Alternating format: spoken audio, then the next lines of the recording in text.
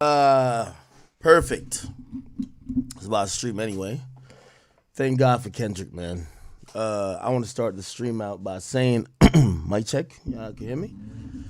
I want to start the stream out by saying, Kendrick Lamar, we need you, bro. Okay, hip hop savior. I'm really happy that Kendrick dropped this song today.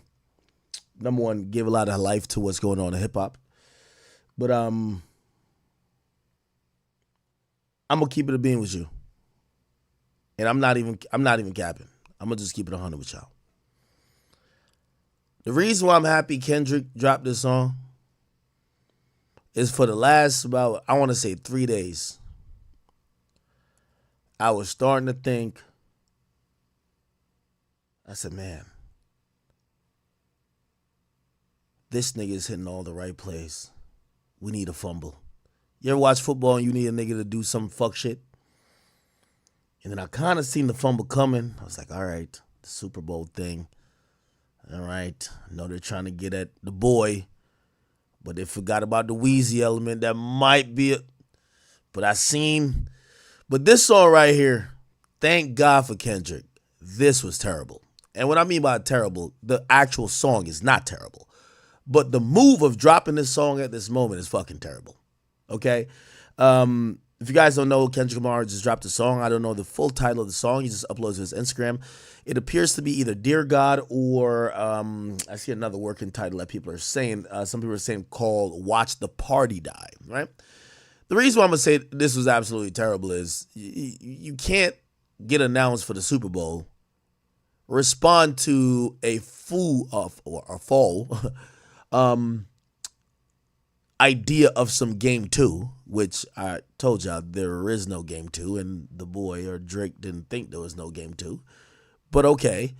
But you can't say there isn't no game two, then immediately drop a track seemingly baiting game two. Okay? So for me, I'm going to be honest with you. You know, I do believe the culture kind of gave this battle to Kendrick. I think pretty much if you're in the culture and you ask who got the win, the majority of people will say Kendrick. And I also believe that it wouldn't do any good for Kendrick to even engage in the game two anyway, even if Drake did want to do that. So here's where we're at.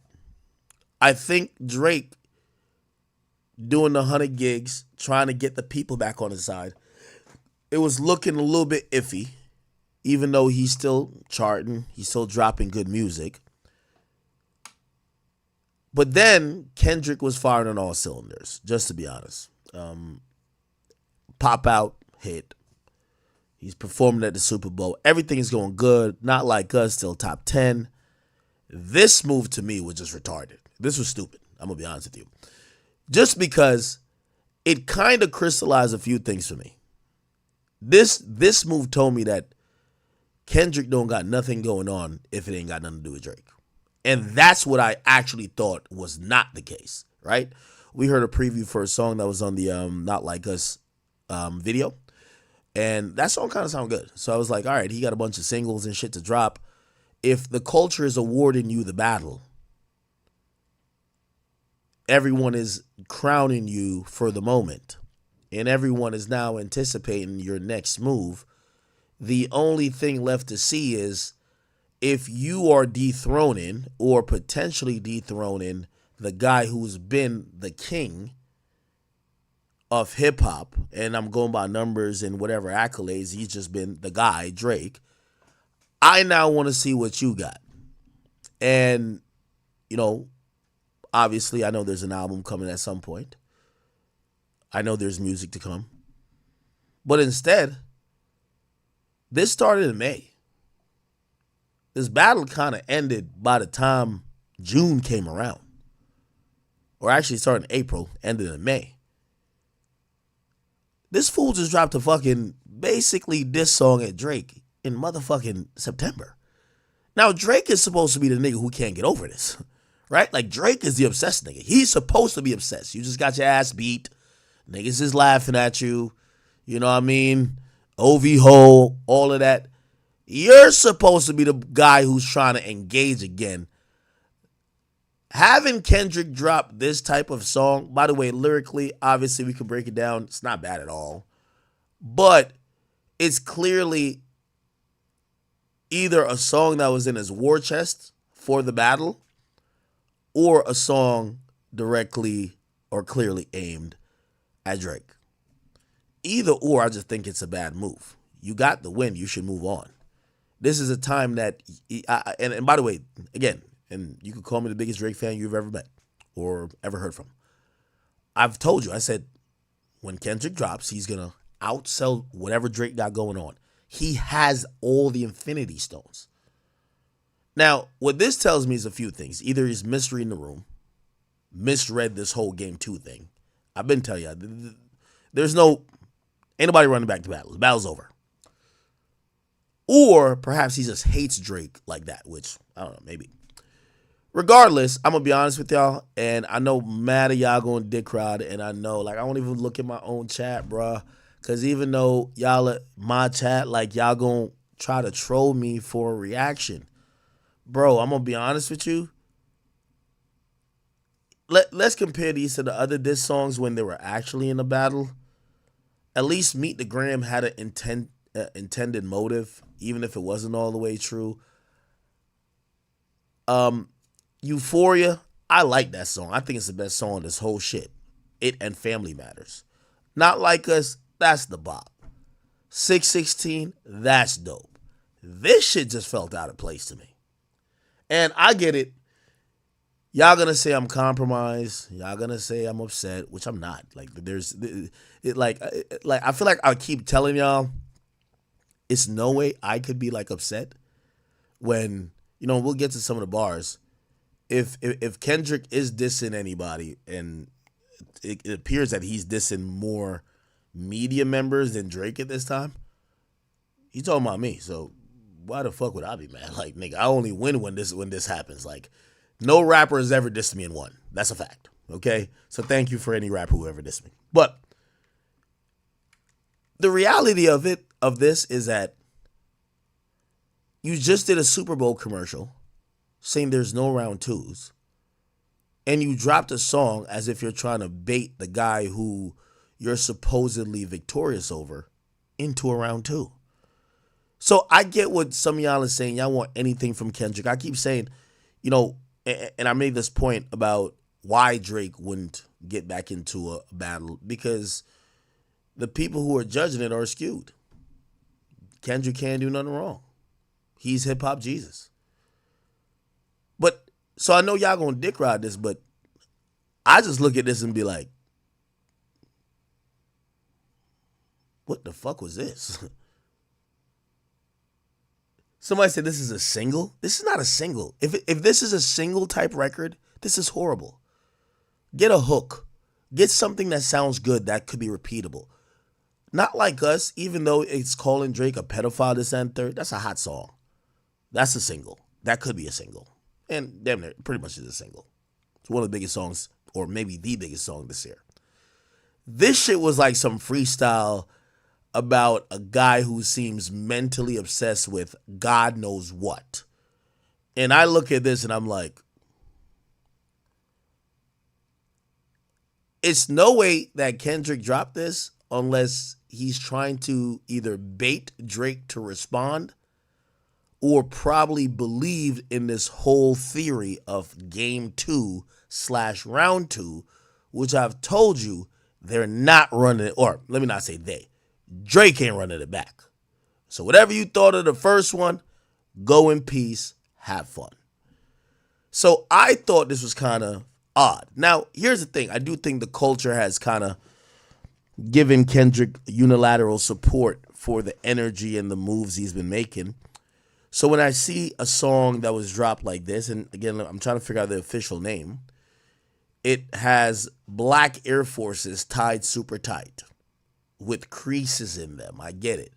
He's saying he's on bad timing. We all know the memes. We all know the energy behind black Air Forces. We get it. I still don't understand why the fuck this would be the song. Just likewise, if Drake himself at this point, and by the way, I don't imagine or expect Kendrick not to take shots at Drake. That's not what I'm trying to say. What I'm trying to say is that, brother, y'all not in a rap battle anymore. Drop some good songs. You can still diss Drake. You can call him a bitch, light-skinned motherfucker. You can call him whatever you want. But drop some songs that, like, we're not here listening to these fucking, like, you know what I mean, scary movie type beats. Like, no, brother. Just drop some good music because the battle is over. It's over. Okay? And I guess that's really my main opinion on this. Is like, okay, this was random. This was random, and it only leads me to believe because number one, even though I'm telling y'all that Drake don't want to do he's not doing no let's run the battle back type shit. I don't think Kendrick wants to do that neither. If you've won and you've been seen as one so gracefully and so strategically as people claimed you won, why would you ever want to run that back again? So it really leads me to the possibility, or my new theory of why Kendrick dropped this, is to distract from the fact that everybody was giving him shit for being the headliner of Super Bowl 59. He's a headliner. I personally didn't say it's his fault at all. We all know Jay-Z's a hater. That's just what it is. He's, his story of hatred for other artists, whether it's Wayne, Birdman, 50, Drake, Nicki, it's been storied. And essentially, that's why Kendrick got the nod over Wayne. Not saying Kendrick didn't deserve it, but it was also specifically orchestrated to stick it to these people. So, when I see shit like that, I'm like, oh, okay, I get it. I completely get it. You know what I mean? And I don't blame Kendrick. And this is why I think this song, or dropping this song, is a misstep. Because this is the first time I've seen Kendrick get any type of cultural feedback, whether it was warranted or not, that didn't seem to unilaterally agree with him or champion what he was doing. Granted, I keep saying, Jay-Z's a hater. Jay-Z's the reason why Wayne is not headlining, and most likely Drake won't be involved even with Wayne, or Nicki won't be involved even with Wayne. The point is this. It's the first time Kendrick has been even close to anything of a cultural backlash. And it didn't take more than 2 days, maybe 3 days. Is it 3 days by now? That he dropped a song. And if you have to be dense or stupid to believe that the song he's dropped, this song in particular, isn't probably aimed or meant to be, let's switch the conversation off of let's blame Hove, let's blame this. Let's bring it back on some familiar things, which is let's get at Drake. So I think the timing was to counteract a lot of what we've seen with the outrage about the NFL Super Bowl halftime show performer being Kendrick Lamar. Nevertheless, let's listen to this one more time, and I'm pulling up lyrics on the side. Give me 1 second. Is it a wax song? It's not. Is he lyrical? Of course he is. But I'm gonna point out a few things, and I am for all the clip farmers and the clickbaiters and the people who are expecting that I was gonna come on here and like, oh my God, no, what? No. I'm happy that this track was dropped because I think Kendrick is teetering on the line of, in the 48 Laws of Power, it says never go past the mark in victory. Like, once you've achieved victory, you shouldn't keep going. Because sometimes your purpose might be then misinterpreted. Again, I think a lot of people in this culture have given the victory in the rap battle to Kendrick. In the last year, and the last, let's say the last 6-7 songs, it's clear that the plight that Kendrick seems to be fighting is now clearly aimed at people who he thinks are frauds. It's all about Drake, you're a fraud. a lot of the industry, they're frauds. He called out media personalities. Well, not really media person. He said radio. Well, some people say he's talking to me, but is he really? Because I don't think so. I've never done radio, but it's okay. We'll get to there, and I'll probably even inherit it. What I will say is this.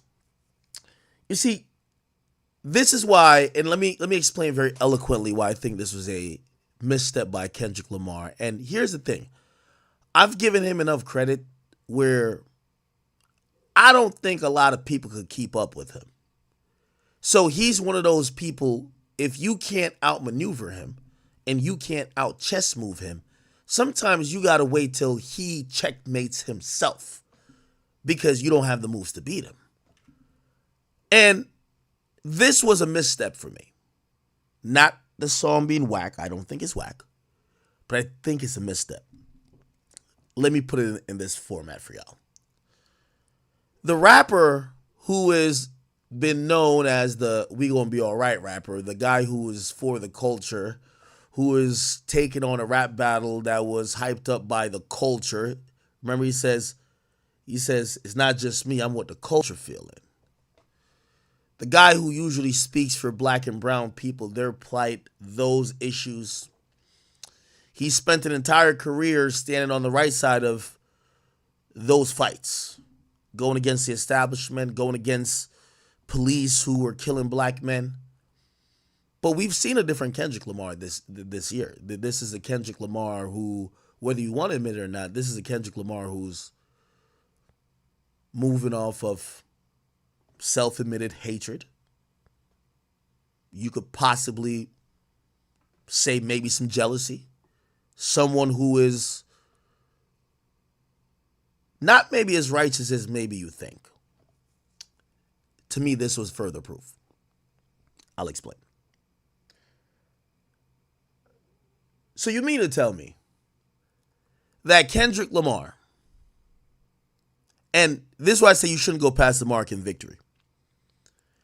So the same Kendrick Lamar who gave us Humble, We Gonna Be All Right, Black of the Berry, all that type of stuff, he comes under fire less than 3 days for being announced as the Super Bowl halftime headliner by the NFL / Rock Nation Jay-Z. And rather let people in their narratives or whatever their criticisms wasn't even really aimed at him. Rather than let those lie, he chose to drop another song baiting or getting at the same people. Here is the thing. This gave me some Jay-Z vibes. I'm going to keep it a bean with you. Because to those who control the will of the people, we expect you to have really high standards. And you know, I know I'm saying a lot before I get to it, but let me just get to it directly that we're not wasting words. Yo, Mr. Lamar, okay? First of all, the battle with you and Drake is done. Okay? You're shooting shots at the end of the game, and you're supposed to be in the locker room like spraying champagne over yourself, okay? That was the pop-up. We thought you were doing that. Here's where I think you look a little bit like a fraud. Because the same Kendrick who built an entire career up to this year on not only just cultural values, but we're standing for the plight of black and brown people. You got announced as a headliner by an institution or for an institution that has been heavily criticized for disrespecting the voice of said black and brown people, the NFL. We don't forget, and we didn't forget, that it was only a couple of years ago that niggas wasn't rocking with the NFL because by and large, all their owners and even the commissioner was like, y'all niggas stop kneeling. It's kind of interesting how, this is what I'm saying, it falls on deaf ears. Bro, niggas say you already won the battle. Why the fuck you still, you know what you need to talk about?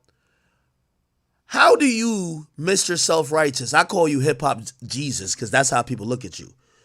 A few years ago, Kendrick Lamar, Colin Kaepernick, you were the same nigga who were basically saying, yo, check this out. I stand with Colin Kaepernick. That was you. That was you. You stood with Colin Kaepernick. Colin Kaepernick stood for black people against the NFL and also against for anybody else who was opposing his voice when he was speaking out against the inequalities of black and brown people when it comes to dealing with police. So years ago, and I'll put it up. I'll put it up. Years ago, this was you in 2017. At the Forbes Under 30 Summit, you said Colin Kaepernick his protest was very important for the next generation. I agree. It's very convenient. Okay, I'm still dissing Drake. The Drake thing is over, nigga. Remember who you are. You didn't build you might be getting your peak, the highest peak off dissing Drake, but remember who you are. You're the guy who showed up on award shows in chains. You're the guy who, even on the third verse of Not Like Us, you talked about slavery. You're the guy who's talked about oppression, and you've talked about a lot of things that, again, you're what the culture feeling. So it's so ironic that when the people who you're now partnering with, who you were standing pretty much against because you were with Colin Kaepernick only about 7 years ago, now that they've given you the Super Bowl performance, you've now done a classic Jay-Z move. Folk, it's what magicians do. Look here while I could hide it back here. Brother, we don't want to hear no more raps about you and Drake. You said the nigga's a pedophile. You're not saying nothing new now. You say he's a pedophile, he should die. Nigga, what new shit are you saying now? Oh, you think we just want to hear you just rhyme words? Okay. What new shit are you saying? Don't forget who you are. You are Mr. Culture. I stand for the people. So, I'm just wondering, since you're in the mood of addressing shit, and in my estimation, you don't drop music for 3 months, and ironically, after the NFL starts to come under fire by the same culture that you said, I'm what the culture feeling. You ironically come back with another song, but you're not addressing the culture and you're not addressing the NFL. It seems like you're addressing the fact that you were in a rap battle that everybody has said is over. You said it yourself, ain't no round two, so what are we doing? What is the post-game press conference? What is this? This is off-season? What are we doing? What we need you to address, sir, is how do you go from being a staunch advocate of Colin Kaepernick, standing with him, agreeing with his plight, saying that his stance and that you supported his protest, which was against the very same league who gave you this I guess, award, because you're headlining their halftime show. How do you go from being with Colin to now conveniently ignoring that the measures they took to pacify black people? Should I tell you what those measures were? We brought Jay-Z in. Should I tell you what those measures were? Jay-Z later brought you in. That's what we want to hear. What do you think? What do you think? Oh, we want to. Oh, okay. You diss Drake again? Wait, is that like that's some new crazy shit?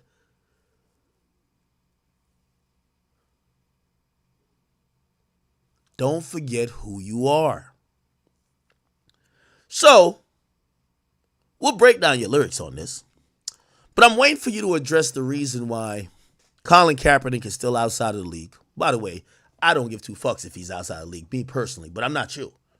I didn't build my career on songs like We Gonna Be All Right, and I didn't sit there with the, like, towing the, the picket line or rocking with the picket. I've never been that, but you have.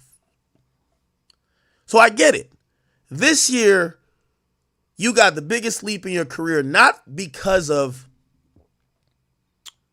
And you might have paraded it like that. Oh, it's because I'm the culture. No, no, no, no. You got the biggest leap of your career for hating.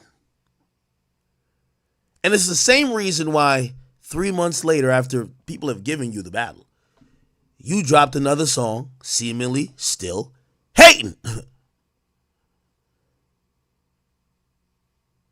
Don't forget who you are. That's all I'm saying. Because you're starting to look a little bit like a hypocrite. And now, granted, you could diss Drake and you have the right to for eternity. Turn up, twin. Go ahead. But don't try to do what magicians do. Drop some shit for us to look here while you're doing all of this shit behind our backs. We just want to know how you go from rocking with Colin Kaepernick to now trying to distract us from the fact that you've accepted the Super Bowl Performance Act.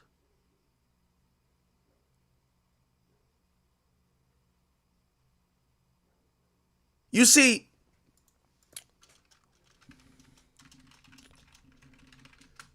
we didn't forget. We did not forget.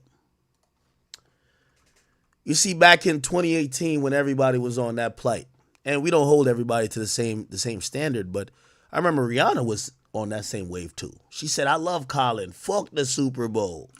Rihanna Super Bowl 2018. Colin Kaepernick. That's where y'all rappers and y'all celebrities jumped in. Back in 2018, the chart-topping singer rejected an offer in order to show support for Colin Kaepernick. I'm wondering what changed for both of y'all. But we don't really expect and hold Rihanna to any type of standard. But Kendrick, we do for you. You built your whole career on it. What changed for you? You dissing Drake at this point don't do nothing. Shit, Drake dissing you don't do nothing. Battle's over. It's written in stone. It's going to go down bigger. Listen, big as the what? Yeah, it's going to go down bigger than Tupac and Biggie. It's going to go down bigger than Jay-Z and Nas. LL Cannabis.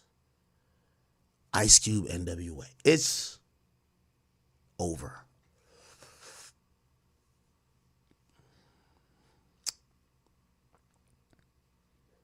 So I look at this and you know, I know some of y'all are gonna be like, oh my God, no, you're just you're kind of hurt because of.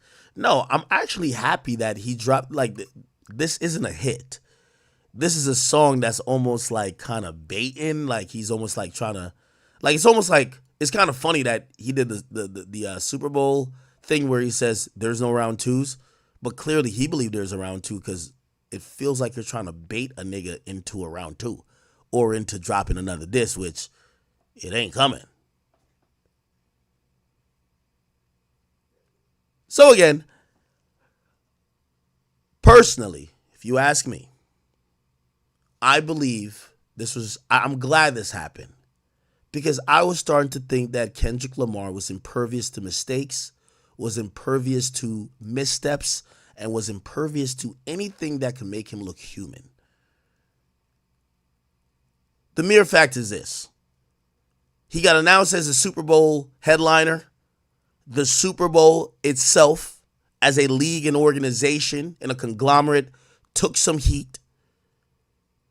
Rock Nation, even though they do scummy shit all the time, they're used to the heat. And by sheer proximity, Kendrick took some heat. And instead of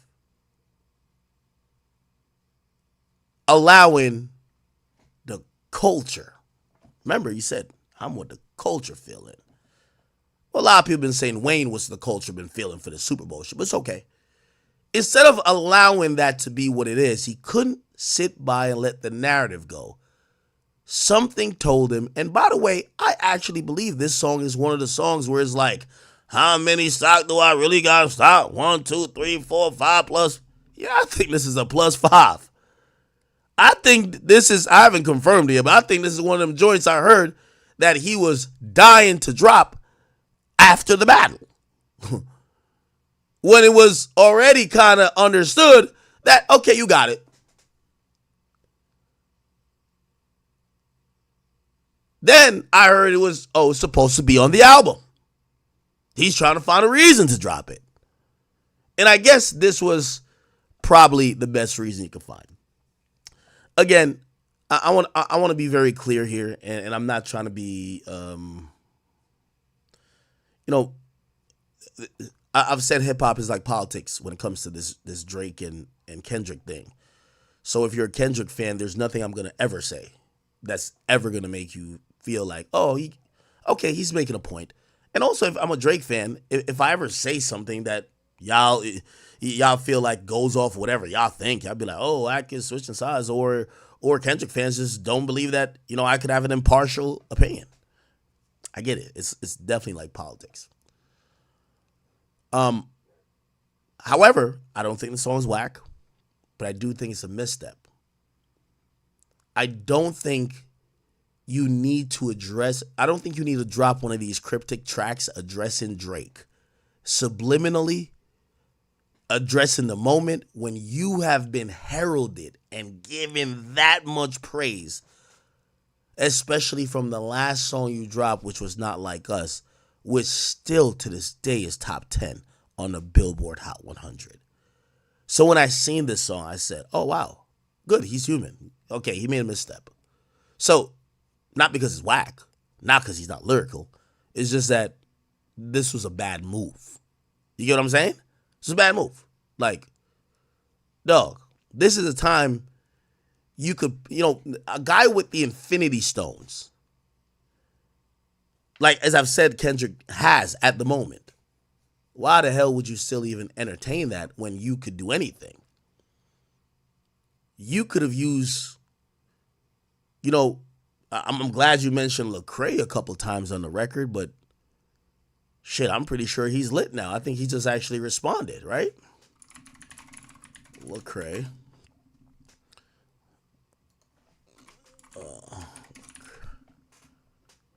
Am I spelling his name right? Wrong? I probably am spelling his name wrong, right? Am I? Oh, it's LEC. My bad. I'm sorry, Chad. LEC. Right. I think he did respond and he said, love you dot always here, right?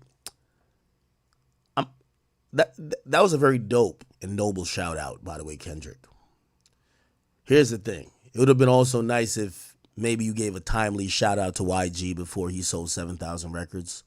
Gave one to Mustard before he sold like 14,000 records. Gave one to maybe Schoolboy Q and them before. I'm just saying. Again, there's no shade or nothing like that, but I'm confused here by the strategy of Kendrick. I'm gonna be honest with you. This is confusing to me. Anyway, I'll run the song back again and we'll probably get into some lyrics. Here we go. I think this is a misstep by Kendrick Lamar. Reason why I think this is a misstep, if they've called the game, they've called the match, you yourself seemingly has said the white flag was thrown, you yourself said there's no round twos, why would you ever engage again? But I do know why you engage. You're engaging because you're doing what David Blaine and any great magician does. You're doing what Jay-Z has done for many years when he's finessed the culture. Because Jay-Z is the original provocateur of using that culture shit until he got to address some shit that he's doing that seemingly is going against the culture, right? All he does is tell you to look that way and don't look at him. It appeared that might be the case with Kendrick Lamar. I would love to hear Kendrick Lamar thoughts on why the hell he's now in bed with the NFL when a couple of years ago he was squarely on the side of Colin Kaepernick. We know why Jay-Z is on his side. Jay-Z clearly said we're beyond kneeling. Basically means it's time for us to go collect these fucking checks. We know what Jay-Z's on. Now, you might be saying, what about the other performers? They didn't have to say anything. Yeah, you're right. Rihanna was a hypocrite. 100% was then, still is. We don't expect anything from her. Number one, she's a woman. Number two, she's never really made any declarative statements that she's for the culture and she's what the culture feeling. Nah. She's some chick from Barbados, was twerking for every nigga, and now settled down with all due respect, settled down with A$AP Rocky. Billionaire too. Love her. But she's never been the person who's like, nah, I'm wearing this shit on my chest. We gonna be all right. Never. Dr. Dre, we don't gotta talk about his history. Usher, we don't gotta talk about his history neither. None of these guys have ever paraded themselves as a person who was for the culture. Matter of fact, if you ask a lot of people when they were talking about why Wayne wasn't picked, a lot of people said, well, Wayne said a lot of anti-black statements. And that's kind of true. Wayne didn't seem to care about police brutality because he was rich and he was doing his thing. He didn't care about certain things because of the position he was in. He didn't seem to identify with other people that looked like him because of his financial status. Cool. But remember, Kendrick was always different. Kendrick is the chosen one. He's the golden boy. He's hip-hop Jesus. I just want to know how the hell he go from rocking with Colin, saying he's right. He's standing for a cause, to now accepting the halftime performance headliner spot. And it's not only accepting it, trying to speak about everything. We don't want to hear you talk about Drake no more, nigga. We don't want to hear you talk about the fake industry dudes, the media niggas. Talk about why you have changed your stance, seemingly. And you're now the same person that's pushing the line for the same people you said oppressed your brother, oppressed another black man, Colin Kaepernick. That's what I want to hear him rap about. This was cool. Pretty good, decent raps. Just doesn't hit the same. They gave you the bad liberty. We don't care about you dissing Drake. Anyway, we'll read some lyrics and let's get into this.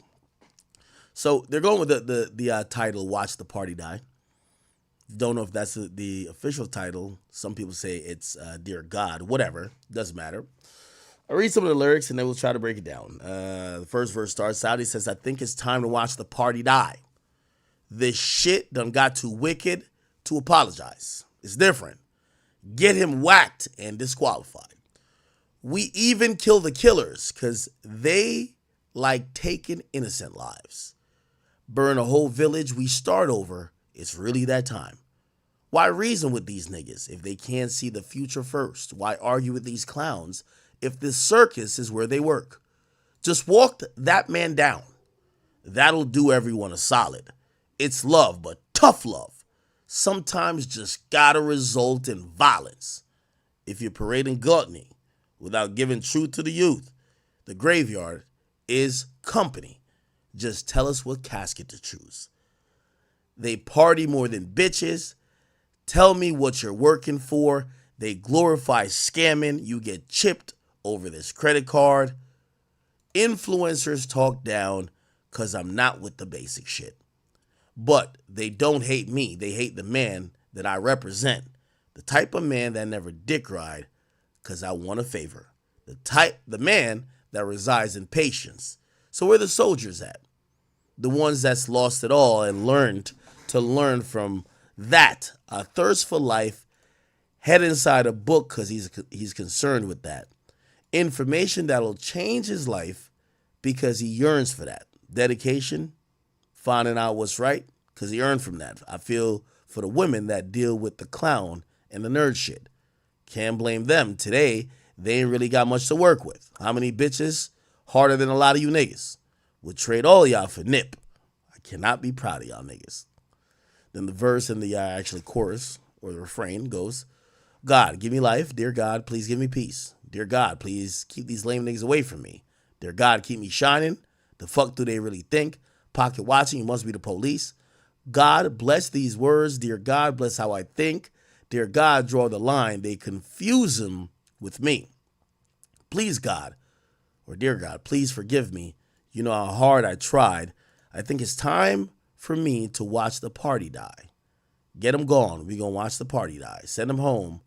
We going to watch the party die. When I first heard that, by the way, I was wondering, like, is he talking about party next door? I don't think he is, though. Second verse says, I think it's time to watch the party die. Street niggas and corporate guys, the rappers that report the lies. I need the families mortified. We can do life without him. Get their bodies organized. Tell me if you obliged. No more pillow talking. Just no jumpstart neighborhood wars. Dirty macking bitches because your spirit is insecure.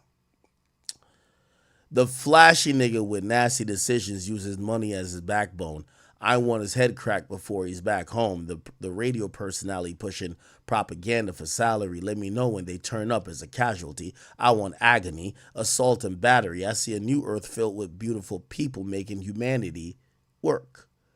Now, I'll address these lines because I know some people, and I think they probably even put my name in this. Look, according to Genius, they think this is about me.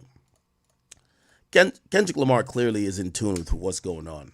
He obviously knows I've never been on radio. I'm not a radio personality. I know y'all want to make his line sound genius, but if the glove don't fit, you must have quit. I'm not a radio personality. Can't be talking about me. If he said the nigga on Twitch, he'd be talking about me. Absolutely. So I have no reaction to that line because I'm not on radio. It says the radio personality pushing propaganda for salary. Let me know when they turn up as a casualty. I want agony, assault, and battery.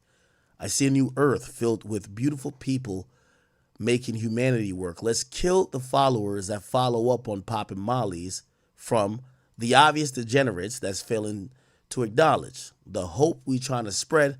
If I'm not as woke, then you need to bring his fucking head or film that shit in high res.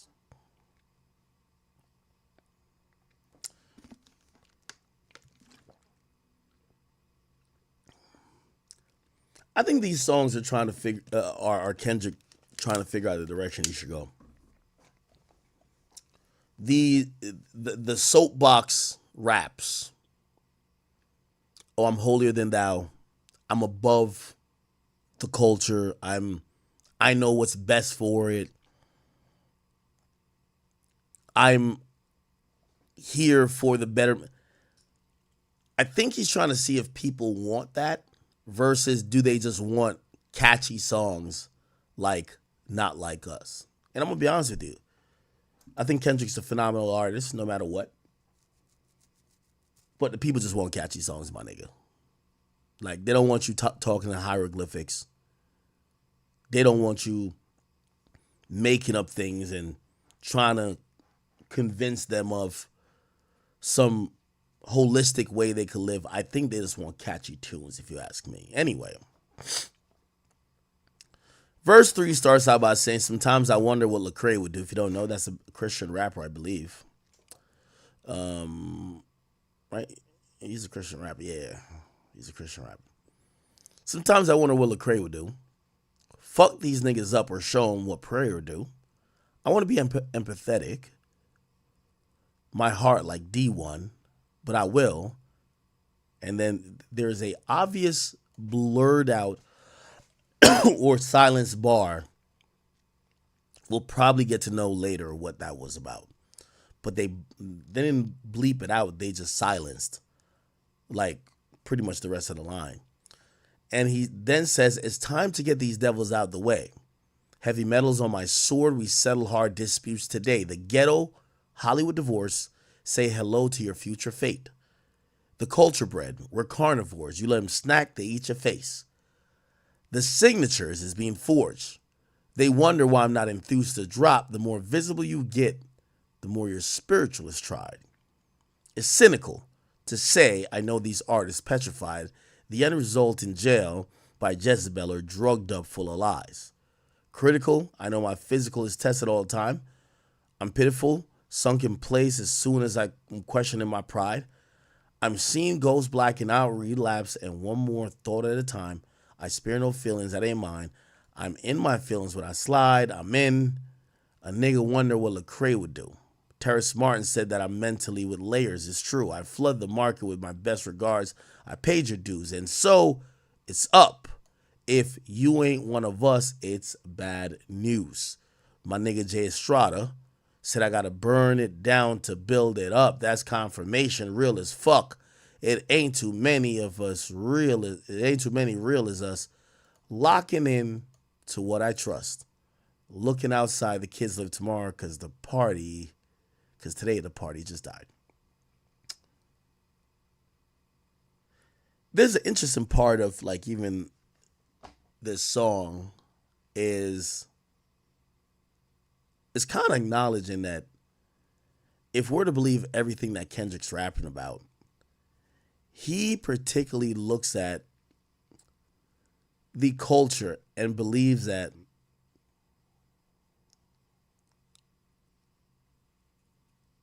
he has to do some fixing of it. Which, for example, he says you got to burn it down to build it up. Previously, I thought these were just like, you know, methods or ways of speech, but he wasn't serious about it. But perhaps he is that, dug in on some of the things he's saying, including you got to burn it down to build it up. I think that's interesting, but it looks like he does believe in a bunch of these things. Anyway, for the people who just joined, let me play this song again. This is a new song by Kendrick Lamar. We're doing a breakdown of it at this moment, and it's apparently called Watch the Party Die. By the way, apparently it was produced by Cardo, which that's interesting. Could get to that later. Anyway, in the chat, it does give me 616 vibes. It feels like, when the battle was going on, 616 was a nice interlude, even though it was a phenomenal song. It gives me that vibes. Like, you don't just drop this with nothing to come behind it, unless you're dropping this to bait somebody out for you to drop something else. This doesn't seem like a song you drop in isolation where nobody gives a fuck. It seems like you dropped this for a reason. Anyway, now let me actually pause it here and kind of analyze a little bit. When he says, and this is what I'm taking this to be. He says, burn a whole village. We start over. It's really that time. It's almost like Kendrick is trying to say that in his defeat of Drake, he's here to create a new version of hip hop and culture and what's accepted and what's popular. And, cool. It's like the saying, you cut the head off the snake. But, he continues by saying you burn the whole village, we start over. It's really that time. Why reason with these niggas if they can't see the future first? It's like almost like he's saying we needed to get rid of Drake. We needed to serve him up an L for us to get to the future. And for those who don't understand why that was done, I don't need to argue with y'all, because what I did that for and what I'm looking forward to is some futuristic type of vision. It says, why argue with these clowns if the circus is where they work? Basically almost saying if the people who have either doubted him or wondered or clowned him or wonder why he was going at Drake, yeah, those people are fools. Anyway, he says, just walk that man down. That'll do everyone a solid. And I do think Kendrick thinks like that. Who are they talking about? I would imagine they're talking about Drake. It says, just walk that man down. That'll do everyone a solid. It's almost like saying, we did y'all a favor by handling Drake for y'all. Said it's love, but tough love sometimes got to result in violence. If you parade in gluttony without giving truth to the youth, the graveyard is company. Just tell us what casket to choose. And I think that line is directly going to Drake, right? It's like, yo, if you parade in gluttony without giving truth to the youth, it's almost like saying, if you're just trying to be a carnivore and eat from this culture, but you're not giving back. You're not giving back to the young kids who want to be you and the young kids who want to follow in your footsteps, then why does it matter? And I actually do agree with the point in theory. Anyway, he says, they party more than bitches. Tell them, what are you working for? They glorify scamming. You'll get chipped over this credit card. Influencers talk down because I'm not with the basic shit. But they don't hate me. They hate the man I represent, the type of man that never dick ride because I want a favor. The man that resides in patience. So where are the soldiers at? The ones that lost it and learned to learn from that a thirst of life. Head inside a book because he concerned with that. Information that'll change his life because he yearns from that. Dedication, find out what's right because he earned from that. I feel for the women that deal with the clown and the nerd shit. I feel like that's another shot at Drake. Can't blame them. Today they ain't got much to work with. How many bitches, harder than a lot of you niggas, would trade all y'all for nip? I can't be proud of y'all niggas. God, give me life. Dear God, please give me peace. Dear God, please keep these lame niggas away from me.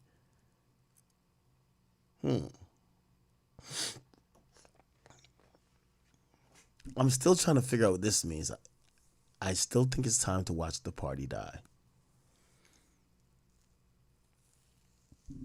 Apparently in Meet the Grams, Kendrick says, I know you probably thinking I wanted to crash your party.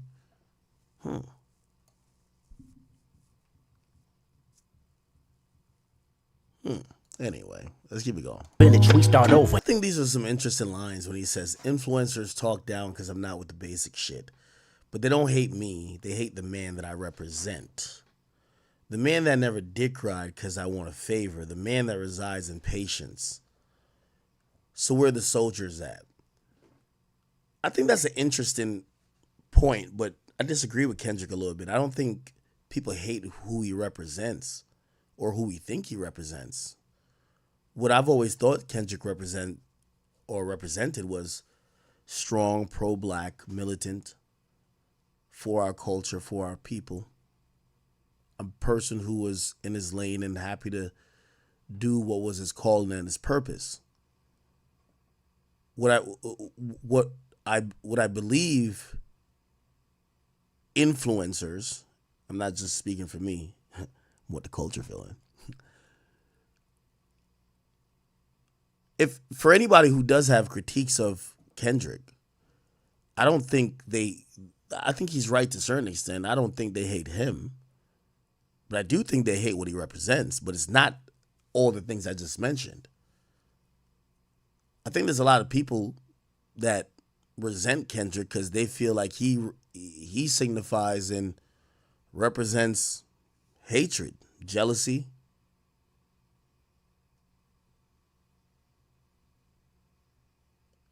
and a liar. I'm going to be honest with you. If I think about why he got into a battle with Drake, it appears that he was jealous. If I think about the most popular allegations that were thrown around at Liberty and thrown around frequently, he lied. So again, if those are what he represents, yeah, people don't fuck with that. But do people fuck with the other representations that I think we all agree that is kind of still representative of his artistry, which is people do believe he's a pro-black, lyrical, militant, artistic, calculated type of artist and individual. Yeah, I think you could think both things. You get what I'm saying? Anyway. No talking jump starting neighborhood wars, dirty macking bitches because your spirit is in. It's so interesting, right? Because, I've seen a couple people start posting, even the stream. They're like, yo, bro, you don't get it. Kendrick was giving a State of the Union address. He's so smart. He's hip-hop Jesus. Okay, you got it, right? Remember, Kendrick could do no wrong. The interesting part about even going back to what I'm going off Kendrick's own fucking words here, people. I'm not, making some shit up. This is verse 2. I think it's time to watch the party die. Remember, this is the guy that's almost saying the culture of hip hop or what's been going on so far, he needed to eradicate, burn it up, and build up again. Right? So he's saying a lot of that shit is garbage. And some of it applies to necessarily, say, Aubrey, Drake, and some of it doesn't. But who does it apply to? Let's think about this. I think it's time to watch the party die. Street niggas and corporate guys. The rappers that report the lies, I need their families mortified. The interesting part about that is that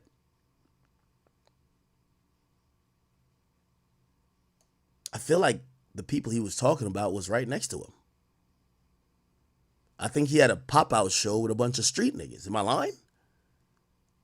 Feel like he was working with the corporate guys, whether it was to get the NFL headliner gig or probably to get the pop-out show on Amazon Music. As I said, it kind of seems like he's talking the same people who he's kind of speaking out against, he's standing right next to. Right? It's like you're almost throwing a boomerang. Like, who you trying to hit? You trying to hit with these things or you trying to catch it? He says, street niggas and corporate guys, the rappers that report the lies. Well, here's the thing, Kendrick. 80% of the people you're talking about with this line, they were on stage with you at the pop-out. So when you say you need their family mortified, you might as well call their name. We can do life without them. Get their bodies organized. Tell me if you oblige. No more pillow talking. Jumpstart neighborhood wars. There's probably more to this line right here. No more pillow talking. Jumpstarting neighborhood wars. Who did that?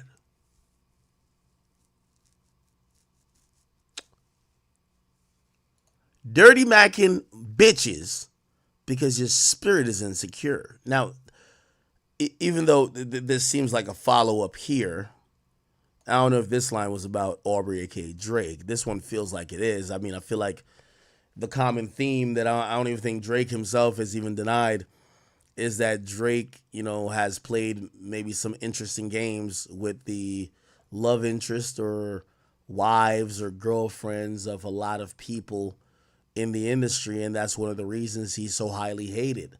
So when you hear a line that says dirty macking bitches because your spirit is insecure, it might even lend to some of the rumors that Drake is, maybe there's something wrong with him where he's targeting like, if you go work with a peer and you see their girl in the corner smoking hookah, it's kind of not normal for you to be like, I got to go fuck that man's girl, right? So perhaps that's what Kendrick is alluding to in saying, your spirit's insecure. He says the flashy nigga with nasty decisions, using money as a backbone. This seems like he could be talking to Drake as well. I want his head cracked before he's back home. The radio personality, pushing propaganda for salary. Now, obviously, I've never been a radio personality. I don't know who could be on radio that he's talking about. Let's just assume that he's using this whole radio personality description just as a fill-in for whatever he thinks like maybe somebody like me does, right? So let's keep that in mind. He says, the radio personality pushing propaganda for salary. Let me know when they turn up as a casualty. I want agony, assault, and battery. I see a new earth filled with beautiful people making humanity work. Let's kill the followers that follow up on popping mollies. From the obvious, degenerates that's failing to acknowledge. Hope that we trying to spread. If I'm not as woke, then you need to bring his fucking head or film that shit in high res.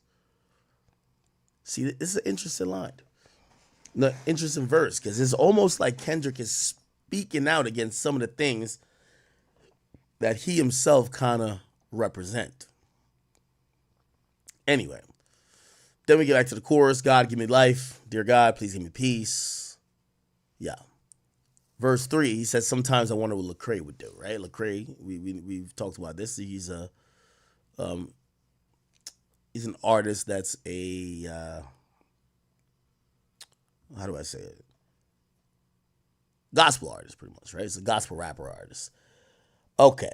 Fuck these niggas up or show them what prayer would do. I want to be empathetic, my heart like D1, but I will. It's time to get these devils out the way. Heavy metals on my sword. We settle hard disputes today. The ghetto Hollywood divorce. Say hello to your future fate. The culture bred were carnivores. You let them snack, they eat your face. The signatures are is being forged. They wonder why I'm not enthused to drop.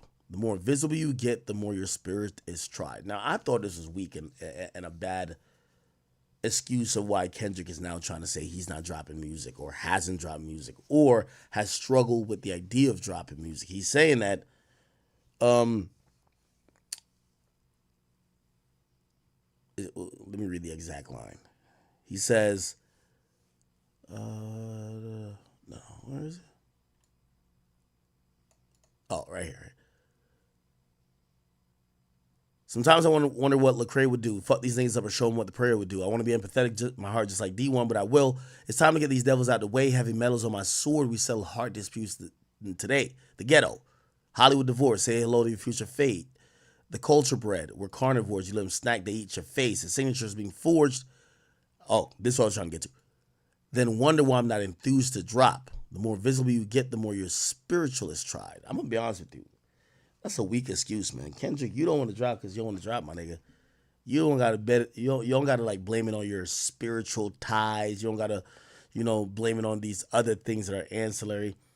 You are just not that motivated to put out music in a more frequent time other than like 3 or 4 or 5 or 6 years, and that's just the truth to the matter. And again, there's many people who will ignore the fact that you haven't put out music because they love your past work, but the fact is the fact. You just haven't put out music, right? Okay. So after that, he says it's cynical to say I know these artists petrified. The end result in jail by Jezebel or drugged up full of lies. Critical, I know my physical is tested all the time. Oh my God. Let me hop on Discord real quick. I do want to hear what y'all have to say about this. Again, not a bad track. I wouldn't say it's trash, but I do believe that, uh, you know, why even drop this? Why even drop this? It's not the best song. It's not the worst. It just does nothing for your plight. And now you get people who are looking at whatever you're doing, they might get the idea like, oh shit, like he's dragging it, right? And that's always a bad look. Okay, hold on. Yeah, if y'all in the Discord, y'all can pop in here. I do want to hear y'all opinion about this whole thing. Again, I think this is a misstep. I don't think it's whack. I just think it's a misstep. It just makes no sense for Kendrick Lamar to drop a record like this, especially on his Instagram, that seemingly is trying to keep up the battle, especially after you said no round twos. You know what I'm saying? Nah, I agree with you, man. I think you kind of nailed it home. It's a misstep. I think the fans are expecting you to crash out right now, Mm-mm. but No, I will never. say, do you not feel like it's dissing you? As soon as I listen to it, I instantly, I mean, of course, being a chat nigga, you going, but listening to it, I instantly thought he's dissing more media and the narrative than, you know what I'm saying, like, than Drake this time. Is that boy Friday right there? Yo, You Friday just on came mute. in. Yeah, I moved him in. Yo, Friday, man. What's the vibes in this? Is that Pandemics? Who is that? Nah, this Oh, prop. I only see the P. My bad. Oh, all right. Anyway, prop. Yo, well, here's the thing. I do think he's dissing media, right? But every artist disses media. Like, what do you think? What am I supposed to do? Go load up a bar? It's not like he's saying you niggas is bitches. He's basically just kind of saying that it's kind of ironic even with him dissing media when he's single-handedly got nothing but the most amazing PR and press we've ever seen an artist get for 6 months. Like, again, I'm telling you, he's seen as hip hop Jesus.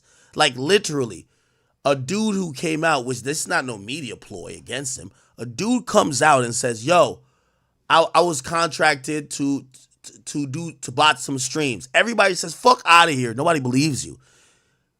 Drake in the battle Uh, says, "Yo, he beat his girl." Like niggas, like fuck out of here. We don't believe you. So the whole thing with him even getting that media sounds crazy to me.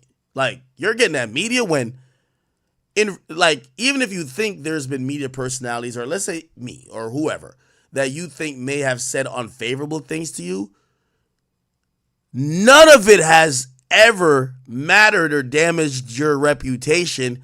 You're impervious to all of these things. It's actually something that people should study. You could do no wrong. So when I hear like some of these things that he's saying, right?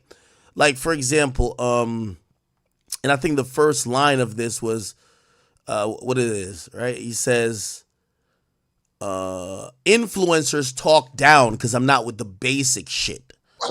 But they don't hate me, they hate the man I represent, the man that never dick ride because I want a favor.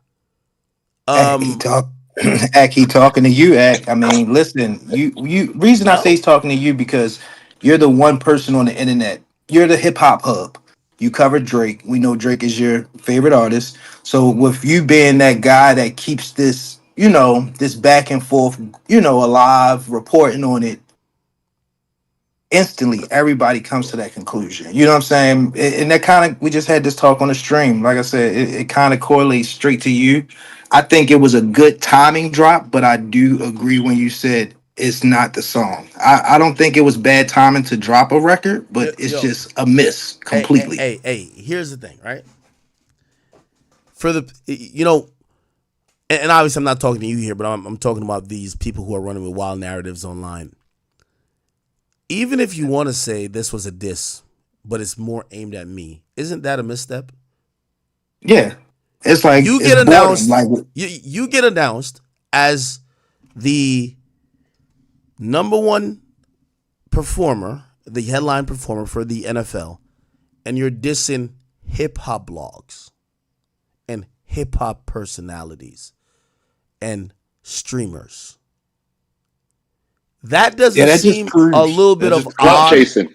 That doesn't seem a little bit odd. Like, yo, when I seen he hit the Super Bowl move, that's why I came on here and said, I said, yo, if Drake did turn the Super Bowl down, he needs to start reevaluating because what Kendrick has been doing pretty good at is he's making big business moves that's making whatever his perceived status in the battle look 10 times better. Right. Yo, I'm going to do the pop out. Amazon is on it. Yo, I'm doing motherfucking the Super Bowl, Apple Music, Rock Nation. You tell me after that, you're dropping an Academics diss song? If y'all want to say I'm that important, and again, you know what? I was about to say he not dissing me, but I'm taking it now. He is. And low Because your key, pocket watcher line was for you, Act. Yeah, man. you think Listen, so? it just shows that he's that much in tune or he cares. It proves that he's, like you said, human. He pays attention. He does care about what the media says, No, no, and no. it's definitely like a step backwards. Hey, I've always said the rappers who don't speak watch online the most. Like the most. Like they watch this shit, they scour it, they are obsessed more. When people say, oh, Kendrick, like one of the criticisms they get of Drake, they're like, yo, Drake is leaking things to, A, B, C, and D. It's so funny.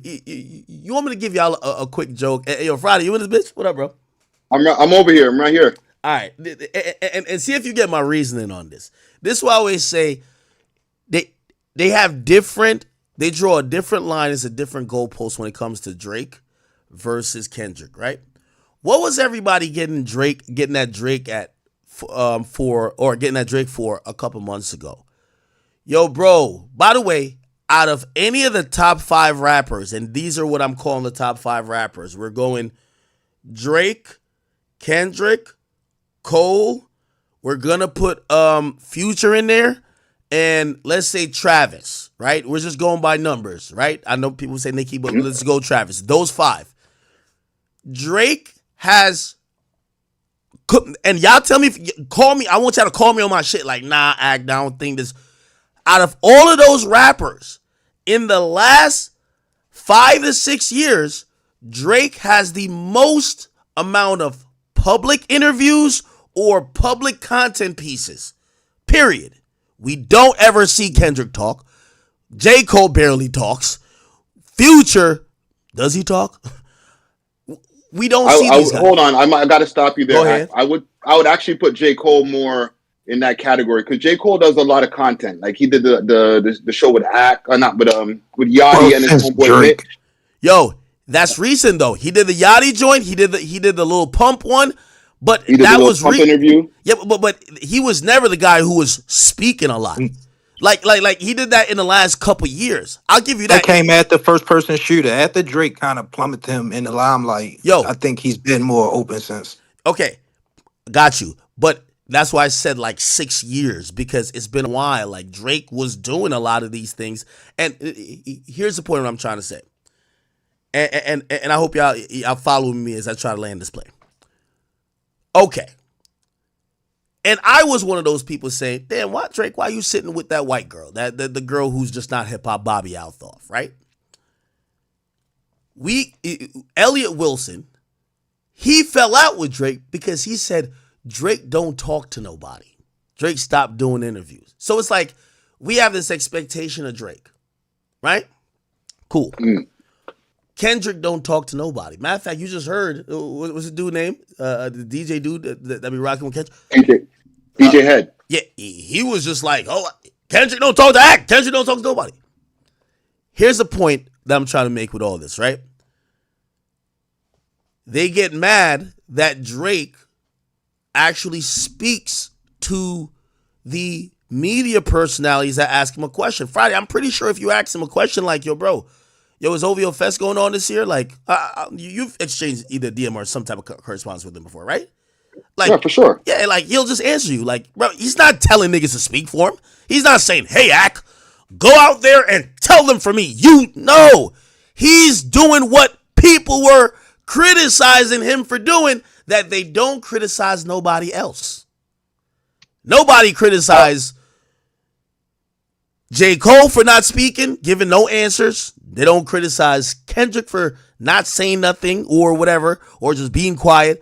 But if Drake, let's say Drake says something to me, because usually I'm asking, yo, bro, what's up with that? Oh, no, that's a lie. So I come online and I say, yo, I talk to the nigga, he says a lie. You know what people get mad at? Yo, why Drake always talking to Ack? What? Meanwhile, when it comes to like someone like Kendrick,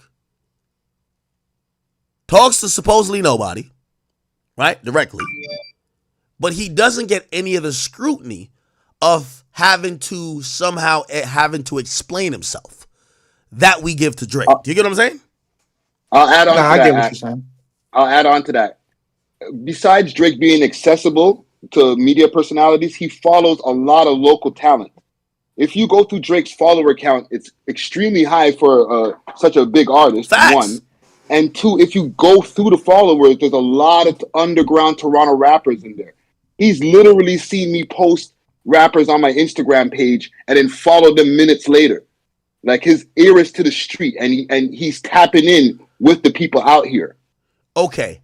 And I'm going to throw another, I'm glad you brought up a great point. Great point. By the way, Friday, I love listening to anytime you start reasoning with hip hop. You know, I'm glad to have you here anytime you're here. By the way, y'all make sure Friday gets roles that if I'm ever in here, he can move himself. I don't got to move himself. Anyway, yo, put it like this. I was having a conversation with one of the top, I'm going to call them executives in the game. And we were talking about Drake's moves post-battle.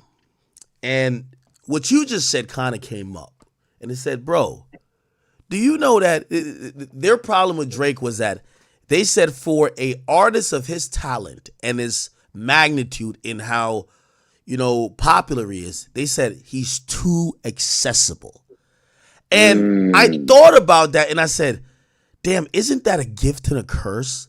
Because part of the dope shit about Drake, how he keeps his ear to the streets, is how he keeps relevant. When I'm listening to his song and he's like, yo, he'll put like it's almost like an Easter egg in the bars where he's like, yo, face who? I could see a wall of y'all, and I could, yo, he's still shouting out the man to me. You know what I mean? Like that's Ramula Purse right there. Of course, you get what I'm saying? Like that's him being tapped in, right? He follows everything going on there. Like you see him in the likes, you see sometimes he cracking jokes. But that's a positive, but then it's also get looked at as, yo, this guy's too accessible, right? This dude is just too, like anybody, like the person I was talking to, there was just like they made this comparison. They said one of the reasons why everything that Kendrick does is so, it hits so much different than what Drake does is because we never hear from Kendrick. We never see Kendrick. No one has a story about Kendrick. Then the person said to me, bro, I don't want to dox the person, but the person was in LA. The person said, bro, every girl in LA has some remembrance of them being in a party with Drake, and Drake is within arm's length reach. And that's the biggest rapper in the world. He's too accessible.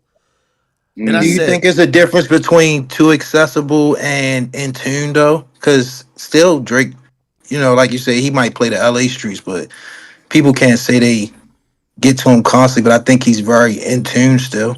No. Well, that's what I'm trying to say. I think everything that Kendrick, like, for example, Drake dropped a bunch of tracks. Like, I'm going to be honest with you. This is, again, I keep telling you, I think Kendrick got the Infinity Stones. If this was dropped on DSPs, this song's going to top 5. In comparison to Drake's songs that he's dropped on 100, gigs, it's like people just, because Kendrick keeps himself away, everything he does hits a million times harder. You get what I'm saying? Yeah, but the song is trash, though. You're telling me that. But that's right what I'm now, saying. If this was that's on what DSP, I'm saying. Yo, Friday. this That's would what I'm be saying. A top 100 song. No, yo.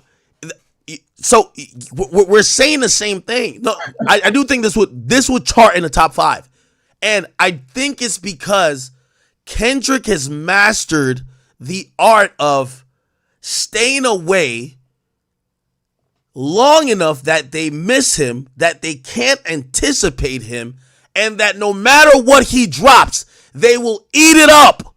Bruv, yo, you know when I knew Kendrick dropped? I didn't even know Kendrick dropped it first. Bro, my Twitter lit up. Nigga, Drake has dropped like 10 tracks, nigga. Some of them I knew was coming, some of them I didn't.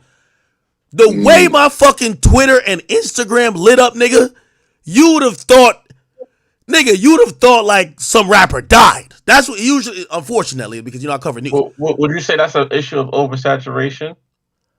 I wouldn't necessarily say that. I would just say that because here's the thing. Drake and Kendrick has dropped 5. This is the 5th track. 2 are on Instagram. 616 and this track are on Instagram. The other tracks, Euphoria, we got Euphoria, Meet the Grams, and Not Like Us. And I guess if you want to say like that, even though that was a feature, those are the only music Kendrick has dropped in couple of years. You get what I'm saying? Like, yeah, it's the nigga kind of has everyone where he could drop any. It's kind of like, imagine. Let me ask y'all a question. If Rihanna drops next week, how much do you think she sells? 300 at least. 600,000 first week. That's what I'm about, like 600,000. Yo, here's the thing. She could have her baby just clapping and fucking just like, burping on there. That shit's gonna go. People don't even. It's what Kendrick is good at. I'll give him credit is that he knows how to keep the people on a string. You don't think he's kept people on a string? He dropped a song 3 fucking months ago, and at every moment. By the way, newsflash. I'll show you right here for anybody who's here. Not Like Us is back at number 1 on the iTunes charts. It's back number one again. Every time you Mm. think this fucking song finna die, it's back. Bro, it's the I'm craziest checking shit I've ever Billboard right seen. now to see where it's at on Billboard. No, well, you won't see. So it's 10. It's 10 this week. Next week is going to be top 5 again. It won't leave the top 10. Look. Oh, wait, hold on. Let me show You remember when you said not to call, like, or stop calling this nigga the boogeyman? Like, can you walk that back a little bit? I don't think he's the boogeyman. What I think he is that he's operating on a higher cerebral level, not only strategically when it comes to lyricism, strategy in a B4 war, but also on a level when you would think Drake would outbusiness him, right? Like Drake is Drake. You would think that Drake is like, think about this. You know how you kill the momentum of a Not Like Us? If Drake pulled the move somehow to have gotten, the Super Bowl look, to have, oh, this is a YMCMB celebration, Wheezy, Drake, Nicki, that would be a sigh of relief for many OVO fans to be like, whoa, finally, we're gonna get the thought off of that one fucking moment. Every single time we think we finna move on, that song is back to the top focus of what's going on in the world. Not to throw Let you me let off, me but do you think that's a reason why it was blocked? Because that's what I anticipated. The reason they didn't let Lil Wayne perform was because they knew it would turn into a YMCMB type of concert. I'm gonna be honest with you, and I would love for Kyrie, yourself, and even on Friday to chime in on this. Man, the more this goes on, I am sitting back, and I haven't, to be very clear, because I know sometimes when I speak, people now just automatically think that I'm speaking for me and Drake. I don't speak for me and Drake unless I said Drake told me, right? But so this is just an independent thought. The more this goes on, I said, damn. I'm wondering if Drake, and I mean, I had that conversation. I won't tell you what he said, but bro, this is kind of like, this is all the niggas that Drake has fucked with. Jack Dorsey. Yo, I'm gonna make this comparison, right? The nigga that owned A lot Reddit. Jay A lot of the Z. anime niggas gonna understand. If y'all know who Griffith is from Berserker, that's who I think Drake is. And I I have no think idea this what is like one of those things where it's like you kind of like why is Jack Dorsey dissing niggas? Like that's a powerful nigga. You know what I'm saying? Hey, because he smashed this girl. I'm gonna be honest with you. I started, I made my handful of calls, and I stopped making calls because I started hearing a few things. And no one would really say it because some of these people they're also, some of them, they're just uninvolved in the situation. But I kept saying, I said, why would all this stuff happen? And some people told me some surprising things. Basically, they were saying, hey, listen, Drake has been at the top for a while. And the Drake as an artist is a different Drake when it comes to dealing with other people who have needed him. They went as far to tell me most of it is not even necessarily Drake. Like, I heard stories. They were just like, yo, his people who do business for him will deal with you wicked. You know why? Yo, they're going to tell you, hey, fuck negotiation is going down like this. Hey, the boy wouldn't like if you don't agree to this. And that's one of those things where imagine having to work with the nigga, or imagine needing a nigga, but you start developing resentment because you feel like, oh, this shit ain't real friendship, or damn, this nigga hoeing me. The moment you feel like you don't need him no more, you're kicking his back in. And I don't know when the signal was for that, but clearly in the last year. From what I've heard, niggas was just like, yeah, I think we can say fuck him. And everybody got on board with it. You had a couple brave ones pop their head out first, and then the rest of them was like, oh, yeah, he ain't the same. It's a smear campaign. It's a smear campaign that's been going on, let's say, for the last 8 months, maybe even longer. From the time that Future dropped the song with Kendrick Lamar, even before that, they were already starting to paint a narrative about Drake not being as high on the charts anymore, everything like that. But when everything happened, I think what's happening right now with everybody's having this Kendrick Lamar love is not everybody who's championing Kendrick Lamar is actually a Kendrick Lamar fan. Oh hell They're no, more haters of Drake than they are a fan of Kendrick. no. That's true. And I think also I think these guys been feeling this way. I feel like Drake authentically always wanted to show love. We know he's a hip hop connoisseur. Like bro said, he shows love to the up and coming rappers. I think though with Kendrick, because we know that Kendrick got the cosign from Drake, he took him on tour. I feel like what we know the industry is so fake that people just genuinely needed Drake all those years, and now it's Wait, wait, like wait, wait, wait. Now, Wait, hold on. Just to backtrack, because y'all are saying quite a lot. So, act to go back to your earlier point, I have a question for you that I would like for you to answer. Yeah. As far as time going on and people feeling like they don't necessarily need Drake as much, so now they feel like they can share their true Hold feelings on, and hold on, hold the on. resentment that they've harbored for so long or whatever. But Wait. By the way, I want to chat. ask you. Wait, hold on one second. Go One ahead. second. When a new voice comes on, it might just identify yourself because the people might not know. This is Akita, right? Oh, yeah, this is Okay, yeah, Akita. What's up, Jack? yeah. I'm only just saying that because when people are just hearing audio, they want to distinguish Yeah, who's saying what. Go ahead though. got you. So my question to you that I want you to think on is just from Drake's perspective and knowing, the angle that he came in the game from, because he wasn't necessarily welcomed in the game just from the get, but he was overly talented, so people kind of just dealt with him. Do you think that at a certain point he also understood that the relationships that he was creating with the people in the industry were simply transactional, and benefited both parties, and that it wasn't truly genuine for real? And I think I don't know if it was Demics or the other person in the room, but as far as him coming up and showing love, it can be viewed in two ways, right?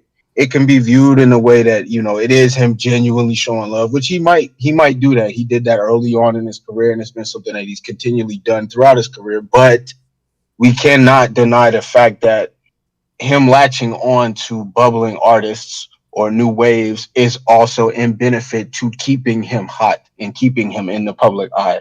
You understand? So it's not we can't be naive to think he's just doing it just for the love either. He stands to gain from doing So it as well. let me answer that quick before Act jumps in. Right, with those local artists, it's a little bit different because you need somebody like me to let people know that. That's not something that's just known in the public. That's not something that people are talking about on their podcast unless they're talking about on my podcast. It's not a known thing that he's following all these local artists. So, and he's also following artists in a city that didn't show him love on his way up. A lot of people were hating on Drake in Toronto on his way up. So for him to still reach back and show love to a city that didn't show him love in the first place, that means a lot, in my opinion. Yeah, no, man, I'm gonna be honest with you. It's such a difficult thing because it just can't be what we're thinking, right? Like, why has all of these people for all of these things to happen? Let's actually analyze what's going on. I think if we peel back the layers, and I think a lot of people on social media have even said, "Man, it's not. It's more likely that it's not Jay-Z hating on Wayne. It's Jay-Z trying to block Drake or trying to put Kendrick in a position that will further kick in the back of Drake. Because if we look at the Jay-Z and Wayne situation, apparently it helped him when Wayne owed like $14 million in taxes. So it appears that he didn't have a problem with maybe Wayne as much. They were seen 2 weeks before.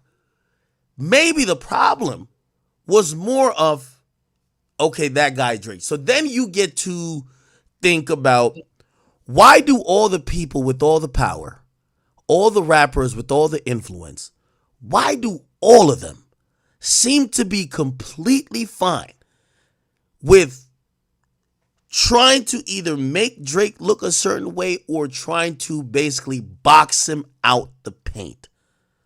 Well, let me But ask you a that question. goes back to what we just said earlier, though. Like they harbored this resentment for a long time, and I think now that they see a window of opening, they see a chink in the armor. They needed him all along, but they've been felt this way. It's just 2024, the door got open, and they felt that it was a chance to actually try to take him down officially. By the way, I think And he's Canadian. it, What the fuck is a Canadian running an American art form for 13 to 15 years? What the fuck? How we let this nigga come in the door and he still ain't left yet? Holy shit. If I'm Jay-Z, this nigga came through, he pushed me out the way and came in talking about he's the hottest rapper and all this type shit. And now he's still here? You know what I'm saying? Come on, I B. wouldn't necessarily say When that. is the Super Bowl halftime show figured out? Though what, is that something that And was figured sorry, out yet? I say this to say also because not like us, they weren't only talking about Drake. They were talking about us too over here in Canada. Y'all ain't like us. no, So you definitely. Whoa. if Kendrick feels Friday, that way, why wouldn't that Jay-Z feel that way? that was a confusing part about when I seen some places, or even whether it was DJ Scheme coming to Toronto and they were playing the song. Not Like Us wasn't just an indictment of rappers saying Drake isn't like them. They were saying niggas from Canada isn't like cultural hubs like LA. Like that's kind of what Yeah. that's the bigger picture. So no, I agree. I agree with y'all with that. But yo, when is the Super Bowl figured out? Like, was this figured out like a year ago? It has to be a year in advance. I mean, the you way would they you would announced think it. that it's exactly. You So would if it think was that a year it ago, had let me pose this theory. What if it was a year ago? Kendrick knew the whole time he had the Super Bowl coming up. Them niggas mentioned, oh, big as the Super Bowl. That's when he started going crazy with. Fuck it, let me go crazy on these niggas since it's not as big as the Super Bowl. I'm gonna show you niggas I'm about to do the Super Bowl. And what if No, that it is got great marketing. I No, mean, no, You I know no, what I'm will. saying? hold What, on, Yeah, what if hold on, niggas hold just on, happen hold to that on. could be a play theory. into that whole entire thing? Like, what if nobody else knew Kendrick was doing Super Bowl except him, and he was like, "You niggas just gave me the craziest alley oop." Hey, Because I hold don't on, think he could perform not wait. like us. No. So if we're going by what happened last year, Usher reportedly had extended his residency. Matter of fact, I'll let him speak on it right now, because he just talked about how he landed how he landed the Super Bowl, and he specifically said Jay-Z said to him like, "Hey, are you ready?" Here we go. I'll just play. Just listen. Right? The Super Bowl. I found out that I was going to be the Super Bowl halftime show by Jay-Z. He asked me, are you ready for the major moment? I'm like, what you talking about, bro? He's like, are you ready for your Michael moment? I was like, the Super Bowl? Hell yeah. What was really cool about this moment, I never get a chance to tell people this, right? So me and Jeremy Haynes, my stylist, we designed the entire collective of skating culture in this moment. I got a chance to offer something to the world. We lost Virgil, and being able to work with Off-White, it was me being able to have a little bit of him and his creation and his house with me. And we came up with an incredible moment. That was really the crescendo of a lot of hard work in Las Vegas playing the Super Bowl. I literally had to like slither my body into it within less than 15 seconds. And I got on stage in time, being able to skate in this outfit, being able to have comfortability and flexibility in the garment is majorly important. If you go back and you do a real forensics of all of the things that I did, there are tributes everywhere. I wanted to have Okay, he's mostly talking about the performance. Anyway, he continues to speak in a longer segment where he literally says, you know, he extended his Vegas residency to force Jay-Z's hand in picking him, right? Basically kind of wanted to make it seem like, yo, Jay, you don't got no other choice. Now, let's look at the timeline. Usher Vegas residency, right? I think we might be on to something, cause yo, so it looks like maybe he had a couple of months, but it don't seem like he was picked a year in advance, right? Because we all remember when Usher was whining up on everybody's girl. That wasn't that long ago before I'm just saying, like, yo, just if it was he knew a year ago, that would make a lot of sense for how shit played out because I shit think it became came an out of the alley oop at moment. that point. I think it came out of the moment he had. I don't think they need because the season is what about 4 or 5 months, so that's more than enough time. I think it came from his moment, but I like the theory. I agree. I agree. I don't I think think that I think it Even came. he I would think have he done knew all even of from last this. even year. then, even then, right? That would still mean I don't think it was before the beef for real. Cause that Super Bowl takes time. The beef wasn't that long ago. I Right. I think Yo, all right. I think it was announced within the last 2-3 months. I think he was I would offered in agree the with last that. 2-3 months. I Probably don't like think. June. Yeah, yeah. And then they probably say, hey, listen, we got a month to make the announcement. Then you have the remaining of time to come up with the performance, and we have to install it in a 23-minute window that is going to be portable and mobile within New Orleans. But I don't think he had this over a year. Again, it feels like they're going year by year, right? Yo, AJ, what up, But bro? Right. act. Let me ask you quick though. What up? Maybe not over a year, but let's say 8 to 10 months, because they have to make sure that these guys don't have any tours planned. There's a lot of different moving parts when it comes to artists that big.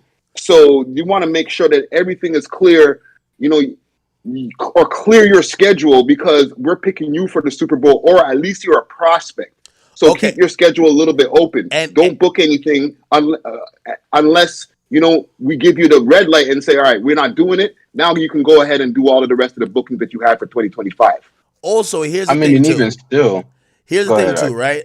And I don't know if how serious. I've hit his manager. His manager hasn't hit me back yet. I don't know how serious Wayne was in consideration, but it felt like up until let's say April, they thought that Wayne was gonna get it. Like that was the thought. Like they wouldn't be this shocked if it was announced. Like if they gave it a year ago, they would have known you didn't get it, right?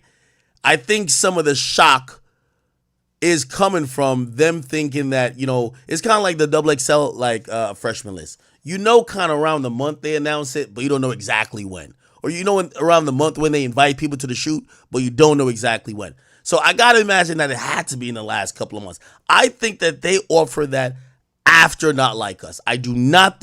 I think he was always in the running because you gotta think about this too. And one thing I'll give a lot of people credit for in thinking about the Super Bowl performance, we got to think about, someone made a great point. The majority of hip hop artists are very terrible performers. Nobody wants to see you grab your crotch, walk across the stage, sing over a backing track. Nobody wants to see that. People want to see eloquent performances, choreography. People want to see all type of things that would jump off a page. That's why people obviously Chris Brown would never get to do it, but Chris Brown would be amazing. We saw Usher, he was great. The Weeknd was amazing when he performed. Like this is a high you can't level say that about performance. Wayne. Wayne been performing since the 90s. Brother, I'm gonna be honest with you. If I seen even Drake bring out Wayne and Wayne was rapping a whole different song, bro. Like I love Wayne, but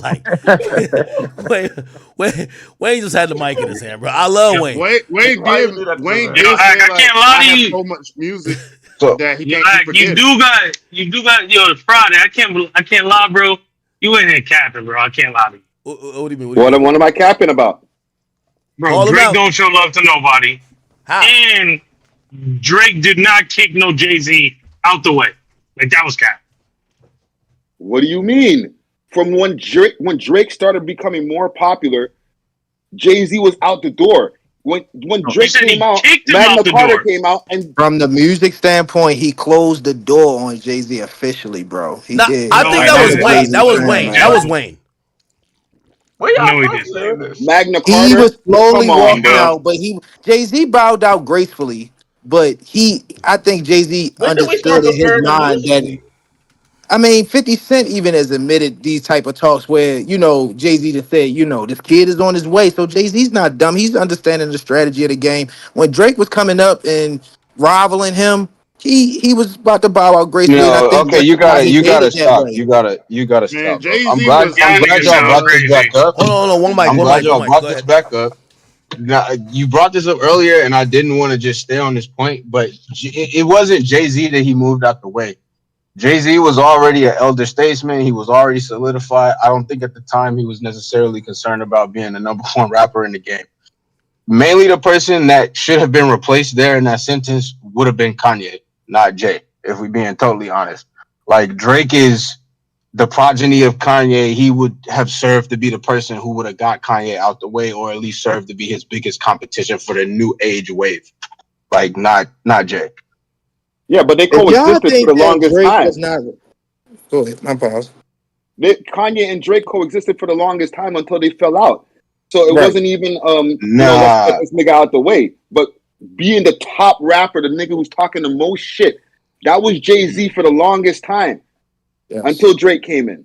And then Hey, I Jay-Z still had to wouldn't. do what Drake does now. Hey, He had to hold put his on. arm around that nigga and say, "Let me get on a couple of tracks with you before you get a little bit too out of control." And just And to I throw and this I out and there, I they had to completely double go pay cold. him. I still wouldn't agree with that. Like again, that's kind of like Jay was he was like out of the realm of Drake, bro. This is what I'm trying to tell you. Like there was never a Drake is gonna be competing with Jay-Z moment. Like that would never have happened, really. By the way, They're by the too way, far That's removed true. from each other. hey, hold on. And by the way, not to drastically switch subjects, but I just seen something and somebody pointed it out, and I do want to hear what you guys' opinion on this. And I did tweet this out. I said, "LOL." I said, "Dropping on 9/11." I said the Pop Out concert was on Juneteenth. By the way, if you don't know, the Not Like Us video was dropped on July 4th. So these are like landmark like days, right? Like Juneteenth, July 4th, 9/11. So I said, hey, wait, let me guess. There's probably gonna be a new diss on Halloween, Thanksgiving, Drake's birthday, which is October something, and Christmas. Is Do you look at these dates that he's dropping on as like super strategic and like dope, or at this point kind of like corny? What do y'all think? No, He it's I ain't definitely gonna fumbled dope lie. with because it. That shit it's corny dope at because the One mic, nigga one Drake mic, asked one for mic. it. It's dope because the nigga Drake asked for it. He said, "You better have some triple, quadruple, double, quadruple entendres and all that other shit." That's what he said, right? Hey, I'm gonna call cap on what you're saying with that. No, I hear what you're saying, but for everybody who says, "Well, Drake said drop, drop, drop," cool. The battle over. Like nigga, the battle is over. So So again, bro, Okay, that's wait, hold on, Kyrie, you hold can't on. do that. You can't what you do mean you that can't do that? because in the same breath, act. I gotta call you on your hypocrisy. In the same breath, you will tweet about a game too that probably won't take place, and you want it to happen. Hold on. So you can't say that. I've said repeatedly, game two got nothing to do with a run back in the battle. I'm telling y'all this. Now, did people take that to mean it? Yes, but if you think that Because you Drake, said it like you meant it. Don't do that. no, game two, We gotta call you on that because Yeah, nah, what are you talking about? we no, were game all two. collectively like, okay, game two means let's get to these tracks again. Let's get back to this battle. No. And Hold I on. watched you the other day, and you were backtracking like crazy, No. bro. Game two is definitely music. It's just not rap battle. It's like, hey, listen, cool. We're just gonna, Who's gonna sell the most? yo, who's the culture gonna be fucking with? You get what I'm saying? It's like, all right, outside of and a this nigga- battle, this is the biggest moment. Like Drake has realized the same thing that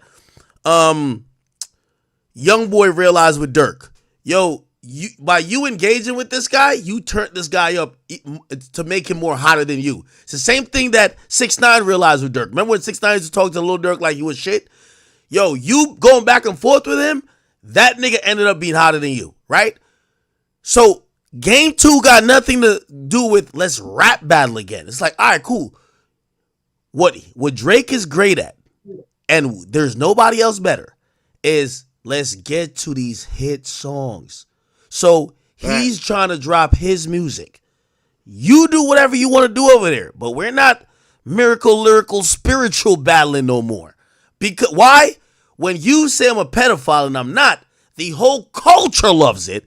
When I say some shit, it's not a fair playing field. So fuck it.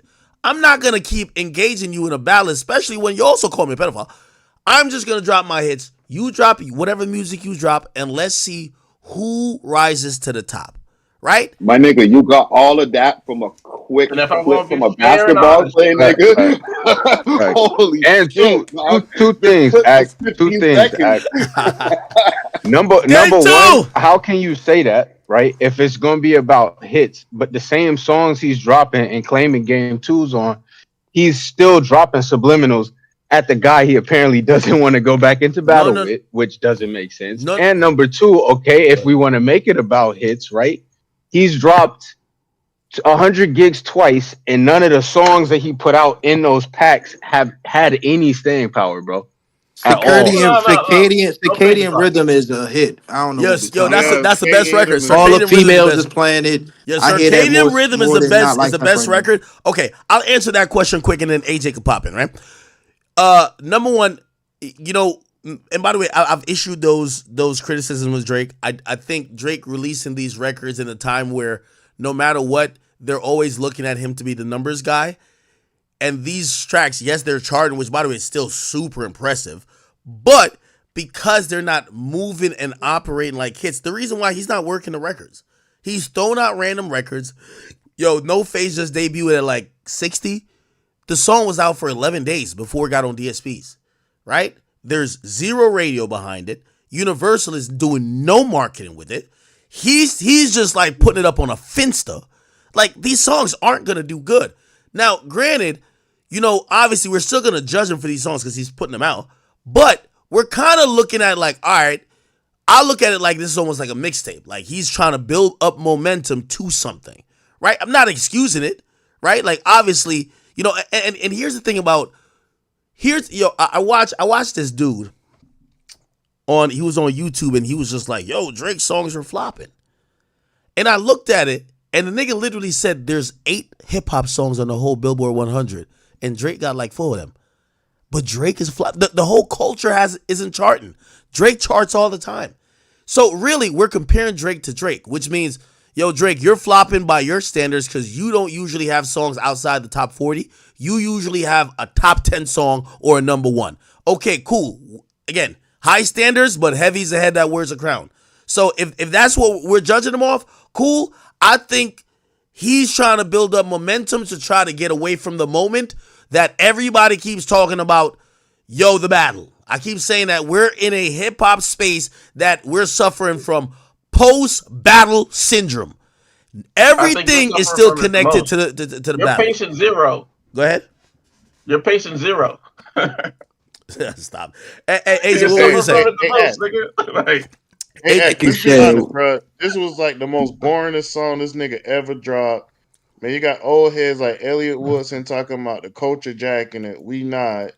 Only thing I'm just disappointed about all this shit that Cole apologized because that nigga told the truth.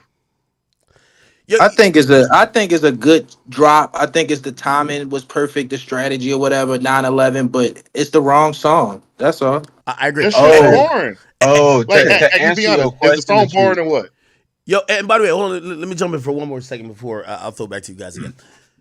This is also the interesting thing when y'all are mentioning where Kendrick is talking about media. You know what's so funny? Okay, cool. All right, let's really talk about who are the media people that Kendrick is saying that these people are pushing, whatever the fuck he's saying. What he said, he says influencers are talking down. Bro, there's literally, I would probably say 2 people, right? And one is completely irrelevant, that are even supporting Drake these days. Me and Millie Mall. Nigga, we didn't even know this thing was alive before like 3 weeks ago, right? Here's my point. His point would actually apply to the opposite people. Bro, everybody, including, like, Elliot Wilson's like number 1. Everybody who is now hyping up Kendrick and shitting on Drake are all people who Drake dumped like a ex-girlfriend or a one-night stand. Let's be honest. Joe Budden, Elliot Wilson, him and I don't even know if Charlamagne's like giving him credit these days. All of them have personal gripes that they're like, I used to be in your close friends. You took me out. That's what it is. So it's not like whatever he's talking about media, that could be more applied Can you to go back to those lyrics? Drake's situation. Can you go back to those Hold lyrics? on. Hold I on don't a think he second. was talking about me in that context. Say again. No, he was talking. He said specifically radio personalities. But again, in this situation, if we're gonna put it in the context of Drake and Kendrick, like he said, realistically, it's just Ack and Maul that are talking about Drake in any sort of a positive light. But again, what were the lyrics on that again? Because I don't think he was. Okay. referring to All right. radio So there was two personalities. lyrics.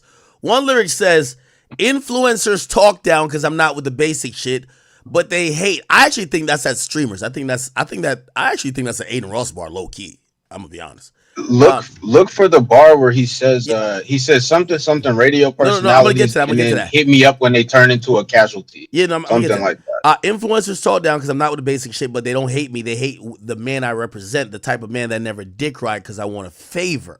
By the way, again, and I'm gonna read the other line as you said, but that line applies to most people who are mad at Drake. Half of these niggas are mad at Drake because Drake promised them an interview, never did it. Right? Think about a nigga like Ebro. You know what I mean? He's over here turned into a fossil, primarily hating on Drake. Why? Drake, YMCMB used to have Hot 97 by the balls. He even had a point telling them that they should suspend their number one radio host just to get a fucking performance. So they couldn't wait till Drake was getting his back kicked in because not only Drake, by the way, this story was told. Allegedly, Drake told Ebro, suspend Flex and I'll come up there and host for like a week. That's during the time when Flex was dropping the bombs on all the Meek Mill songs when they were going through the battle. So these people are incentivized. Like they have a reason to shit on Drake. They have no reason to be like, oh no, let me try to see his way or give him the benefit of the doubt. So when Kendrick says that, I'm like, yeah, that more applies to the other guy, not you. I see nobody shitting on Kendrick. Like, who's shitting on Kendrick? Does anybody know? And if y'all could tell me the people who are shitting on Kendrick, y'all let me know, and I'll be like, oh, okay, maybe he has. Okay, Like I got it right here. Hold on. The line Charleston says White, one of them. the radio personalities pushing propaganda for salary.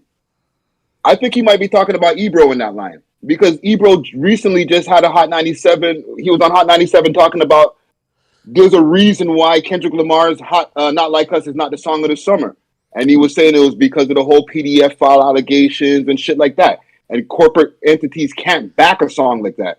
No, so but he's been dick riding Kendrick the whole time though. So like, okay, even if he says not the song of the summer because of the content of the music, he's been literally saying that Kendrick is giving a master class in how to be an MC and how Drake is a fraud, and which is kind of so interesting because Ebro is one of like the niggas who's biracial, and he loves shitting on Drake for Drake being an outsider, being a biracial man from Toronto.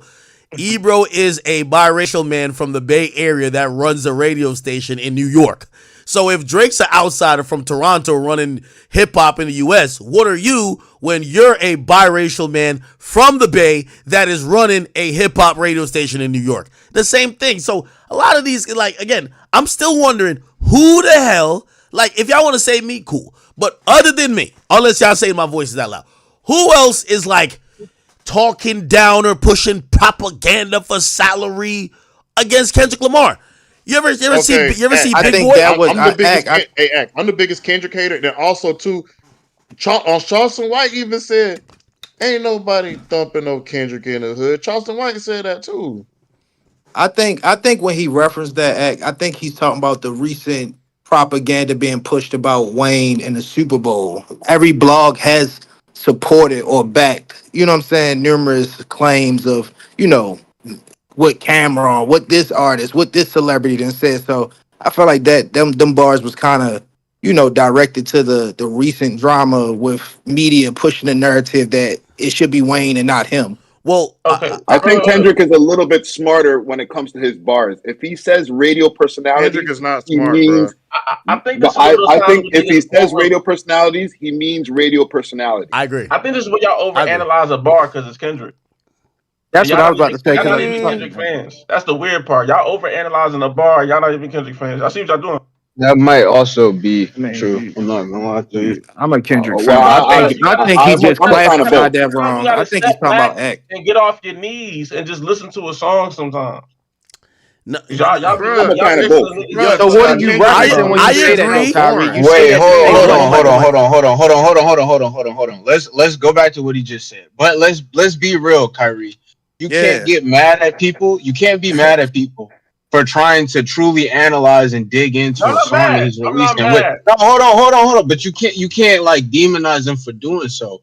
Like you know what I'm saying? Like it's like Ak was saying earlier, bro. This is a guy that rarely drops, has only dropped 3 songs really publicly on DSPs in the last 2 years, and he strategically dropped. So I'm assuming whatever he puts out is not just going to be for no reason for what people shouldn't be trying to analyze the lyrics and really find out what he's trying to say. And by the You, way, you get what I And mean? and he we can't drops be a he hypocrite. drops on certain days. Exactly. All Hey, these drops on certain days is not only just for the hip hop heads. He's serving two audiences. He's serving the hip hop heads and the internet nerds who break all this shit down and make videos about exactly. this shit. Exactly. I'm with Friday on this. I think I don't think he's having a slip of the tongue or making a mistake when he says the radio personality. Um, the only thing I could think about is two things, and I'll throw it to you guys, and you guys can answer it. How recent do you think this track is? He Yeah, doesn't that's what I'm really like it. It kind of does seem like a track that you would want to drop on 9/11 because you think about 9/11 historically. That's when the towers got knocked over in New York, the Twin Towers. That was the time where essentially, as we said, Ground Zero was established, and he's talking about burn to destroy to rebuild, which is almost saying that the culture is toxic, that we need to kill everything off and start from scratch. Maybe this is almost like an evergreen track where he's had this type of thought. It fits a day like today where it's 9/11. You know what I'm saying? You don't think it comes? I think he wrote the track within the last day or two of the announcement of the Super Bowl. I feel like it may have been a thought process, but like you already said, a guy that's the most quiet watches everything. He with that song, he proves that he's watching what the blogs, watching what you say specifically, and he may have curated some, older feelings mixed in with what just happened for the last, 2 days from his announcement. And that gave him enough time to drop, on 9/11. Hey, and let me ask y'all a question because Kendrick to me also is coming across slightly as, you ever see a lot of these motherfuckers on Twitter? They're always complaining about something. They never tell you they're complainers, right? They'll tell you what's wrong. They'll never give solutions how to get to the place where things are right. So they wait for somebody to fuck up and they're like, yo, see, look at that. That's bad. And clearly, yeah, whatever it is, that's bad. But they never really these people never have solutions. They never have anything, right? And when I think about Kendrick and how, like, the things he's rapping about, he's kind of rapping about what he doesn't like with a culture. Like, he's clearly mentioned that Drake is the epitome of kind of what he doesn't like. But he doesn't really either focus on saying what he does like, how to get to the place of making a culture better, that we could get to things that he likes more, or he doesn't really highlight, unless you're gonna say Lecrae, he doesn't really highlight what the fuck he likes. He's just kind of pretty much constantly venting about why he's mad or why he needs to hate. Sometimes you don't need to speak, you just gotta do action. Now, my thing is with this song, it seems like this song is not really talking about the beef, but what the beef was supposed to lead to. Like this, some niggas feel like he gonna try to put so much pressure on this moment, this build up to whatever, the Super Bowl, obviously, and then possibly an album to trying to drown out the noise of Drake. But then this sounds like the goal is to usher in a new era of music when we're back on the, this type of hip hop, quote unquote shit. This is just a theory. Okay. What era and what type of hip hop? You gotta be specific. I don't think it's You're like talking an about era that thing. late I just think '90s or it's an early attention '90s hip thing. hop. I don't think it's You I talking about think that boom just bap shit, or are we talking about on a morality level? Because morality level. Okay. Yeah, early Yeah. '90s, But native again, like the tongue, song is Public called "Watch the Enemy, Party that type Die." shit. And he got Like, he got good. two black Nikes right here on 9/11. You know what I'm saying? I feel like it's somewhat a testament to like the whole idea of like, oh, Drake needs to go away from music to get better. But can I ask y'all a question? With we knowing that the track is directed to like media and propaganda, since the beef and up to today, when has Dot received any bad press I besides agree. the Super Bowl situation? What moment has he had where the narrative or propaganda was against him since the beef started? I mean, It's been in he his Also, he real favor. quick, somebody he made a note hasn't. that 9/11 is also when Jay-Z dropped Blueprint. So there might be some correlation there. But I'm saying the whole thing about that track is based around media propaganda. Like I said, Act may not want to believe it, but I think it's a diss to him. But it's been based around media propaganda, radio personality, a narrative, right? And not one moment of this whole year has Dot really had a bad stain on his name. But the Super Bowl situation. I mean, and I Also, wouldn't keep even in mind consider those this. sneakers.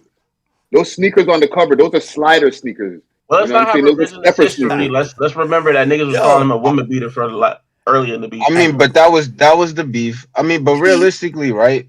He hasn't really had any negative press behind his no. But at the same time, you got to think about his relationship with the press. Like theoretically speaking, or just realistically speaking, he's a media darling. You know what I mean? He doesn't really ever have bad press. Right. And like we were saying earlier, right? He typically tends to stay out of the public eye anyway. He's very good at doing that. So you have two forces at play here. You have the fact that he doesn't really pop out much, and if he does, it's for a strategic reason. And even when he does pop out, he's looked at through the lens of a media darling. Do you So not think you're that's what rarely gonna see that.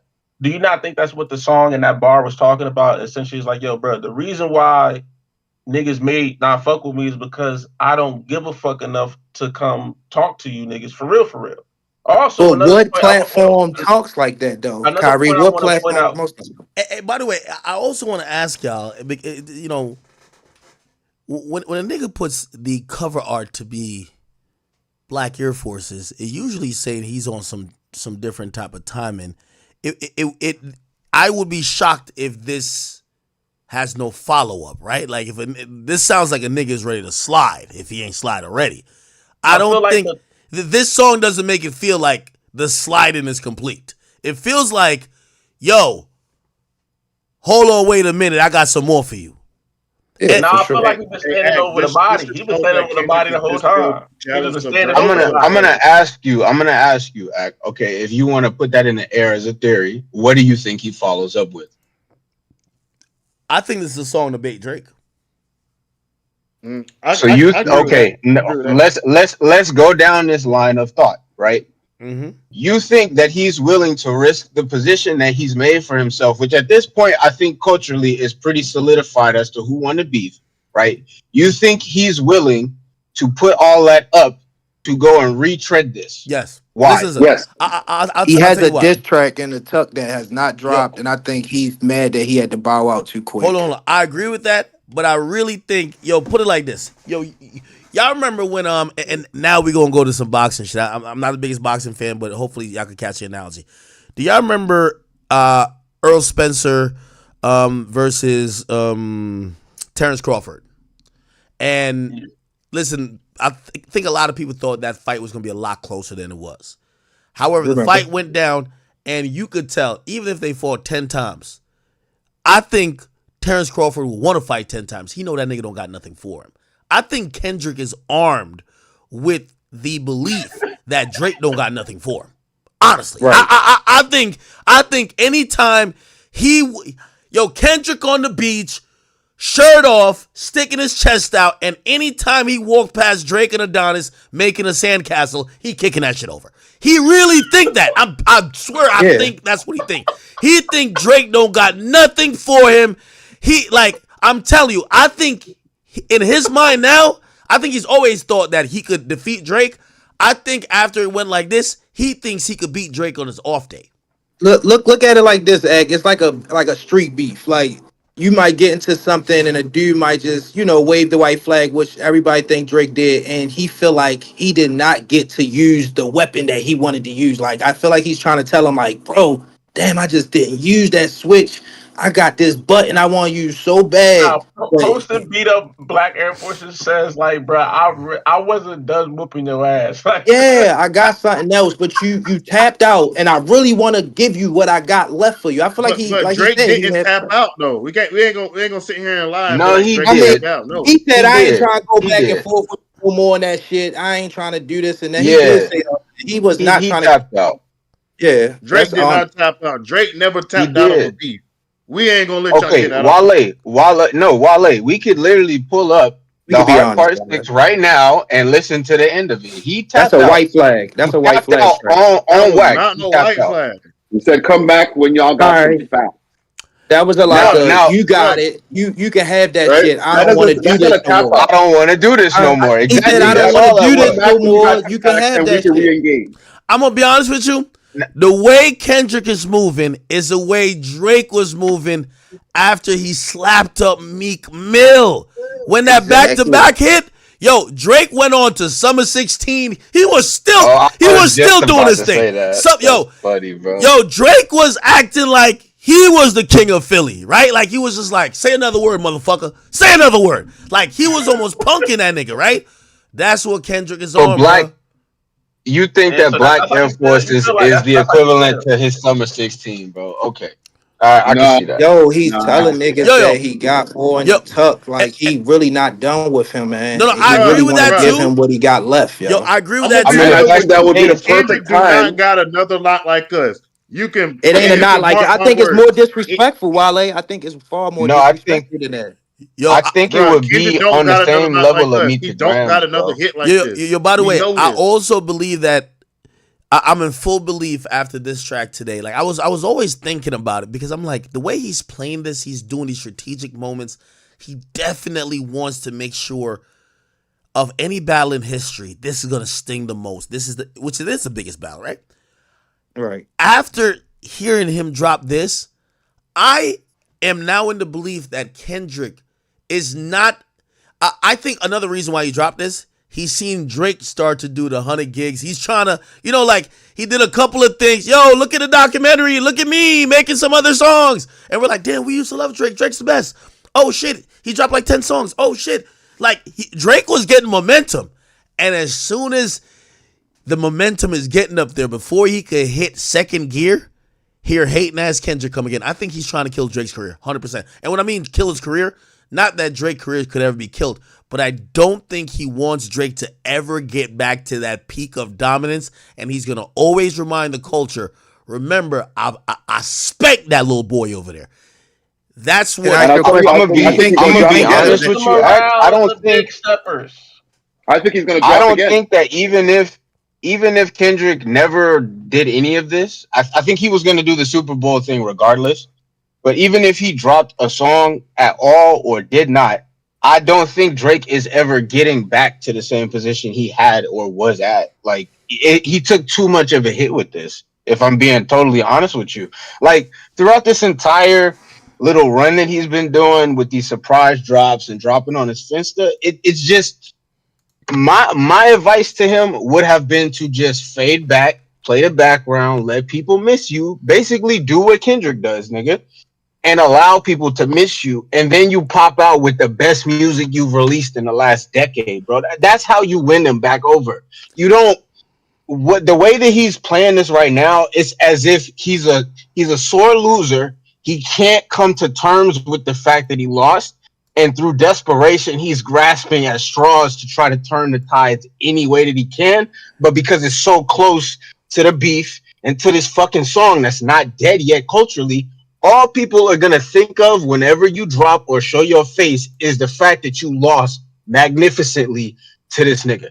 And by the Akita, can way, I But ask you a the war question ain't though? over. He ain't lost Akita, yet. This is War Akita, ain't how fire. over. about this, bro? Do you think that it, with you saying that he wanted to bury him completely, or Drake should have did this? Do you think? Because I think Dot is a completely showing that he's obsessed a little bit. But do you think if he I agree keeps with that working too. in this favor and maybe keep trying to bait Drake out, do you think the culture eventually or people eventually look at it like, He's obsessed. Like you've I already think I won. got You're it all taking it too wrong. far. I think y'all got it in reverse. I think y'all are obsessed, and y'all so obsessed that y'all don't realize y'all fueling the conversation. Playing devil's advocate. Yo, I'm yo, just saying. yo, I think he's shown that he's completely a hater of Drake yo, and Act, he's yo, I, trying to end it. yo, But yo, I yo. think To a be I'm part of saying honest, the reason why this shit be hitting harder I for don't niggas is think because there you be is saying shit. anything that Kendrick could do. I think as long as Kendrick is seen as the guy who aligns with some of the core values and plights of the culture and black people, somebody like Drake, who makes great music, catchy music, maybe great R&B music, but it would need to, the only way the culture would ever turn their back on Kendrick is if they found out he was a fraud. And I don't think Drake doesn't have that tool chest to be able to hold a mirror up. It would have to be someone who was in the same realm as Kendrick. So again, I think he knows he's walking around with that culture card in his pocket, and he could. No one will say he's bullying Drake, or no one will be like, "Damn, bro, like you obsessed with Drake." Like we're saying it because, like, obviously we're like, "Damn, do you still dissing him?" But the culture won't be tired of it because they feel like no matter what he does, he's doing a cultural job of putting a nigga like Drake in his place or getting rid of Drake. If you get what I'm saying. Yo, I let me think ask it's you a less of that. question. I think it's more of your impact on the culture which causes that. What do you mean? I think you sometimes are delusional to your impact in the culture. Like just earlier in this conversation, you made it seem as if you didn't make it seem like Game Two referred only to music. That was complete bullshit. well, You like you do. reference things in a way because you are a super fan, you are Drake's biggest fan. You sometimes have just an ignorant level of bias that you allow to run rampant that at a certain point fuels people disdain for a nigga. You know what I'm All saying? right, let me ask you a question. You think that I made it seem more like Game Two was a second iteration of the battle more than Drake? Yes. What? The Yes, guy yes, himself? yes. Yes, How do you? yes. Okay, hold on. You gotta be playing dumb right now. You know Because that you why? did. Hold on, no, no, You no, no, know that you did no, that. no, no. Wait. Well, y'all answer to that question is y'all telling me that my voice is seen as more important than the actual person who you think I'm speaking for. Because look at what he posted. Look at what he And posted. again, not see. This is where you become a fan again, and you again. This is the The right here. nigga This right here. This posted, this part you're yo, doing the right now nigga is the posted delusional part. Rasheed Wallace talking in the sense of playoffs and saying we're gonna win game 2. And you're saying that image with his caption on his Instagram was Act. There's not about enough. three, It was four me tweets. talking about it. Act. There's about 3, 4 tweets post beef that you made it seem as if niggas wasn't done. You, nobody Yes. else. You, nigga, you, right there in the chair. You did that. Hold on. Nobody else did that, Hold on, and it hold on, hold creates on. a fuel the conversation. Wait. Now, this is where I keep running into this problem with y'all. I stand by it. Like, this issue isn't resolved. Are they gonna rap battle again? That's my whole point. They're not rap battling again. Okay, that's over. Are they? Is Drake gonna keep dissing him? Is he gonna keep dissing Drake?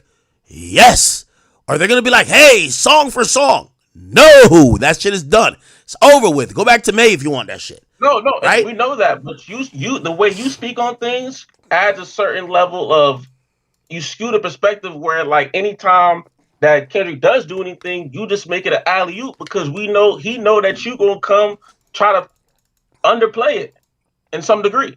And call I'm just saying. Well, like Let me underplay what? ask you a Hold quick on. question, Act. Underplay. Let me Okay, go ask you a ahead. quick Go question. ahead. Do you think that Kendrick is going to drop again? Uh, uh, Based on this song, I would imagine that this is a precursor for something that we're gonna see. How soon? Because I'm thinking within the next 2 weeks he's going to drop again. And here's the thing. I think what Kendrick is good at, and I think way better than Drake, he maneuvers and he calls audibles. Like for example, he called an audible with Meet the Grams. When Meet the Grams dropped, I think that was supposed to be the gut shot, the kill shot for Drake. And when it was is kind of panning out that, hey, well, cool, you're calling him a pedophile, I get it, but he doesn't have a kid. I think he pivoted real quick and kind of overshadowed the fact that shot really landed flat, and he dropped Not Like Us. So I think he dropped this song to react to all the news about the Super Bowl thing, and then I think he's gonna drop another song reacting to what people are saying about this. You get what I'm saying? And what I believe that song will be, it might be that intro song that was on Not Like Us, or it's gonna be a song that, yes, it might have a couple bars dissing Drake, but it's not gonna be, because this song sounds like he's trying to get back in the battle, right? Am I wrong? No, A little But bit. actually, you think No, this does not. This does not. That's why I said Not Like it didn't Us. seem like One it'd be mic. enough. One mic. You think that? What? You think that Kendrick could drop another Not Like Us or something that's equivalent to like people like, oh, that's the one? Because I think everything he usually drop is very boring. Because if he could drop another Like Us, then we might be in trouble. No. I don't think he can do that. No, I definitely think he can. I think this iteration of Kendrick is going to be Kendrick, even if he's using a Bay Area sound or he's using other West Coast type of sounds, he's going to keep shit up tempo. He's not going to come and just rap us to death.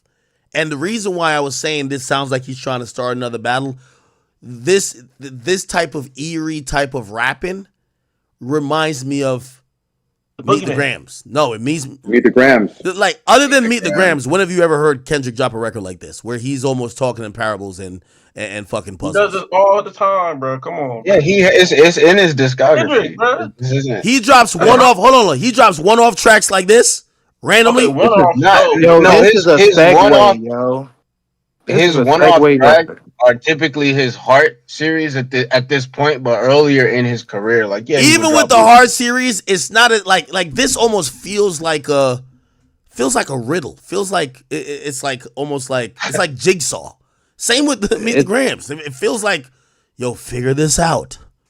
Right, but this is what I mean. This is why people are supposed to sit and try to analyze this as best as they can. He dropped this for a reason, right? This is an interlude. I think it's a beef summary song. Yo, I'm gonna be honest with you. I think that Drake dropped nigga a beef summary Kendrick, song as well. he's gassed up off everybody, especially all the YouTube reviewers. Shout out to my man What's the Dirt and all the other guys.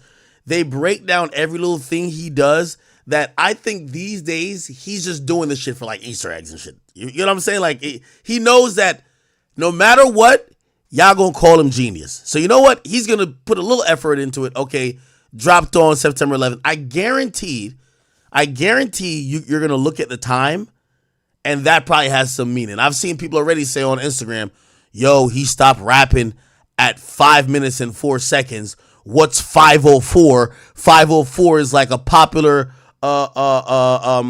it's a popular area code for New Orleans. Like, come on, bro. Like, Or it's a way to keep niggas on their toes. no, man. But Like, this is not like a finisher. I heard the Super Bowl ad that he did was actually referencing a historic American video from like a movie or some shit. yeah, apparently. So wait, hold on. Let's stop at that, right? And double back. So when you ask about the dates, because that's an important point that Kyrie just brought up that I didn't get to answer you on. I think all of the dates that he's bringing up, because it stems back to one of the many things that he was bringing against Drake in the beef. I think he's using dates that are very significant to American culture specifically. Like, you get me? Like, he's specifically referencing things that are important to American culture to kind of dig at the fact that he's not American. And it's kind of something that we can rally behind. So, like, the Kyrie saying what he just said also doesn't surprise me. It kind of goes in line with that also. Hey, Friday, I know you're still here. Yeah. What do you feel like? Because again, I even hear like even people on the West Coast, the way they call Drake is like, you know how Rick Ross was calling White Boy, like they just call him the Canadian. Like it's almost like it's like it's meant to be so derogative. It's like, yo, you gonna fuck with us? You gonna fuck with the Canadian over us? And like I heard Rick Ross say too. I've seen a couple of people say it, and I'm like, is that like a thing that Kendrick could really hang his hat on and gain people to support him? Basically on some, yo, we're culture, we're LA. You're not gonna fuck with a Canadian over us, right? Like It kind of makes me feel uncertain, man. I think he can't lean on that too much, though. My bad. Go ahead. But it makes me feel uncertain though, because as a Canadian who broadcast to a lot of American audience, and I talk to American people, I'm like, do you all feel that way? Because a lot of people have been rallying behind him with this shit. If Rick Ross is echoing that same sentiment, and like you said, people in LA are just saying the Canadian, then has it been like that the whole time? Like, are we allowed in the game? Are we outsiders to the shit? Like, yeah, that's kind of you have a interesting. whole scene besides Drake, so there's a whole bunch of other niggas who are trying to get their foot in the door. And if that's the sentiment in the United States that we don't fuck with y'all, it's kind of saying a lot. Dog. No, it can't be because they fuck with The Weeknd. Like no one's saying that about The Weeknd. Yeah. Or Tory. I think it's that's because they think that Drake has co-opted American culture and he's a Canadian, right? And they're like, yo, you know, again, unlike a pop star like The Weeknd doesn't have to come here and act like he's from Memphis or Houston. They're looking at Drake and they're like, yo, you've co-opted like American culture, and that's like the indictment that we have against you, right? Yeah, but R&B isn't R&B American culture as well? Rhythm and blues from way back in the days, the blues, it's the same thing. They're not putting the same indictment on The Weeknd. And hip-hop is an American art form. There's no way of doing hip-hop music and not emulating American culture in some kind of way, no matter how much of a Canadian swing, Toronto swing we put on this shit. It's still American culture. So are we just not allowed to do hip-hop? Is niggas in Poland not allowed to do hip-hop? Japan, all these other places? All these niggas got to put the mic down? And by the way, let me play this video they claim that Kendrick's Super Bowl performance, or not performance, his announcement referenced. They said he referenced a General Patton introduction speech from a 1970 film. Look at this. And basically said, after you realize that this is what Kendrick referenced, you realize even Kendrick's Super Bowl announcement was a Drake diss because he referenced something that was super patriotic, which kind of, when juxtaposed to his situation with Drake, basically saying, we're Americans, this is home team, that's a Canadian. So let me just play this real quick. Man, all this stuff you've heard about America not wanting to fight, wanting to stay out of the war, is a lot of horse dung. Americans traditionally love to fight. All real Americans love the sting of battle.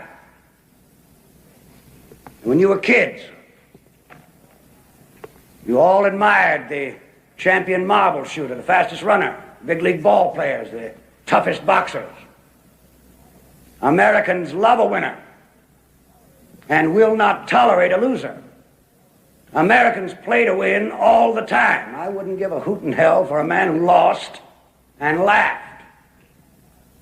That's why Americans have never lost and will never lose a war. Because the very thought of losing is hateful to Americans. Now, an army is a team. It lives, eats, sleeps, fights as a team. This individuality stuff is a bunch of crap. The bilious bastards who wrote that stuff about individuality for the Saturday Evening Post don't know anything more about real battle than they do about fornicating. Now, we have the finest food and equipment, the best spirit, and the best men in the world.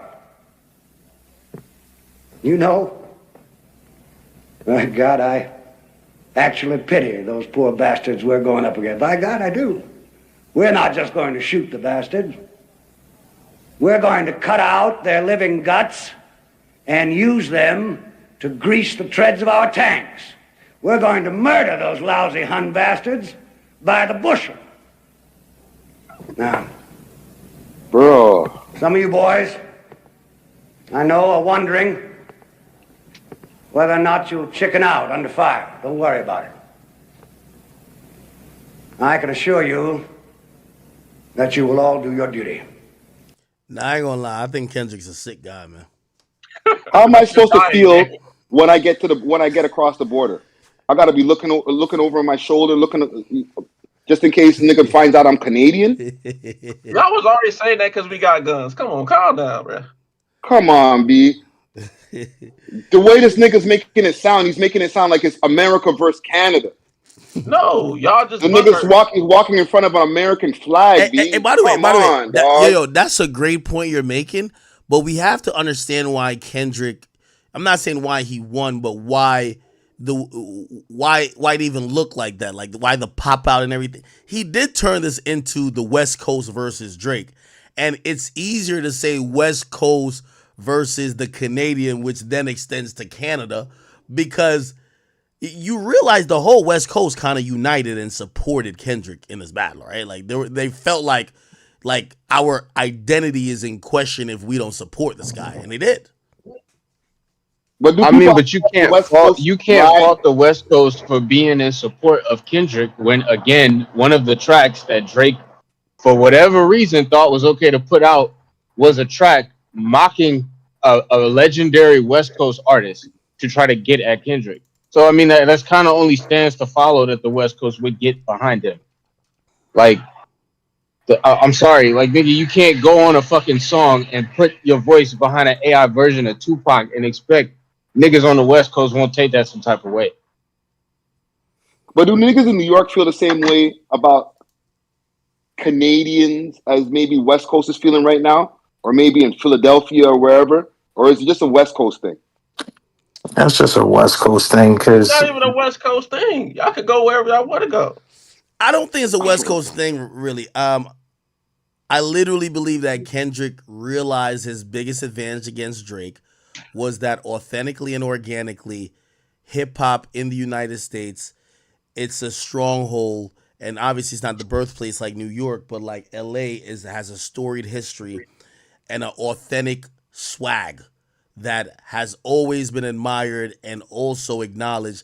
And the easiest thing when someone is seen as a cultural guy who's one of the leaders from a place like that is to say, look at Drake. If I was battling with Drake, I would say that too. Like, bro, you know, it's like you ever seen somebody argue with a white dude? Like, shit, we were just talking about what was that guy named Brandon Buckingham? They'd be like, yo, bro, go do the videos in your culture. You know what I mean?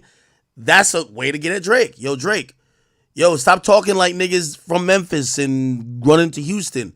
How about you be a Canadian, right? That's a kind of a way to kind of get at him, because what Drake has historically done is that he's really showed love and moved around in the US, that people kind of didn't really look at him as, oh, this is an outsider. It's like, yo, this is just one of us. But that's what So he. it was That's what. okay That's when he was what. giving the slaps. But now, Exactly. go That's back to that's Canada. exactly. That's what niggas get for dick riding. But it's cool. Ain't no doubling. Don't double back. Don't try to be Drake friend later on, nigga. Well, that's the And that's one for thing all the about niggas that's Kendrick that I don't see it. I feel like Kendrick the only person you can say when he's stopped fucking with Drake, that's when he stopped fucking with Drake, and that was clear. Everybody else was doing the back and forth shit. Wow, Kendrick I ain't really gonna lie, got on some go back to your country shit. This nigga Kendrick garbage, bro. I ain't gonna hold you. Y'all dick. Hey, Kyrie, you been dick sucking this nigga Kendrick, bro. That shit is terrible. To me, you didn't ask me what I thought about the song. I think the song is cool, but y'all the reason why. Again, y'all the reason why niggas talk about this shit. Nobody would talk about this shit if y'all niggas was so butthurt. I I mean, heard he I when you say that, Kyrie, I was think you're referring to, like, I guess the stream act, the chat niggas, because I definitely agree that this act hub keeps this shit alive. You know what I'm saying? The back and forth, which is not a problem. I mean, that's him reporting on Drake and Kendrick beef. It was the number one source, but yeah, it wouldn't be Yo, still going if niggas yo, ain't invested. But I Kendrick definitely is still trying to keep this beef alive, I clearly, with deny this song. that I play really even remotely significant, bro. You know what plays the biggest part? You delusional. Not like us, just being on the fucking charts and no matter what Drake does, they'd be like, it's probably A minor, or they just say some dumb shit. Look, he ran to Atlanta to get a check balance. Like, bro, everything that Drake has done, they compare to the fucking song. That song is the vein of everybody's existence. Hey, Let me man, ask you a quick question, Mac. Oh, wait, hold on. You live by the Number sword, you number die by the one. Go ahead, Kyrie. Go You ahead. live by the sword, you die by the sword. What do you do to Meek? You just said it. You just said it a little bit ago. You said Drake is to Kendrick what Meek is to Drake. You said that. And I think you're delusional if you think you don't play a big factor in it. I think Yes, you really got to 100%. stop acting like you not the source. Like you kind of downplay your impact. I mean, I know that probably wasn't the main topic, but you downplay your impact in this whole thing, man. And The you're nigga put you clearly, on the song. yeah, he's talking about That's you. And that's, yeah, he's put you on a song before. He's talking to you with this song. When you sit back again, and we know Kendrick put 1,000 cryptic messages in a song, man. And by the way, I don't know how you can't feel that way. I agree with by the way, thank you for the donation, LK. He says, is DJ Head gonna apologize to Act for saying I was capping when I said Kendrick was loading? Isn't this loaded? This is what he loaded up. The nigga loaded up an announcement and loaded up this motherfucking song. DJ Head, I need an apology prompt and early. I'm sorry, my nigga. I don't know. Maybe you got the text now number with Kendrick. You're not getting the fucking news. But my nigga, listen, I get it from the hard drive. I don't need permission. You feel me? We'll go get that bitch. You get what I'm saying? So when I told you the nigga was loading, clearly it was true. Anyway, I'm going to be honest with you, man. This nigga's just obsessed, bro. Kendrick's an obsessed guy. And a part of it I respect, though. Part of it I respect where it's like, I feel like he's almost like, yo, I gotta make sure I finish the job. Like he's really on some shit like that. That's like a car spinning the block, be like, yo, bro, everybody on the block is like shot. And he's like, hold on, man, just to make sure. I think Drake is injured right now. Hold on. Hold on. The chat is saying you're in denial, Act. Hold on. I got a serious question for Act. I got a serious question. Go ahead, bro. Go ahead. Serious question for Act. Right, and big salute to my podcast host Dusty Wallace and DJ Zard. They brought up this question because the Blue Red Green song came down off of the streaming platforms. Yeah. And Drake is dealing with Kendrick now coming with new songs against him. Do you think that Drake is beefing with a label? I said that before. I'm gonna be honest with you. I think Drake is fighting this battle on all fronts at this point. I think he's realizing that he is finally at the point where 50 was at when Jimmy Iovine got tired of him. I think the industry just completely saying, we're good off of you, brother. We're good off of you. That's a very good comparison, bro. And I think he's fighting so many different battles. He's fighting so many different battles. So we're gonna. He's fighting an unfair advantage. He's beefing with his own label, and then you got this little 5-foot nigga in LA sending shots at you. Come on, B. Yo, here's the thing though. I don't think hip hop, and I see shit. I mean, I see a lot of people adopt he's fighting a 20v1. I don't think hip hop has the sympathy that some people might expect for Drake, even if he is getting ganged up on. I think people are like, so what? Make songs that are undeniable, and I think that's the pressure that's gonna really be bestowed upon Drake. Yo, you got to hit song your way out of this shit. We're not gonna feel bad for you. Like again, every day or every week we see another new op pop up. Like yo, oh yeah, I don't like that nigga neither. I'm gonna be honest though. We know hit songs are made. They're not. They're made by the industry. They're not just made by the artist. I agree with that too. Do you not think that has to get pushed properly for a hit song to be made? So no matter how good the song is, you can make the most amazing save the world song that should be a hit. If the button is not pushed, it won't be a hit. Yo, I personally believe it. He can make great music. If they don't push the button, he's still dead in the water, fam. Yo, a lot of people say, yo, Act, you're Drake's mouthpiece. Pause. Or like they said about the Mealy Moore dude, right? I think Drake at this point, I think Drake eventually will speak. Because what's happening to him at this moment is unprecedented, right? But I still think that he is. I think he's shell shocked a bit. Like, wait, oh, y'all think he's serious? Like he's still trying to process and figure out the depth and scope of what he's going at. You know what I mean? And Bro, I think at that crazy. point, You gotta stop saying stuff like that. You said what? No, You gotta stop it's true. saying stuff like that. You make that's what you make it seem so bad where it's really not that deep. Like he getting beat up on, like he getting ganged up on. I don't think he was oblivious to it. I think it's just the fake love that Dirk was speaking on. I think some of the stuff that just referenced it. No, he was oblivious. He was oblivious. I'm telling you, he was shocked. He was like, "What the fuck?" He was shocked. I mean, that's kind of in denial because you in denial right now. The chat is saying you're in denial about this record just as much as Drake be. If you saying Drake in denial. No, you're not getting what I'm saying. He was shocked by all of the people who he thought he didn't have problems with that were either neutral or wouldn't have reason to be joining in on trying to celebrate his demise, kick his back in, or do other things. That's what he's not surprised by. Yo, he knew Kendrick was a hater back when he brought Kendrick on tour. He's not surprised by Kendrick. He's surprised by a lot of these other guys. Like, brother, I got you tatted on me. Future's I'm surprised by you. Yo, he put it like this. He realized that a lot of people that, maybe they weren't the closest at this moment in time, but he, in a million years, he didn't think they would go against him. He didn't, he was fucking shocked. Like, what the fuck? Wait, this nigga. But this goes back to the question I asked you earlier about, again, he really had to pay his dues for acceptance culturally. That includes his industry connects too. So again, it goes back to what I asked you earlier about, don't you think that for as smart as Drake is, or it appears to be, that he would have known that his relationships to a certain extent would have been transactional.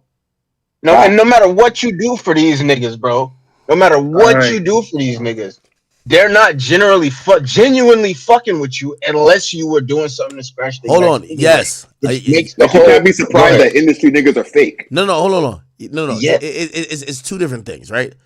And I'll piggyback off what you just said. You can't be surprised that industry niggas are fake. It's one thing where you have niggas who are fake, and it's another thing where you see, put like this. Say me and you, we're like fake friends. We see each other all the time. Like we act like we're friends, but we're not really friends. Like we might even tell the public, oh, that's my twin, right? But we're not that close, right? It's kind of fake friends. It's one thing being fake friends. It's another thing when you start getting jumped and the nigga you thought y'all weren't the best of friends, but y'all definitely didn't have smoke, or in your mind y'all didn't have smoke.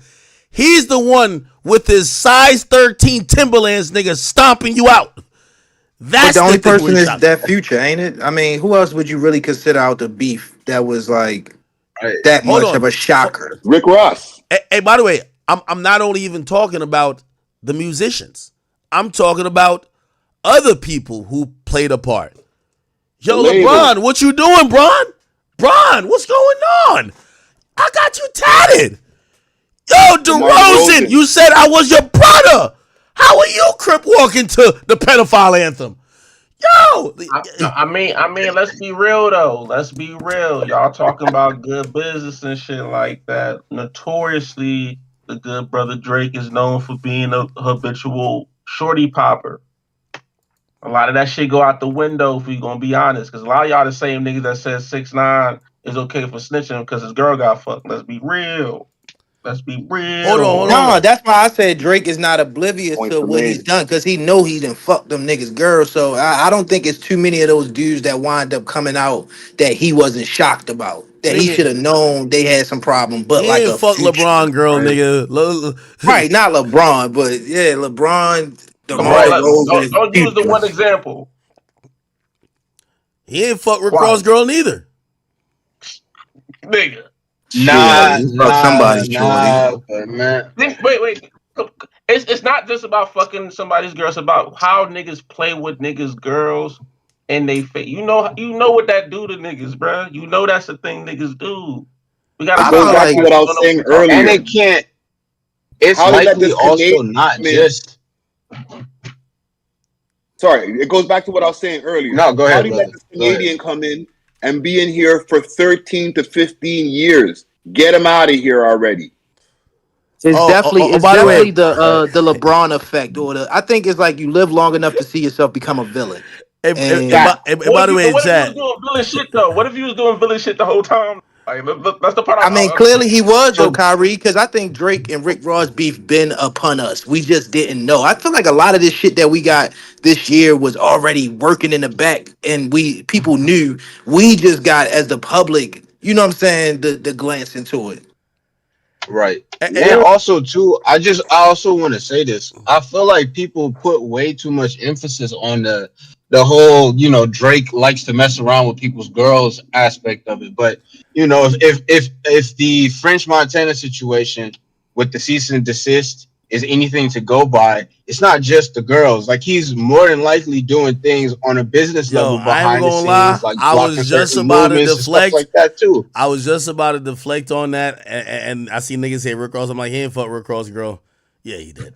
Like, he Come on, bro. yes, but even if Wait, he he fucked did, Auntie? nobody Yeah, that's cared what I'm about about to him say. You a fucking all these damn guys' shame if you yo, girls did. yo, 2 years it's ago. lyric galore. Yeah, he piping shit out here. I ain't gonna lie. He piping shit out Yes, but here. if he's been fucking all these guys' girls for years, why didn't they say shit over the last 10 years? Why are they only saying shit in 2024? They need him more than they Oh, hated because him. it didn't benefit They them at the time to say anything. Like he and still and they had too don't much need So they of were them. just being cucks the whole time until 2024? Yo, Yeah, Drake said yeah, himself, they need yeah. me more than they hate me. I thought it was a great bar, but I thought it was an exaggeration. It appears, yeah, niggas did hate him, but they just needed him more. Now they don't need him.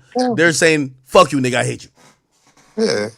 This was a I planned, think that's what it coordinated is. attack. You know what I'm saying? This was a planned, coordinated attack. They seen a chink in the armor. They said 2024 is the year of the truth. We got a chance to let's do it together.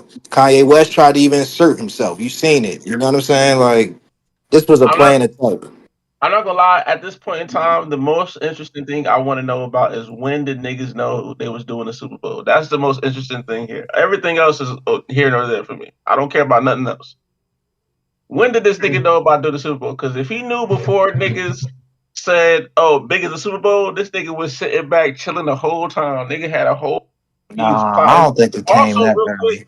I do think in a way, the question for Act, does this put a clock on Drake to have changed the tide by Super Bowl? The nigga got to change the tide by Super Bowl. Is that what niggas is There is saying? no Wait. changing the tide, bro. What There is do you no mean? changing it. Do you What think he can he No, can do? you change the can't. You tide can't. by Super Bowl? Make niggas not, you know what I'm saying? Bro, I'm gonna be honest with What you. can he No. do? That's a good question. I Hey, believe I mean, What I'm can he curious from do, all bro? y'all. What do y'all think he Honestly, can man. do to actually like really get the ball back in his court? Is it anything he can do? Kendrick Nigga, just I trying to don't stall him think out, man. it's I think Kendrick is in a way trying to push any major Drake release back as far as he can. Um, I know Drake has said he's dropping in like November or whatever with Party. Party, and this is Until I called. see actual plans of that rollout, I don't know if that is happening. We might get some songs, but I don't know how committed he is to that. I mean, granted, he announced it, but I feel like he still is well trying to feel out the crowd to drop his own music and his own rap stuff. I don't know if he just says, "All right, fuck the rap, I'm just going R&B." Then again, it just wouldn't be smart to drop 2 months out before the Super Bowl or 3 months after the Super Bowl because everybody's just gonna be. It's almost gonna bring up the same competitive thing between you and Kendrick. So again, I'm thinking about the next time we get another Drake rap album. Not that we didn't get one just like last year or the year before. It might be until late next year. If I we're was Drake. I He mean, dropping that this would be the smarter thing to do is wait. Again, you don't need to keep trying to release, bro. You don't always have to be in people's faces. And now is not the time to be in people's faces. You don't have you don't have the tide of public perception right now, brother. Like, stop trying to pop up and forcefully change it. If I was You're Drake, not I gonna would do drop anything. Super the Bowl, only man. thing I Drop. would say to counter what you just said, brother, he was kind of changing the tide with this 100 gigs thing, bro. Like it was. Nah, You don't think so? go ahead. It was Yeah, Go it was ahead. man. starting to No, build some if momentum. you ask him, if you asking me, right, I can't speak for because I'm not a Drake, and I'm not saying you are. Like you can say you are if you want. I'm not saying you a Drake stan, but like nigga, for me personally, like it wasn't doing anything for me, and for the circles that I'm in that are neutral, there I don't rock with people who are stans of either. I rock with people who are fans of hip hop, right? They were not jocking it too hard. And like again, it doesn't go against Drake. Like, bro, if he drops something that's fire, niggas will play it.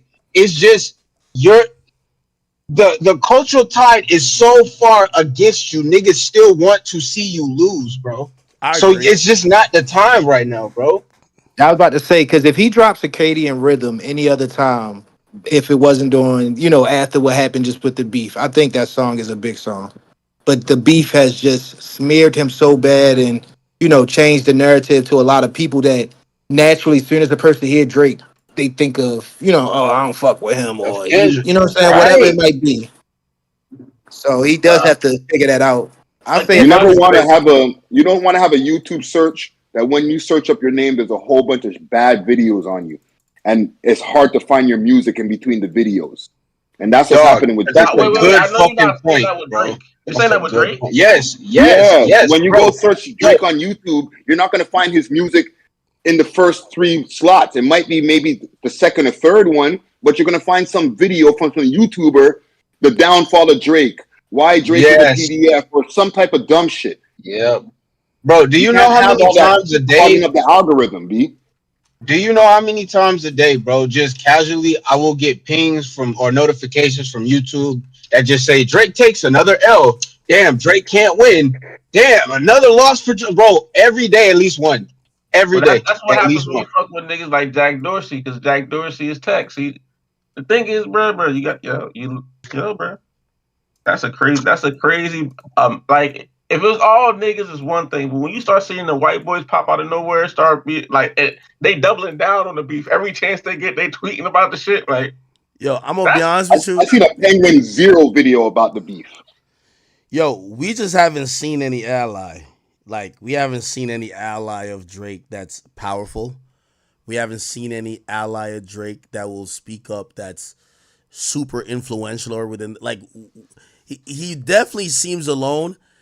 And I don't know if this is one of those things where people were like, yo, I think this nigga think maybe it was arrogance where it's like, yo, me single handedly I'm bigger than the culture. I don't need y'all niggas. And maybe that's what they're showing him. Or literally everybody just stopped fucking with him. Like it's just kind of odd to me, man. do you think Drake is surprised that people don't fuck with him? hell Um, yeah. I mean, I don't think he should be oblivious to knowing what he might have done, but I think he's definitely surprised how the culture's changed on him. no. I don't think he's surprised people don't fuck with it. I think he's surprised how many people want him out of here. The reason why I don't think he's surprised that people don't fuck with him, I forgot where I even heard this point, but I think it's true. I think it was a reason we stopped seeing Drake hang with Ross and them and Future and them and start hanging with Yachty. Okay, like it was like it's like you got moved to the small lunch table at lunch. You get what I'm saying? Like Drake was at a few other lunch tables. We ain't seen him with them niggas in a while. There's a few niggas we ain't. You remember him and Pluto used to be. We ain't seen them together for a while. So when you start seeing him with Yachty, I even started scratching my face. I was like, "Hey, why he hanging with Yachty?" I think it's if you go from hanging with Future and Weeknd and like these other guys who are like super lit, and now you're hanging with Yachty and Sexy Red, yeah, maybe you got kicked out of Cool Circle, maybe. I think that beef go back to damn near like certified lover boy, man. When I was listening to some of those songs, I felt like he already knew, the industry was changing on him. You know what You I'm saying? know, Like, y'all think Yachty was dressing Drake? Nah, think about it. Nah, bro. yeah, No. Come on, why man. not? I mean, it's Stop it. not dressing like, but a stylist. You go to a Tyler, my store with bad, your my bad. mans, pick out hella clothes. You buying your shit, but it ain't like he ain't sitting there with his mans in the shop shopping with him. Oh yeah, they were shopping together. I gotta say, even with Act, what you just said, I think it's a little bit of the opposite. I What? think that Drake kicked them niggas out of the cool table and went to a younger table where it was supposed to be cooler, but it may not be working out as well as he thought. No way. No way. Because Hold on. Ross is not as popping as he used to be. Wait. Yes, Future's still the man, but okay, maybe you could say that with Rick overhead, Ross. dog. Maybe you could say that with Rick Ross. But like with all due respect, the crowd that Drake went to be around, it's not even like oh, he went to hang out with like Cardi. Not saying, you know, not trying to shit on even my boy Yachty, because Yachty's lit, but it's just like, it's not even like Travis. It's like, dude, these artists, they could only benefit from, I can't even see the benefit of you being with them. You get what I'm saying? Drake is usually a mutual benefit type of guy. Him and Travis, him and Weeknd, him and Future, him and Sexy Red. There's no way, like, the dude make R&B songs. He don't need Sexy Red to get to the women. So wait, no, hold on. Act. I think that I'm gonna just chime in and say this and go right back to it.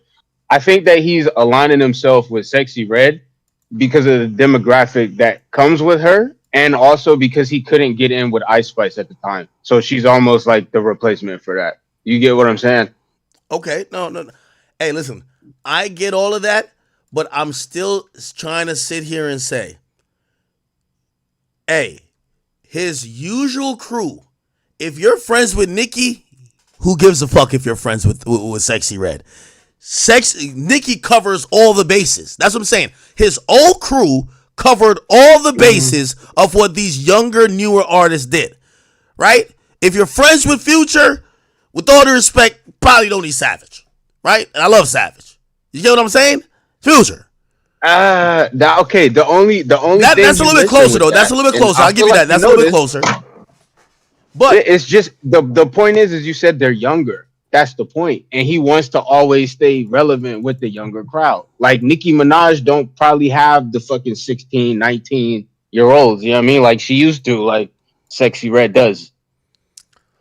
Man. And also, does the Drake stimulus package still work? Oh, that's a different conversation. Well, it's kind of part of the conversation because when you align yourself, with different artists, is it benefiting them as much as it maybe would have benefited 5 years ago, or maybe 8 years ago? Like the song that he has with Sexy Red isn't really popping as much as it could be. So even Sexy Red aligning herself with Drake isn't benefiting her as much as, like I said, 5 years ago, maybe. By the way, chat, we do got Baka Not Nice chiming in. And apparently he is... Baka Not Nice. You don't know Baka? Personally? Well, you know who you talking about, right? Yeah, you know you're in Toronto, you better chill out, boy. Oh, man, bro, you just said, who is that? Like you've never heard about him. Ever. You never heard about him? You've heard of him, right? Of course. Oh, you said, who is he? I'm like, no, I didn't say no. I said salute. I said salute. Oh, I thought you said, who is he? My bad. No. We know who Baka is. Okay. Baka, so he commented, you know, apparently Baka is lit on TikTok. He commented on TikTok. He commented to the song and he said, the shit sounds like how them shoes look, little nigga. Garbage can. You get what I'm saying? I'm not gonna lie, that's a cultural thing. That's a cultural absence right there. Because if the song is trash. But American know what those sneakers symbolize. You see what I'm saying? American know what them sneakers symbolize. Yo, Friday. You were right. They try to make it like Canadians lack culture or just or like we don't wear the same. I'm just pointing it out though. We wear the same black Air Force Ones when we trying to slide up here too, nigga. It's not an American thing. It's just the best shoes to slide in. Yeah, niggas in the UK be having the Nike tracksuits on doing the same thing. I'm just saying, bro. Bruh, Kyrie, just accept the shit that, this nigga Kendrick corny. He made melatonin music. No, the song. My thing, I don't know why y'all worried about the song so much. This nigga Y'all should be worried ass. about the Super Bowl. Y'all worried about the goddamn song. Y'all need to get prepared for the Super Bowl. Well, I mean, I think we're trying to figure out, because the guy's a calculated guy, always with a motive, and he does things for a reason.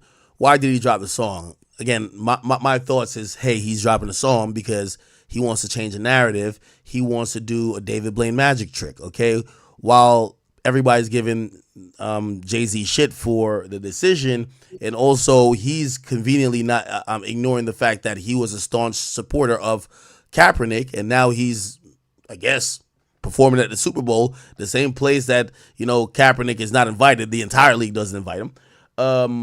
Yeah, he doesn't want to talk about that. He'd rather talk about, Niggas gonna say anything about Jay-Z though. We don't care about that stuff. Y'all bringing up shit that we already. Hold on. We don't care about Jay-Z and Kendrick are two different people. Jay-Z was a nigga who literally said he could sell water to a whale. He lost 92 bricks. That's never been a nigga that's ever taunted or touted any type of black excellence unless it benefited him.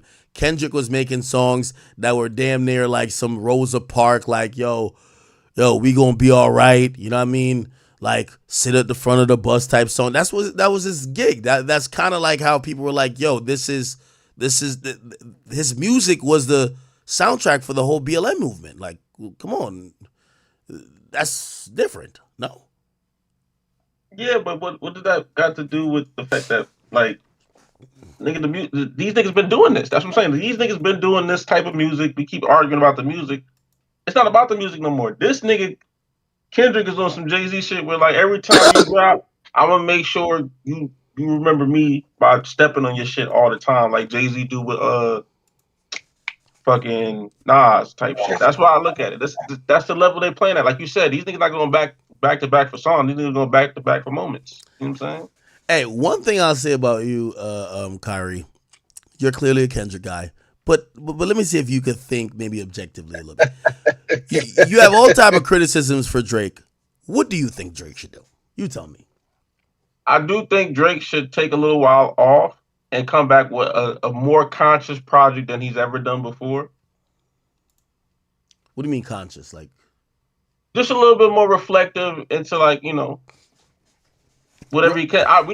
Reflective how? Because Drake's albums are always personal. Like, you just want an album where he says, "Yo, I lost," and I'm not sad. what I want, because I appreciate Drake's music. I'm just saying, I think if we having the conversation, I feel like sometimes we could talk about the actual music and what, like, for instance, it's not like you've made any like jaw dropping streams going overhype about the music the nigga dropped since the beat.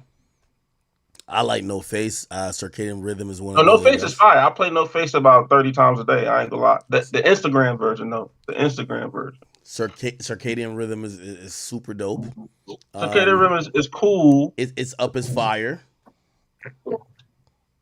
Yeah, but even like, again, your tone, like, I think a big part of it is that everything Drake is doing is somewhat expected. With Kendrick, you don't have that. This is the problem with niggas like Kyrie. Really, he's just not keeping a bean. His advice for Drake is, nigga, just go in a ditch and die. Like that's what you really want to say. I'm not bro, nigga didn't say anything like that. Like, what are you talking about? Yo, a nigga like Kyrie, there's nothing Drake could do to appease him. No. I hear what Kyrie's saying. Kyrie wants conscious Drake. I just told you I listened to No Face. Okay, all right, hold on. I have to go to Instagram and listen to it. Wait, like 30 when times have we gotten? So hold on. Are we saying that we used to get conscious? When have we gotten this conscious Drake that you want him to go back to?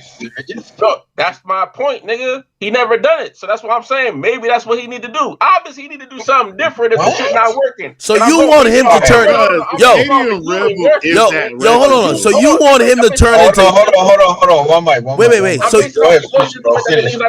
wait. So you want him to turn into Kendrick? You want him to get conscious? No, I want him. You want Drake to put on a dashiki? Yeah, you want that nigga with a dashiki, huh? I'd be fire. I mean, if it's fire music, it's fire music. But like, I think you need to do some more. Like, the music can't be what we expect. From this is why Drake said, "I don't make music for man. I make music for the bitches." You want him to be Kendrick? That's fact. And that was hard. That was cool though. It was hard. It was like a hard in the moment. But like, all right, what else? And that's the problem. My question is, do you think that he was doing what he needed to do by dropping those 6 songs? Obviously not. But I want you to answer that directly right now. What do you feel about those 6 songs? Okay. Restate that again. You said, do I think what? What do you feel about? Do you think he was doing enough to mitigate this conversation that we're already having by dropping those 6 songs? Do you feel satisfied as a pure Drake fan? Do you feel satisfied by those 6 songs? Me personally, hold on. I think he was working his way away from that moment. I think he has the joint in the tuck, but he realizes you can't fight the internet. You got to get away from the moment that people could at least have neutral ears before you drop that joint. But his strategy. What the fuck did I just say about going away for a little while? That's not the Bro, same I was waiting for him to finish. But that's not the same thing. Wait. That's how you know y'all niggas be dick sucking and moving the goalposts. No. Here's the thing, though. No. But that's not Drake's strategy. Everything that y'all want to say Drake should do sounds like what Kendrick does. Oh, everything Kendrick has done is what we thought Drake would do. No. But hear what I'm saying. Listen. So your only strategy for this artist is that he should be like the other artists. What the fuck? Drake does not disappear for you. The point, bro. That's not the point. The point is, bro, is psychology. Fuck Kendrick, nigga. This has nothing to do with Kendrick. If it was somebody else, it would be the same remedy. It's just psychology. If the public perception is against you and is so strong against you where you're fighting such a fucking uphill battle, it's not possible for you to climb the mountain. You need to go and take yourself away from the equation, let people move on naturally, and then you come out and start doing this fucking PR move with this 100 gig drops. You start reminding people why they fuck with you. You do all that. You don't do it in the middle of the moment when niggas is still blatantly hating you, bro. Hey, once again, with everybody with that opinion, all of y'all act like this is like, first of all, that opinion has more of a success rate. Did you not just say you need to get away from the moment? Wait, hold on. No. Thank you. He literally just said that shit. Yeah, bro. but not by taking a break and not dropping. It's what he's doing. I'm just throwing out some random loosies that ain't really the joints, but it's basically like a mixtape. Oh, here's a song here. Here's a throwaway here. Here's some footage. Until we get to a point where he gives an album, right? Because these aren't albums. You gotta watch it drop when there's a killer still lurking around. What? You gotta watch what you drop when there's a killer still lurking around. And I'm saying this as somebody in Toronto as a Drake fan. You can't be trying to just test the waters when there's a little 5-foot killer in LA waiting to jump on you, dog.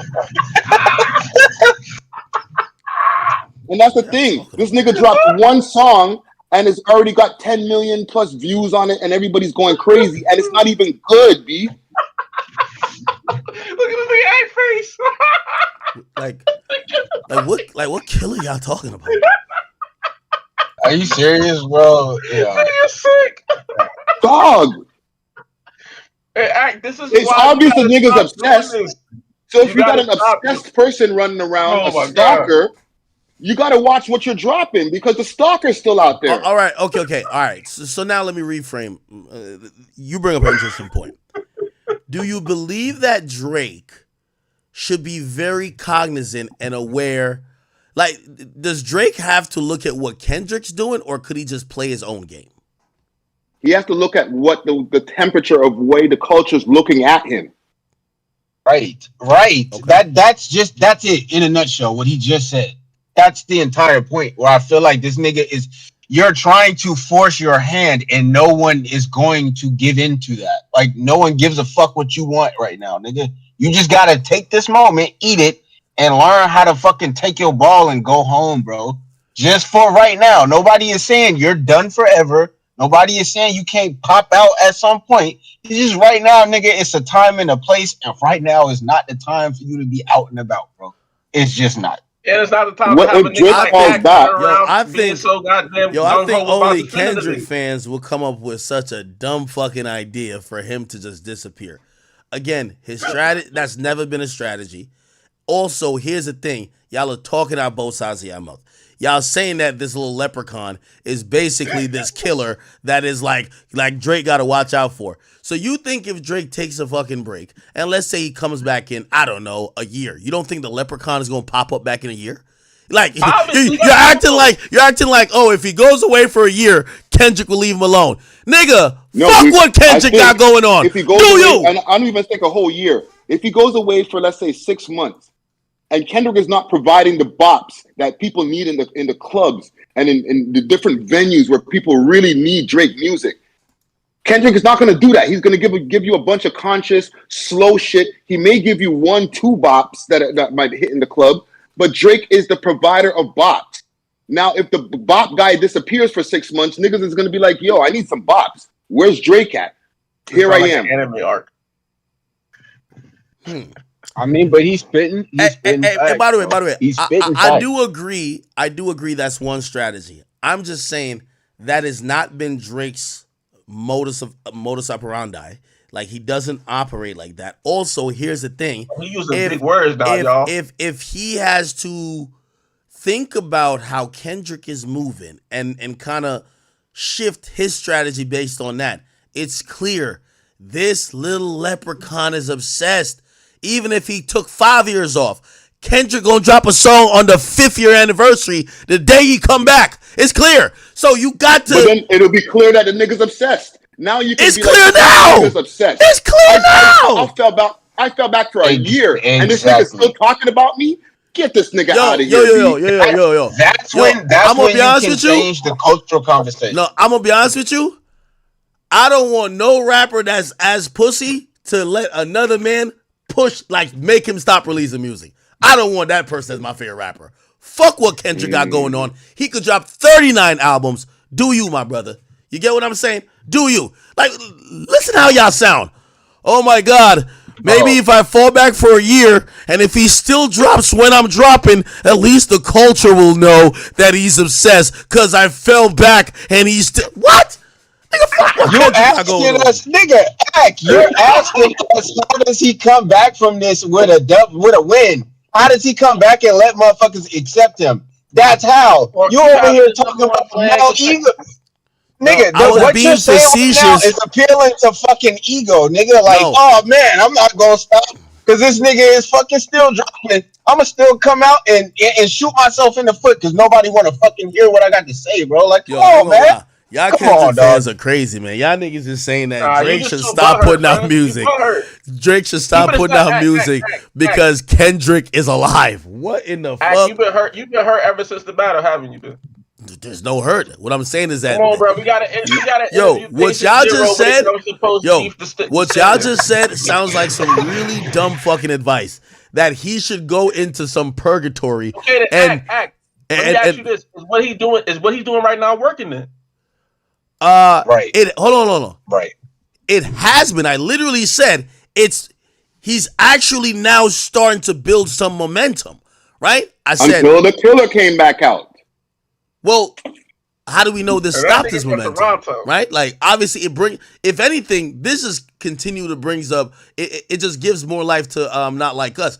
Here's what I'm saying.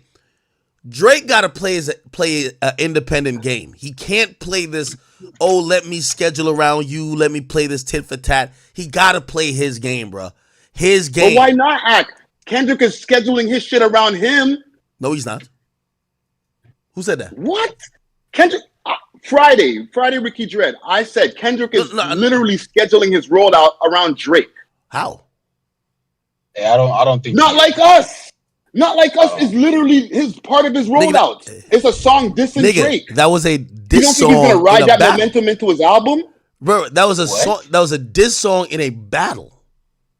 Yes, but that's also gonna take him into the Super Bowl and take him into his album. Yo, if anything, you'd have been better off making a point saying that. What I think is happening is that Kendrick is. His album has to have some type of patriotic theme to it. He dropped Not Like Us on July 4th, Independence Day. He had Pop Out on Juneteenth, basically Black People Independence Day. And then the biggest is pretty much a holiday. On 9/11, he drops a new song.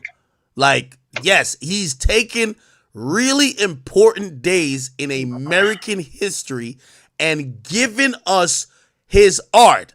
I do think some of that is to fuck with Drake, but I do think this is more of the theme or the wave that he's on. Even his announcement is mimicking, or he pays respect to a guy in a movie that is giving a really patriotic speech. So I have to believe he's making some type of, he's probably making the lyrical version of This Is America. I'm gonna be real with you, Act. You know when I think his first single, hold on, you know when I think he's gonna drop his first single for his album? When? MLK Day. That makes sense. I think he's gonna do that. And then it rolls into fucking Super Bowl. And then he just rides the momentum to his album dropping. Probably will. Hey, he's being strategic. He definitely is being strategic. But what about your mans though? What you think he gotta do? Let's get back to that. Be just as obsessed with that nigga. That nigga's obsessed with him. Niggas like Kyrie. You can tell. Let's get back to that, nigga. Fuck all that Okay, bullshit, I'll tell you what Drake needs to do. Drake needs to keep his own pace going. Like, don't do tit for tat. Number one, Kendrick has shown you that he's a better chess player than you, right? He's 4 moves ahead, and you can't be reactive to him because he got a lot of shit already going on. Play your own game. You know what Drake's own game is at this point? Okay, you did 100 gigs. You're throwing out these songs that people are, I'm telling you, people are liking Circadian Rhythm. People are liking No Face. It's Up is a good song. You gotta, again, it's like Lil Baby trying to come back, right? You gotta build that momentum. Do some features. Start killing shit. That's what it is. Act, you a numbers guy, right? Go ahead, yeah. So let's say 2 out of 6, that's 30% from the field. You think you gonna do you think is that satisfying for you as a super fan from your favorite artist? What do you mean 2 out of 6? 6 songs drop. 2 of them we can be all in agreement that are working. Wait. When you say 2 out of 6, are you saying the others are whack? Because he hasn't dropped a whack song. No, I'm saying comparatively from Drake, that's what's sticking. We are all Drake fans, and that we can compare Drake to Drake. That's what I'm asking you. From a super Drake fan, what do you think that's a high enough percentile from the 6 songs to keep it going, to keep the momentum? That's what I'm asking you. From a guy who's dropping just random songs, I think he's having a slow build, and I like it.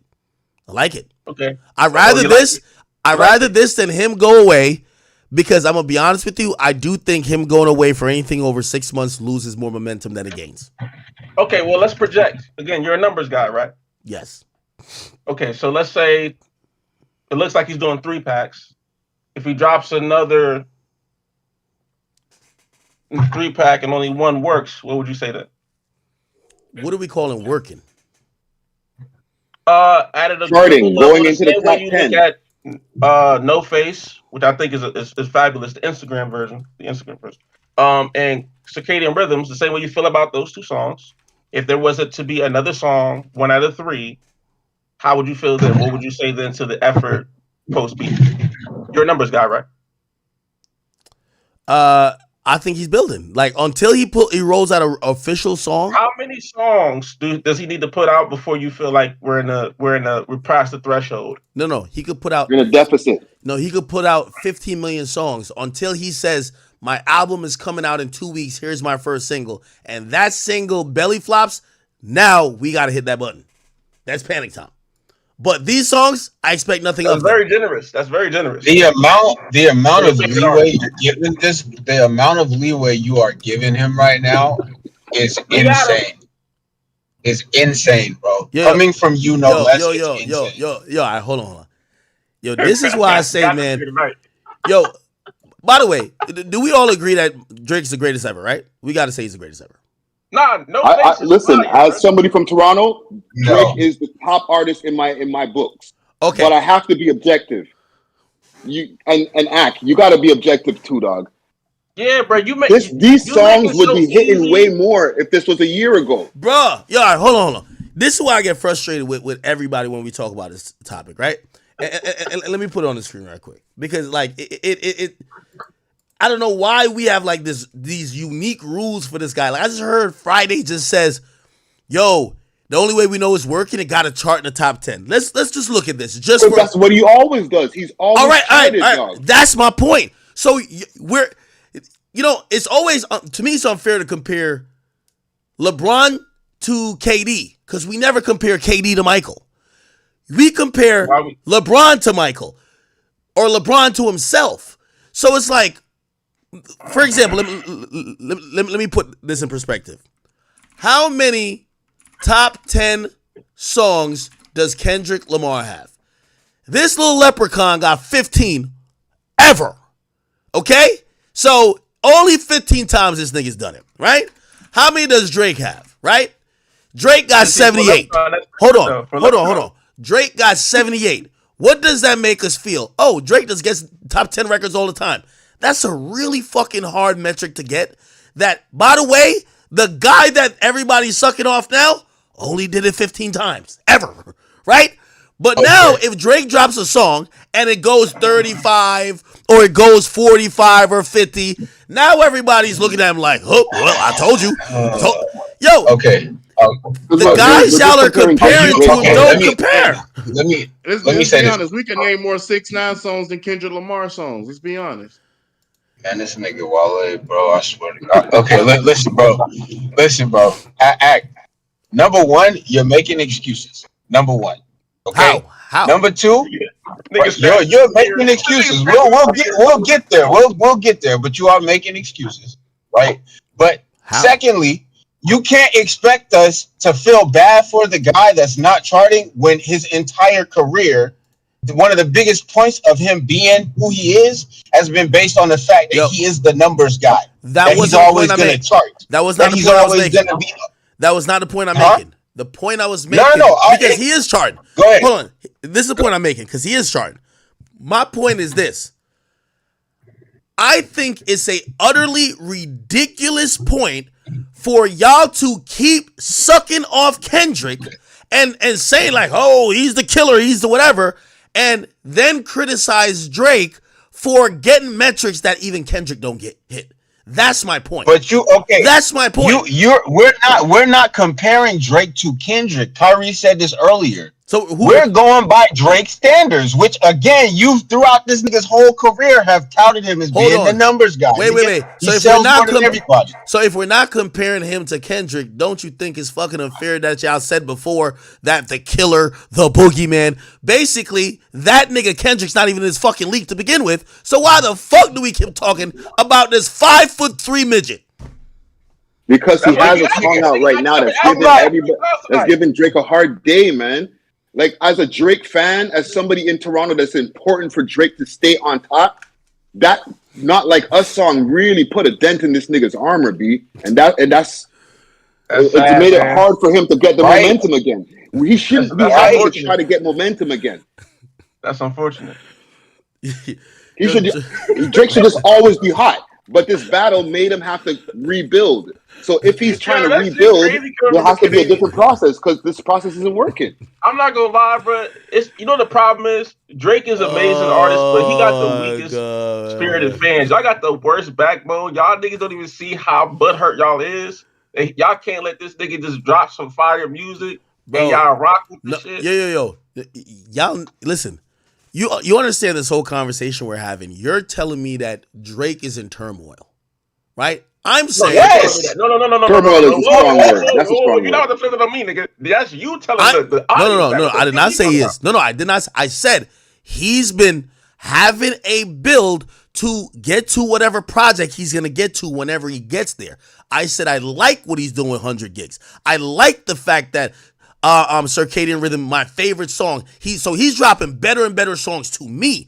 Also, these songs he's dropping, they're all charting. They're all like every song is charting. You know what y'all are saying? But it ain't number one though. It ain't like it's not like the old Drake. Point. That's the point. He's the highest charting nigga. That's his thing. That's what he fucking talks about all the time. Hold on. Kyrie, ask him. If you really felt that way, we wouldn't be having this fucking conversation, my nigga. You said what? If We would if we really felt that way. We wouldn't be having this conversation. Wait, I don't feel that way. I don't feel. Oh my god, yo, what the? Wait, what? Wait, you guys might personally feel that Drake is in crisis mode. As I said, I feel like this leprechaun just dropped this song, and the song was a miscalculation. And what the first thing you do? You hop on stream, be like, "Oh my god, no way!" Yeah, because it's a big moment. No, listen, no, it's a big moment. But here's the point. I don't think y'all are telling me that Drake should go away and just wait to pop out when he looks out the closet and say, "Is Kung Fu Kenny here?" I'm saying what Drake got going on right now has nothing you just to made do. my analogy sound crazy. Like, bro, you making it something it's not. You making it something it is not. Y'all said he should fall back until Kendrick Lamar is done doing what he's doing. We're not telling this nigga to go fall back simply because he should be scared that Kendrick is walking around. I'm saying it for the simple fact of public perception. Fuck Kendrick and what Kendrick gotta say, nigga. It's what everybody else is saying. That's the point. Like, fade back so that niggas can forget about this moment. Because every time you show your face, they just gonna think about that fucking song right now, bro. That's the point. Corny, bro. Niggas ain't even listen to that song like that no more, bro. We done moved ahead. Man, I'm gonna be honest with you, man. Listen, the last thing we need is for Drake to fall back, and now for people who go into the clubs, bitches that want to shake their ass, they gotta go listen to this nigga basically making some type of true crime rap. That's what he's doing. It's like true crime rap, nigga. Niggas rapping in parables, nigga. You know what I mean? The niggas like telling like some story with no plot. I was like, what the fuck are we talking about right now, brother? Like who these half of these bars is going to, nigga? Like what the fuck are you talking about? I mean, to be honest, most of the country feel like it's about to be a recession. Maybe these bars may be poignant to some people, but you know, some niggas might be out of touch of that. That's your time to shine. Act that those bars are for you. Half those songs for you. Hell no. Hey, can you do me a favor, brother? Can you look up what? Okay, so these are 3 packs that he's essentially dropping right now. I just want to have this for a reference point. Can you look up what was the highest charting single off of Scary Hours 2, and then look at the highest charting song off these 100 gig packs that he's dropped? I think it was like 20 something. Okay, and so did anything off of Scary Hours 2 score higher than that, or were they all lower than that number? Hey, by the way, No Face was released to the DSPs 11 days after it was publicly available on YouTube and on Instagram. Man, stop giving me these asterisks, man. Stop giving me these asterisks. Wait. I get it. You're trying to build this point up to be like, oh, look at his numbers. That means he's failing. It matters to point out why the numbers aren't going to look like how they look, because I acknowledge that he's trying to build momentum. I acknowledge that. You're trying to compare it to official drops that he's popping up out of the blue. Not question. Wait.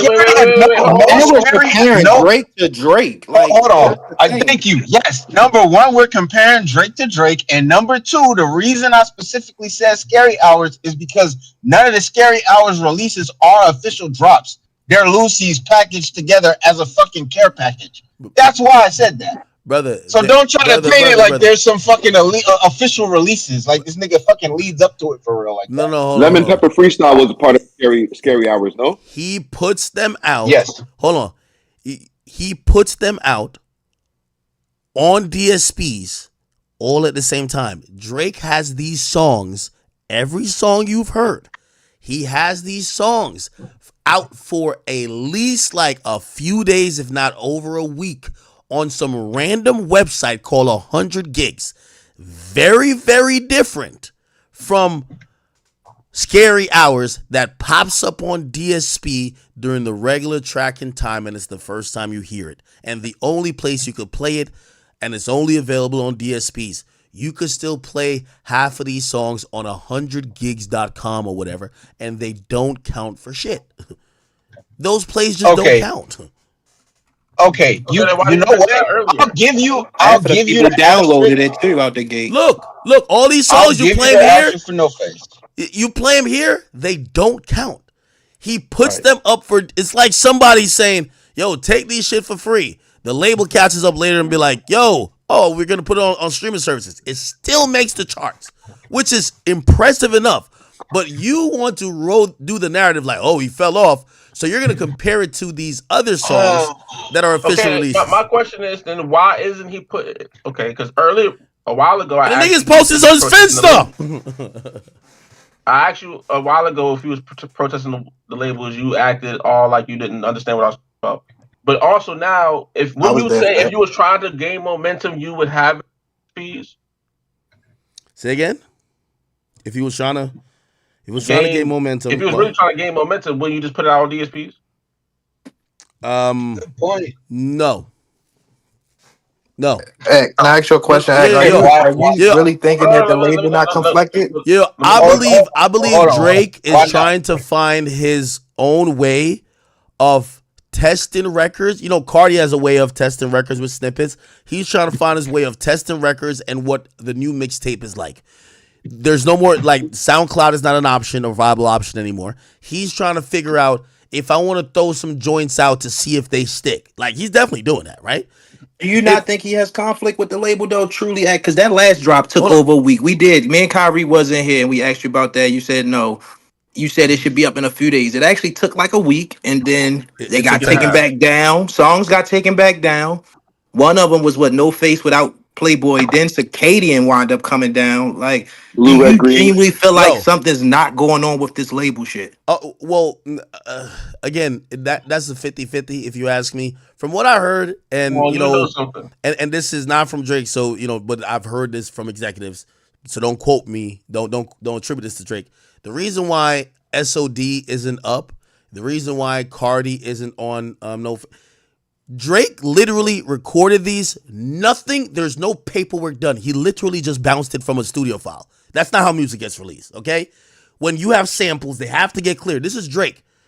You think somebody gets sampled on, and by the way, that's the reason why, for what I hear, Drake was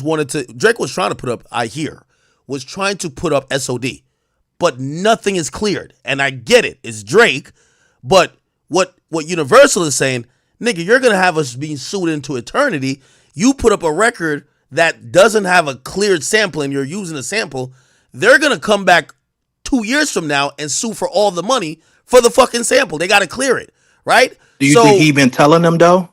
Well, they're playing catch up. It's like when young boys dropping music on YouTube. That label plays. I'm sorry, that sounds like somebody that's beefing with their label to me.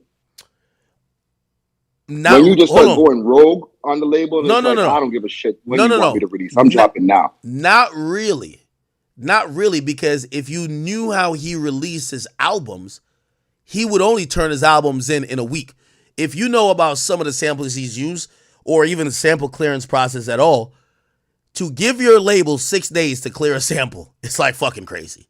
Yo, clear half of these samples. That's what he used to do. Now he's not doing that. The label clipping him. He posted his own label copywriting him. Wait. Like, yeah, but they do that to every artist too. They're not going to necessarily whitelist every particular artist. And also, they're in a mad rush to try to get these songs accounted for. Right? So again, I don't know if he's in necessary. Again, I'm not saying it's impossible, but the point of how he's releasing this is more indicative of him not wanting fans to think that these are like, yo, I'm going super hard with these songs. He's trying to make it seem like it's loose. He's like, bro, I'm just throwing this shit out, right? Yeah, come on, Act. You're being blissfully ignorant. He's trying to make it seem like that for a reason. There's not no reason he's doing that shit. Also, you want to know what I see as the bigger play? He's trying to catch some steam, bro. You know what he's doing? Because again, y'all niggas keep talking about the music and shit. Y'all worrying about Kendrick's song and not the Super Bowl. I think when niggas see this, what they need to be worried about is this nigga going truly independent, locking this site down, making a subscription only, and fucking up all you niggas. But I'm just a nigga on stream who don't know shit about shit. But what I see is a niggas pre-packaging the play of like, yo, this is what it would look like if a nigga went straight to consumer. And you labels really don't want me to do that. You lucky I'm letting y'all get the little songs that I'm letting y'all get after I do the scraps on you niggas. What do you say to that, Act? Hello? You there? My bad. I was reading a tweet. All right, say that Yeah, real yeah. quick. Stop scratching your beard, man. Get activated, nigga. I'm asking the hard today. What's good? All right, say that one more time. You said what now? Bro. So, do you not see the play of niggas worried about like the little bit of songs here? You overlooking the songs and make it a thing. Nah, what he's right now doing with 100 gigs is setting up the play of this is what it look like if a nigga go independent, direct to consumer with the music. Fuck no. Fuck no, come on. Now this is you being blissfully ignorant. You too smart and you pocket watch too much not to see the play. Come on, bro. What you know, bro? I know you know some shit, bro. Fuck no. That pocket watching line definitely was pulling you by the way. If you don't know. First of all, a nigga who's thinking about independent 2 years ago doesn't rap 360 up front. It all comes full circle. The nigga basically damn near rap like, nigga, I'm getting hundreds of millions, but yeah, it's a 360. Like, come on, bro. Like, he's not like the nigga's not trying to go motherfucking independent, bro. I'm sorry. Yeah, I wouldn't be surprised if Drake went independent before his career ended, man. You look bad lying, bro. He would never go independent. It feel like you just telling us that like you don't want to reveal some shit that you really, unless you don't want to speak on label, but it's clearly evident that they're having a frack there, man. You gave me a time. He didn't meet that mark. Drake would never go independent, bro. Not while. And also that Blue Red Green song. One of my co-hosts who's a DJ. He was saying they were running that song. They love that song. That song was getting some traction. So for the label to take that down, they're taking food out of Drake's mouth. He's not talking to them, man. He's doing something outside of their parameters.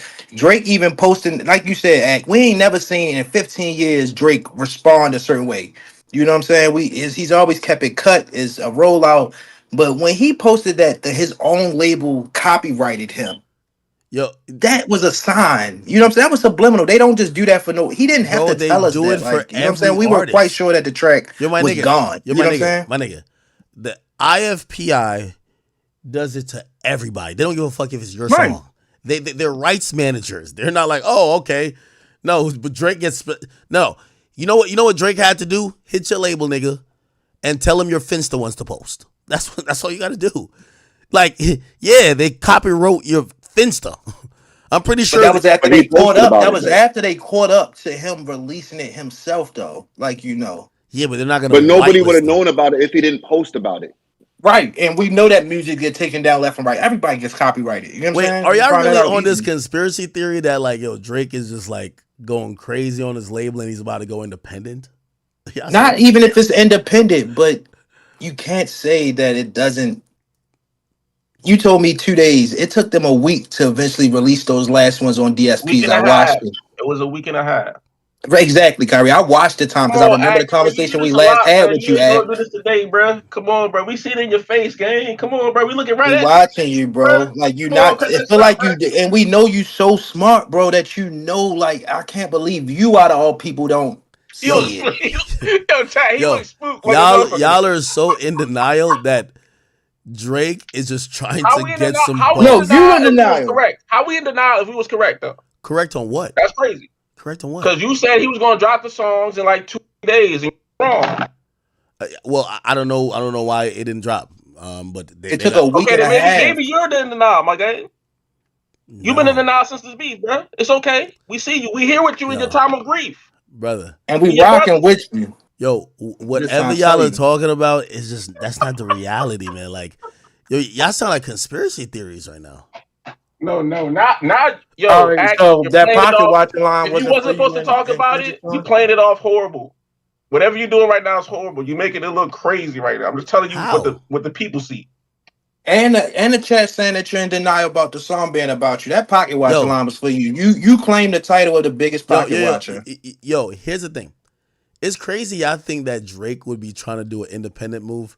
The nigga barely can market his own records. Like. Drake sends out one Instagram post and think that's it. Whoa. I can't let you do this, Act. Now you being stupid on purpose. You the main nigga that tell us Drake don't need marketing all the time. That is true. It's Drake. However, it doesn't mean that his label doesn't do it for him. We talking about a nigga going independent, so we not worried about think right now. Act, we trying to look forward, think in the future. Don't be limited by your small brain, your small box brain. You know what I'm saying? Yo, Out the box. I think you guys are incentivized to try to push this independent thing. There is zero chance Drake goes independent while he's still hot. It's okay, zero chance. It's not going independent. I don't know if it's independent. I don't know if it's complete independent. I just got called out on stupid shit. You just say obviously Drake's not gonna go independent while he signed. Duh. But clearly while he's doing hot. things that seem to be in process of his current situation. While he's hot. If Drake That's has the perfect time to go independent. What are you saying? No, I'm telling you, he won't. Listen, Drake has shown us time and time again. He's gonna go back to the label. He's gonna get $600 million, and then he's gonna do it again. That's all he's gonna do. He ain't gonna be like, all right, peace out, guys. I'm gonna do it on my own. No, he got 400, and he even rapped about it. He said that's just not enough. He's gonna go back. Now my question. Hold on. My question is: after seeing that you just said this just minutes ago that the against a nigga, what makes you think he would still get that same bag? Say again. Oh my God, yo, this. Wait, hold on. Why would he get that same bag? Of course, he'll get more. He will get around 6. I'm gonna tell you why. The way how streaming works, you got to remember Universal owns. This is why Drake will never go independent, right? Universal owns his catalog, right? Okay. They're incentivized to keep giving him a contract, even if he doesn't earn it back, even if it's in 10, 20 years, because the more music he puts out, the more people go listen to views that they own all the rights for. So they're getting the majority of their money of their back catalog. That's the thing about streaming. Every time you drop a new song, your whole catalog goes up 20%. Because when people go to your profile, on average, they only don't listen to that one song. They listen to a collection of songs. So niggas like Drake, you're gonna give him the money to stay, right? Just to keep incentivizing him to keep when you see Drake has 70-something million monthly listeners, do you think they're listening to No Face? Or every time he drops No Face and he's promoted within the algorithms of Apple Music, Amazon Music, and even Spotify, it brings people to the music of Drake. They can be playing Hotline Bling, One Dance. You just pointed out that these songs were not released to DSPs on proper time. So what's that there? It doesn't matter when it gets released. I'm telling you that the main theory of how a label looks at streaming, the more, listen, even if an artist gets washed, catalog. As long as the person keeps dropping, that catalog will keep getting more streams. No, I understand. And they have a heavy stake. Hold on. Let me ask a quick question. Yeah. That deal, that $400 or $400 million deal that he signed with Universal, how long ago was that now? That was around the time of Scorpion. I think it was 2020. I could Google it. 2 tours as well. At least 1.5 tours. Yeah, that's almost. Right? Listen, even if it's not indie. Okay. But he might be looking for renegotiation. That's what I was about to say. It may not be an independent thing. I'll take that from you, Ak. He may not be worried about independent, but it's some type of frack that is pretty much obvious between them. We may not know, like you said, it may not be him trying to chase independence, but the way he's going about it, why would he work, counteract what would make the label happy? Like he's almost working against his label lately. What year was that? Okay. All right. Okay. So even if all right. So let's talk about record deals. I make it sound like Flocka right now. No, if y'all know any record deal, this is kind of how the majority of them are structured. It doesn't say just drop random songs. You're owed a certain amount of songs. Like, for example, not to put his business out there, but the reason why YoungBoy sent me a song, he going through some contract shit, they got to pay that nigga back. Until then, he's not contractually obligated to drop music. But he loves to drop music. So you know what he does? All right, I'm going to drop a song that's a remix, and I'm not dropping it on my page at Yacht Control. I'm dropping it through AC. You get what I'm saying? Mm-hmm. It's nowhere in Drake's deal. Drake's deal is album-based. So him dropping these loosies does not complete the requirement of an album. These songs are just within the album. It's within the contract period, which means they have the rights to monetize, but it doesn't let him out of the deal early. So for Drake, when you get $400 million, you need to think about deliverables. 100 gig is not a deliverable. Now, granted, You know that. but that's exactly my point. So when you're talking about he's working against his album, he's working against his label, no, he's not. He's doing something that's not contractually obligated. Why is he doing it? Because he's trying to heat up back to the level that he likes to be at. And he's doing it via like what everybody does with mixtapes or dropping random songs or leaking songs. That's it. So he's not working against his label. It's his label's job that any song Drake voices on, they get to monetize. So they could play catch up, but these songs, it's not in his benefit to really even drop music.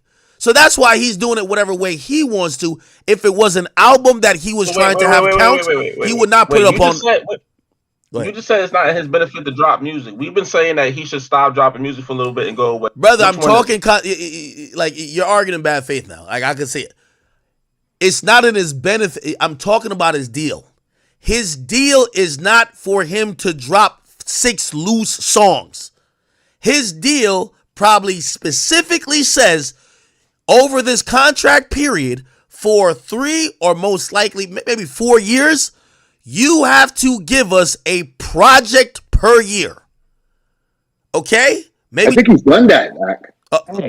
So with that question being said, that's my point. Hold on, that's my point. Not controlling? Don't they control, like you said, the whole catalog? Wait, that's my point. And by the way, when you think about musicians, when you hear a rapper say they have 1,000 songs recorded, why don't you think you get it? Because if they just dropped it randomly or just uploaded it randomly, they don't get credit for that. Like everybody's working on deals. You work a deal, you get successful, you drop an album, you increase your worth, and then you use that and you leverage and you get another deal. You get more money. But if you just drop random songs, it doesn't help you. But dropping random songs sometimes is the way to heat up. Again, let's talk about some technicalities. What about repurposing songs? Because I don't think people realize one of the tricks that they're doing is by releasing these 100 gigs as singles. You could do some weird data stuff on the back end as far as like repackaging singles in 3-packs and moving by the way, around and shit like that. I guarantee, and I would take a bet on this. I guarantee Mr. Morgan is gonna try to approach. And by the way, here's the thing too: the deal is with Lucian, right? Is gonna try to approach Lucian and say, "Hey, listen. What we're going to do with this 100 gig thing, we're going to use it and it's going to be an album requirement." Who knows? Maybe they're like, yo, we got to be 18 tracks. It got to be 20 tracks. Or y'all could use, we didn't get to monetize properly, so maybe only 3 of those tracks from, again, Drake is trying to not get out of his deal. He's trying to finish the deal to get another deal. Dropping random songs are probably not going to count.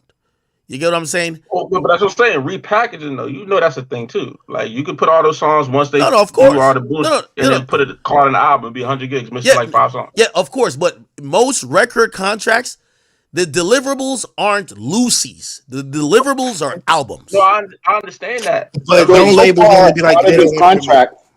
If what you have on the screen, you have 2022 when he signed that contract. Mm-hmm. He dropped. Honestly, never mind. In 2022, then he dropped Her Loss, and then in 2023 he dropped For All the Dogs. Yes. I don't know if he dropped enough to even get out of that contract. I would expect he probably want about 5 projects out of him. We don't know the details of the contract in terms of contract term, how long it is, and also how many albums. Like for example, he dropped 2 albums in 1 year. Usually in most contracts, it also has stipulations to slow an artist down. Like, for example, Youngboy, when Youngboy was on Atlantic, it specifically told him, we don't care how many mixtapes you got, nigga, or how many albums. We only count 1 a year. So when he dropped 6, they only counted 1. So he was just, like, that goes towards him recouping, and, sometimes they might have a special, advance to, because more music is streaming, more music is more money. But in terms of getting out of that deal, they only counted 1. Now I know this firsthand. When he was going over to Capitol, he made sure that was a big negotiation point. Yo, young boy drops a lot of music. The term of when his albums will be able to count can't be a year. That y'all count one album per year. It has to be 6 months. He drops a lot. So again, Drake dropped 2 albums in a year. He probably has maybe has a provision that says, yo, he could drop albums whenever, or shit, he could drop 2 in a year and they still both of them count. Because I don't think Drake is dropping no album that's not counting. You know what I mean? He's that big of an artist. But also, Universal is going to make sure they're on his ass to make sure they're not getting fleeced either, even though it's hard to get fleeced by a nigga like Drake. His catalog, like reportedly, his catalog's making like $60, $70 million a year. You get what I'm saying? Like, this is catalog. Yeah. So, And does that let me not put go on the to the tinfoil point for a of quick him? second. Let me put on the tinfoil for just a quick second. Because if Honestly Nevermind 2022, Her Loss 2022, For All the Dogs 2023, we do not have an album in 2024. okay. And we're at the Do tail end of deluxes count? Do 2024. deluxes count? The scary hours? I mean, I wouldn't count even the deluxe. And even with Her Loss is a joint album, Yeah. right? Mm-hmm. So maybe there's some kind of a block on a new Drake album dropping in 2024, and that could be the beef with the label. I'll take my or tinfoil off now. like you said, Ak, you already kind of made these points, and that's why I kind of asked you.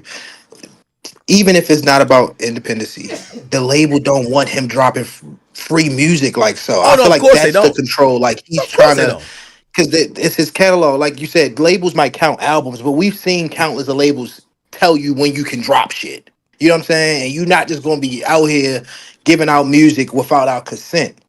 So And when have you ever seen Drake Hey, not drop an album for a year of all the hey, years by the that way, he's been out?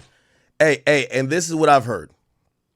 In there's a lot of politics. This is Drake. There's a lot of politics that has to be considered when Drake just uploads music to a random site, right?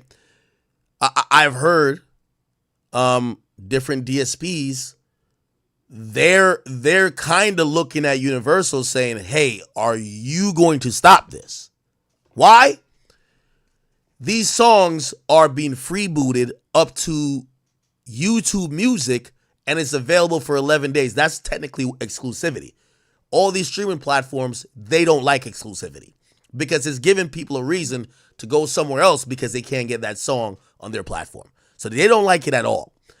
So they're kind of looking at Universal to say, I thought we were done with this exclusivity thing, and your biggest artist is dropping a song that's on his Instagram and on YouTube for a fucking week. What's up? So, of course, Universal isn't happy with the shit. You get what I'm saying? But I gotta think that Drake has some leverage that he's like, nigga, I'm still gonna do it. Like, again, if they had the ultimate leverage, if somebody gave you $400 million and you thought you were hitting a lick, you would not try to piss them off. They're not the happiest with maybe how he's doing it, but I don't know if they're unhappy in general with him dropping just free music, I guess, or not free music, but new music, even if it's not packaged in the sense of an album. And I can't say you I he's think admitting that's all we were saying though, Ag. I think, like you just said, you kind of walked it all the way down to where we was at. The label is not comfortable. If a person pay you 400 million, they not just wanting you to be giving out, and it's Drake. Drake never even do stuff like this. Just giving away 6 to 9, you know what I'm saying? And like you said, for the amount of time, you got somebody else that has circadian rhythm uploaded. It's not even Drake right now. So I'm quite sure the label's not happy with that. I'd be pissed. I yeah. think this is Drake doing a living album, living documentary on some Kanye shit. And niggas acting like they don't see it. Man, I have no idea, but I definitely do. I want to see what this looks like in a year for all parties. I think in a year, I think I'm confident that Kendrick is going to be in a good position. I'm wondering if this same conversation still happens with Drake for some people. I think Drake's going to be in a great position too, but I'm That's wondering. sad. What do you mean that's sad? What's that? Coming from you, gang, that's sad, bro. Sad to hear a Drake fan go out like this, man. Wait. What's that about what I just So said? doubtful. You know what I'm saying? No. I said the only thing I'm wondering if people like you are gonna still have the same conversation about Drake. Drake's gonna be fine. Drake's gonna be fine. No, I think Drake's gonna be fine too. I just like fucking with you. Yeah, like I'm trying to figure out like what part of, you know, in the next year y'all like, oh, Drake is done. Like, nah. Do you think Drake and Wayne tag team before like we get something out of Drake and Wayne within the next 6 months, maybe, since with all this happening? I think that'd be the biggest thing he could do is possibly give us something with him and Wayne, you know, to Drake? bring him all the way back. Yeah. Nah. You don't see it? Drake and Wayne collabing anytime soon? I mean, not as people expect. I expect them to collab eventually again, but nah. I mean, I don't think Drake gotta go link up with Wayne and go do a joint. I think Drake could just keep doing what he's doing.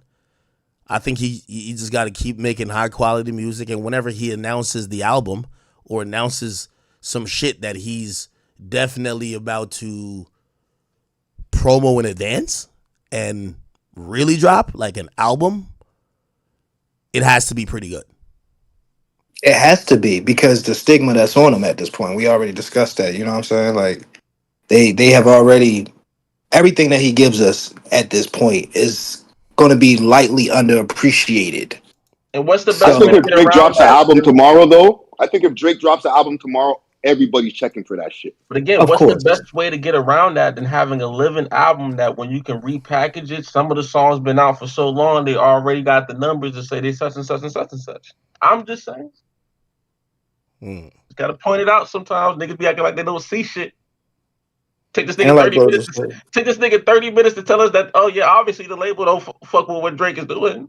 We act right. like If Drake drops an album on Friday, it's doing 500,000 in the first week. Nah. But will it be? But it will be heavily It's scrutinized. not doing It's going to be. 500,000, bro. It's going to be a high number because they're going to know what he might say, but it's going to be so scrutinized that it has to be possibly Drake's Exactly. best work ever to be looked at as even good. You understand? He's going to have to exceed his normal expectations for the fans or the masses to even consider it a good project. Drake got to drop a blueprint, bro. If he gonna Man, surprise bro, you, he's bro. doing a living album. That's what it is, bro. I'm trying to tell y'all niggas. I don't see it. Otherwise, nigga, there's no point in him dropping a whole album at all. It's too risky. But because of this perception of the fan base or the perception of the audience right now. But it doesn't mean that the music won't be good. He probably could drop a really, really, really good album right now. His fans will check for it, and he'll still be all right in the end of the day. He'll still be all right, but is that what he wants? Like Drake does not strike me as the type of person who will be fine with just being all right, bro. Yeah, like I mean, we just don't. We just sat here and compared Drake to Drake, and he's charting better than some of the people that media talks about every day. And the fact that he's not at his normal level, we're calling it a flop. You know what I'm saying? But he's still charting, like with these throwaways. So that's what I'm saying. The narrative, he would have to over exceed his normal music to even be considered a good song. I don't think he would have to over. Song. I don't think he would have to over exceed it. He has to perform better than what he's doing right now. That's the point. Like he can't. If you're going to take the time to pop out, right, and make yourself known, even though I think it goes against the consensus right now, you have to hit it out of the park, bro. Where it's undeniable, nobody can, refute whether or not you succeeded in your endeavor. And if you can't do that, then you shouldn't take the time and energy to drop. Like that's just it, bro. It's not benefiting you. Here's the point of diminishing returns. Yes. I think Drake has so much focus and so much attention on him that if he drops a mid album on Friday, it still goes number one. Facts. But is that going to carry you over as a fan? That's the point we were talking about. Y'all, Drake, y'all the ones coming here seem dissatisfied. I'm just saying, he's still the guy in the end of the day. Heck, how do you feel about future dropping? You're from Canada. You just call. You said the fucking 5 foot nigga outside lurking to try to kill niggas. Like the nigga put me afraid of that. But it still doesn't take away from Drake's fan base. It still doesn't take away from the legacy that the man built. If he No, drops an that's album, why I be 12 confused to on why 15 he songs was on so Friday, butthurt. everybody's going and opening their app to go check for that album. But will it last? Will it sustain in current time with what he's just been through? I think it's just have to be a really good body of work to be considered his normal good. You get what I'm saying? Like I said, it's the stigma on him is horrible. And I kind of want to get away from Drake, but circadian rhythm at any other time outside of the beef would have been a big song, but because of the stigma on him, people are still teetering that line of not accepting Drake, not wanting to listen to him. So I it's don't agree with hard that. for listeners on music right now with him. I feel I like If don't he the agree. already music has. is good, it will surpass all that bullshit. I don't You're agree gonna with have that. a I think whole the bunch of music is people decent, but that then will also hate listen, he's but if not the doing music something is good, famous. He's not it'll putting it out. One surpass mic, all one that. mic, one mic, one mic. I'm saying they'll have a whole bunch of people in the first week that will hate listen as well as the fans. But if the music is good, even exceptional, like you're saying, all the hate listeners are gonna have to shut the fuck up. Man, Yeah, listen, I mean man. there is a point where if he drops something that is undeniable, that's the key word. It's undeniable. No matter how much you hate, Right. you're Yo, still gonna bob your head to it. hey, But if hey, he can't come with that, hey, go by the ahead. way, what we should just acknowledge is that, listen, no matter what Kendrick does, we just think of the boy. When Drake does something, nobody thinks about Kendrick, bro. That's all we Yeah. should just be saying, man. There's when That's That's Drake, that. straight. That's That's that. straight bullshit, that's bro. You That's facts, you a straight big cat. bullshit. You the big Nah, cat that's right bro. here. bullshit. As soon as That's Kendrick straight opened bullshit. his mouth, we're like, damn. Oh, does this mean that Drake is not? When Drake is like, that's what I'm saying. Like, you know what I mean? In time, I think Kendrick himself will thank Drake for this moment, but Drake will move on and he'll still be good and he'll still be, the best rapper ever. And, What Kendrick stage of will. grief is this, chat? Is that what? What stage of grief is this? Stop it, bro. Man, he sound bro, he act sounds so fucking salty, bro. It's so He is funny, salty, dude. bro. You I want sound to get so away from Act. salty, How you bro. feel about Future dropping tonight? You think Future going to deliver? Yeah. No, of course. Future the guy. I mean, not tonight. Future up and coming project. No, of course. Of course. Future always delivers, bro. Future always delivers. Um, I think Drake's going to be fine musically. I think the only thing that's going to be interesting is how he attempts to maneuver the muddy waters of the relationships that he has lost, the powers that be that have aligned against him, and that's the most of all, because he could make great music, but if you're against some really big enemies, that music just doesn't hit the same, or those people could suppress it. So, he's about to go through what Nicki been going through for a while, right? Or what Nicki claims she's been going through for a while. She says, "Yo, I'm going against corporate machines and giants," right? Yeah, that's what Drake is going through. Like his biggest op ain't Kendrick Lamar. His biggest op is, these other nefarious people that he got beef with. Like if y'all knew the half of it, the nigga that was responsible for hooking up the Amazon Music shit with Kendrick to pop out, that nigga hate Drake guts. Of course, he couldn't wait to partner with I mean, Kendrick that's to the cool and pop all, out. but Kendrick the one punching you in the mouth. Yeah, Oh, my bad. well, again, if you team up with the hospital and basically you get punched in the mouth, and the hospital is going to make sure your mouth is completely fucked up See, afterwards. You gotta get better with your metaphors, because why are you going to the hospital just getting punched in the mouth? That's kind of weak sauce. My nigga, the point is he's fighting like 20, you 25 niggas. you petty as hell for that, bro. He's fighting 25 niggas. Nah, Kyrie here trolling now. Nah, yeah, y'all make it so easy because y'all be so overly invested, bro. Like, calm down. Now, question: over under how many more 100 gig releases can we take? And then over under before Super Bowl, does this nigga need to put out some fire? We need those answers before the end of stream from you. Well, I'm You the about voice to of get the off now because people. I do gotta run. So I'm gonna have to reconvene this at like about tomorrow That's midday. crazy, chat. He running from the Yo, questions. hold on. Crazy. Well, first of all, I hope Drake drops music every 3 days. That's me personally. I could take the every other week drops, but I hope he drops music every 3 days. I don't. like that. I'm gonna be honest with you. After tonight, that Kendrick song I probably won't play again. I'll tell you the ones I do play. I do Never play again. I probably play you. I do play Euphoria a good amount. I play Not Like Us a good amount. Those are songs with replay value for me. Exactly. 616, I actually do like 616. Meet the Grams, I've never played since the battle. And this song is gonna be in that same pile. I will not be playing this song ever again. Hey man, Ag, bro. Before you go, I just got a personal question for you, bro. At what point, like, just be honest with yourself, bro. At what point do you, as a fan of Drake, stop listening to him? Like, how much of a dip in quality does there have to be for you to stop listening to him? Yeah, yo, these are like I rhetorical. don't think Drake put out bad Can't music. even imagine. No.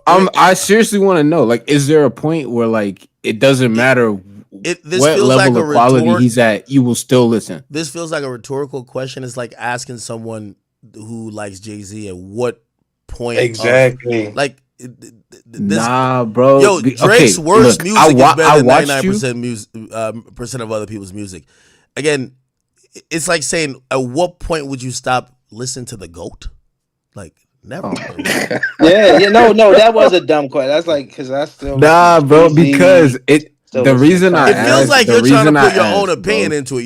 You're saying that you feel like the quality of his music has been declining, so you're trying to have me implicitly admit that and then give you some type of barometer of when I'm going to stop listening to him. When that's what I mean by the stigma that's out there in the world. That question right there alone is what the narrative's supposed to be. Like, people really think you're supposed to not listen to Drake no longer. Like, and that's confusing as fuck to me. Like, how do you just... I mean, to be fair, he don't do himself no favors by dropping on Instagram, which is odd. But again, it's just fun to fuck with Act, because, you know, Act gonna sit up here and tell us the nigga shooting 30% from the field, and then tell us this is that's servicing him. It's fucking right. Yeah, right. That's exactly. I never say shooting 30% from the field. Drake hasn't dropped a whack song.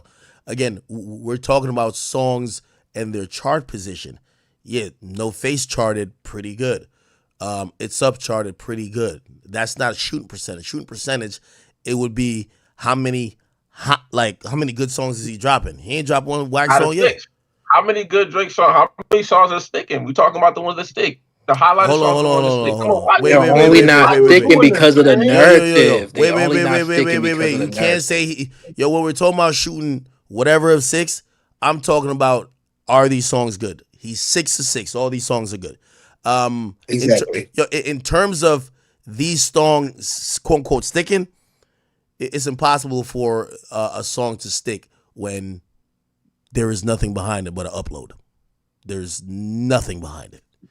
Like, if you look at, even when they chart, of course, when you got niggas like you stepping on shit, releasing, spilling the beans, fucking up the video release, man. Look what you been doing. Hold on, Kyrie. All right, so Ak, you've been a fan long enough to have been around for this. So, do you remember when 0 to 100 dropped and it was just a SoundCloud drop? Yeah. You remember that? Mm-hmm. And you remember how fucking far that took off with nothing behind it? No, that's not true. What do you mean that's not true? It's the stigma from the beef that's stopping the momentum of records. Once that label seen it, it got service to radio really quickly. They put it back behind it. Yeah, like usually. Okay. By the way, if Drake gets a God's Plan, Universal's jumping in immediately. I'll definitely say that. Right? Okay. So then that goes back to the point that Kyrie is making. This nigga is shooting 2 for 6, and even the 2 that make it are not out of here, bro. Brother, it's the stigma. I'm not gonna lie, bro. No Face. God's Plan is a diamond record. You get that? Yo, Kendrick got I don't think Kendrick has a lead record has a diamond lead record. Why are we talking about? We're not talking about Kendrick right now. Well, the point is, if circadian he gotta keep doing that. No. I think we talking about Drake v. Drake, bro. We're not talking about Kendrick right now. You're trying to compare a song Out of Here to God's Plan. It's a diamond record. Let's compare it to every artist in music. The majority of artists in music don't have one diamond record. So when you're saying he needs to get a diamond record, a thing that is only accomplished by 1% of artists, for you to be like, oh, okay, he got it. Brother, like, these metrics are never going to add up. Nah, Hey, see you being Act, these facetious. Kendrick I'm not fans are They saying he. said delusional, humble is bro. I'm diamond. not saying. I'm not saying it's Bro, got to be a diamond single. I'm just saying it's got to be a heat rock that's undeniable. It ain't got to be Okay, diamond. okay, But okay. he don't got that right Name me, now. name me, name me the last song of Drake's you thought was like that. Like a No heat face, no rock. face, no face. It Honestly, wasn't. it's It wasn't. undeniable, It man. wasn't nothing off. It wasn't nothing off. For all the dogs. Okay, so Let me. first Let me person see, shooter was bro. number one. You don't think it's that. The song with Yeet, I don't give a fuck. That was number two. You don't think it's that. Nah, So what bro. do you think it Nah. is? So the songs that were number one and number two, you don't think those were the hot ones. So what's the hot one?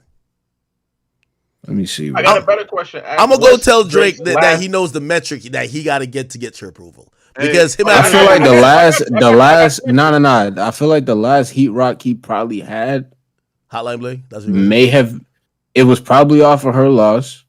Which And I one? might go with Jimmy Cooks. nah, that was off of fucking honestly, never mind.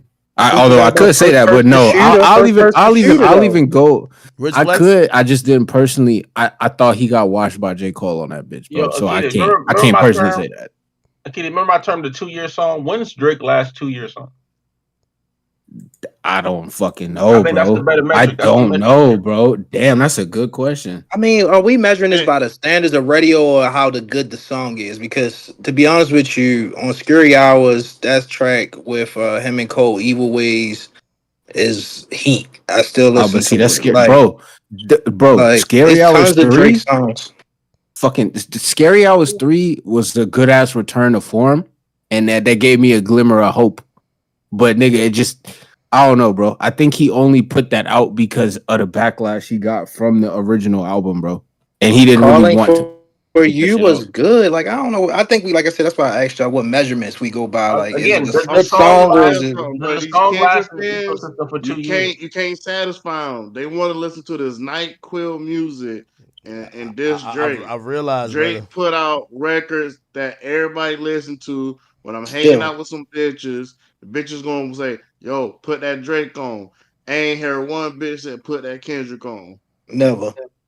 How is that a good metric by which to like Sometimes you don't gotta respond, Keith. I don't get it, bro. I don't get it, Keita, Yo, bro. Nah, listen, listen. what you mean it's Hey, not a good hey, measure? hey, Bro, hey, hey, I real ain't been quick, in the real quick. hood hanging around with some hood niggas smoking dope and stuff, and they be like, "Yo, put that Hey, Kendrick on." hey, by the way, Nah, I we do ain't gotta never heard run. that. I gotta run. I gotta go link up with artist real quick. Unfortunately, I'm gonna be back on tomorrow, like early in the day though, because like Oh, really, you don't want to keep getting cooked? You gotta talk about Club Shay Shay. I mean, yeah, I I was gonna know. ask you, do you think he get fired? But I don't know. I Who, seen his little conversation tonight. I think Quick he's his fast own salute to boss. you, Act, and thanks for having me on the stream. Yo, No, of course. just so quick plug. Make sure to check out my YouTube channel. We Love Hip Hop Network on YouTube. Yeah, That's it. yeah, yeah. Definitely We check him out. appreciate you, Ed. Everybody else, please get up in the Discord, discord.gg/academics.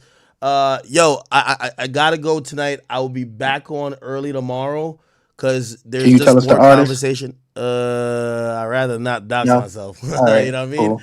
We But wanted to get the leak. of course I'll tell you in the morning, right? But yeah, yo, And chat. that. Love y'all. I will be back on later. And you know, I'll be back to just deal with people like Kyrie and these guys just tell me a whole bunch of Hey, bullshit. don't, it's not my fault you get cooked, bro. Yo, they hating on Drake, We man. got Act. You Man, gotta bro, see us man, about this. you You gotta can't see us just Act because we did not I forget got what you you today, told us boy. three I'm weeks cooking your ago. ass today, that's boy. crazy. Hey, yo, Hey, y'all shout see out to this the nigga? Y'all see academy, this man. You nigga? looking Shout out like to the meal prep up academy. there, boy. You look like meal prep. Y'all see this nigga hopping off stream salty, bro. That's crazy, Oh bro. no, I'm not. This Definitely not. Definitely not. nigga salty. Okay, I gotta meet up quick just to get the donations read. Okay, Drill Lopez, thank you for the 5. It says this Kendrick song gonna play with the Indian dude from a customer service puts you on hold. Pull out never. It says when do we get discontinue and walk hard? Ooh, it's on my phone. Y'all want it? I could leak. No, I'm playing. I want it. Dirk's album. Tabo says Act keeps ruining the stream talking to randoms. There's people in their Discord and people with different opinion. Buds and Vines, your co-hosts hear you, but they're not listening, Act. Michi Prepaid says my daddy controls the DSP. Yay voice. Chris Jones says Act play Family Matters for these bums. Someone said, hey, you need to do a joint street with Sharp because I swear Sharp too comfortable yelling at the air. What's Sharp been up to? It says The same way Jay-Z dropped every time Nas dropped. Oh, yeah, Jay-Z was doing that for a bit. Upper Echelon, thank you. He says, yo, like Charleston White says, Kendrick is not for the South and Drake is. Owen Styles says, why should Drake give a fuck about public perception? He's his own person. A up next says, Drake likes to rap more than it's simple. Drake likes to rap more than Drake is simple. Checking report says people aren't paying attention outside of Not Like Us. Where are Kendrick hits? Euphoria and Meet the Grams have disappeared from the charts. Yeah. Angry Man says these K-Bot stands are ridiculous. I agree. Billy Movado, he says this has never happened in the history, so it's hard to process. He's learning and playing as he goes. Probably a setback for a comeback. Does he have time, and how much can he change his image? If you're talking about Drake, I think he's figuring it out. But I do believe that we're severely downplaying some of the other nefarious like entities. Like, as I said, I've just learned that this guy got a lot of enemies, man. Is it his fault? I don't know. Play Too High, he says, how can he kill Kendrick if he's the most streamed artist every month? It's how he kill him, how Kendrick killed him if Drake's the most streamed artist every month. Sebastian says Drake could have and should have dropped when they stopped playing Not Like Us. Well, it's clear they're going to keep playing Not Like Us till next March. So you should have waited till March? I think not. Cameron Van Sleet, it says, imagine if Drake on hiatus since June and this is all we got. Boring as fuck. Yo, hip-hop has been boring. By the way, tomorrow I'll get into like a chart review. People aren't even dropping music. This is the lowest output year of music in the hip-hop genre to not only charting, but also just on release. Somebody says Kendrick trying to kill Drake by election day. Oh, man. God damn.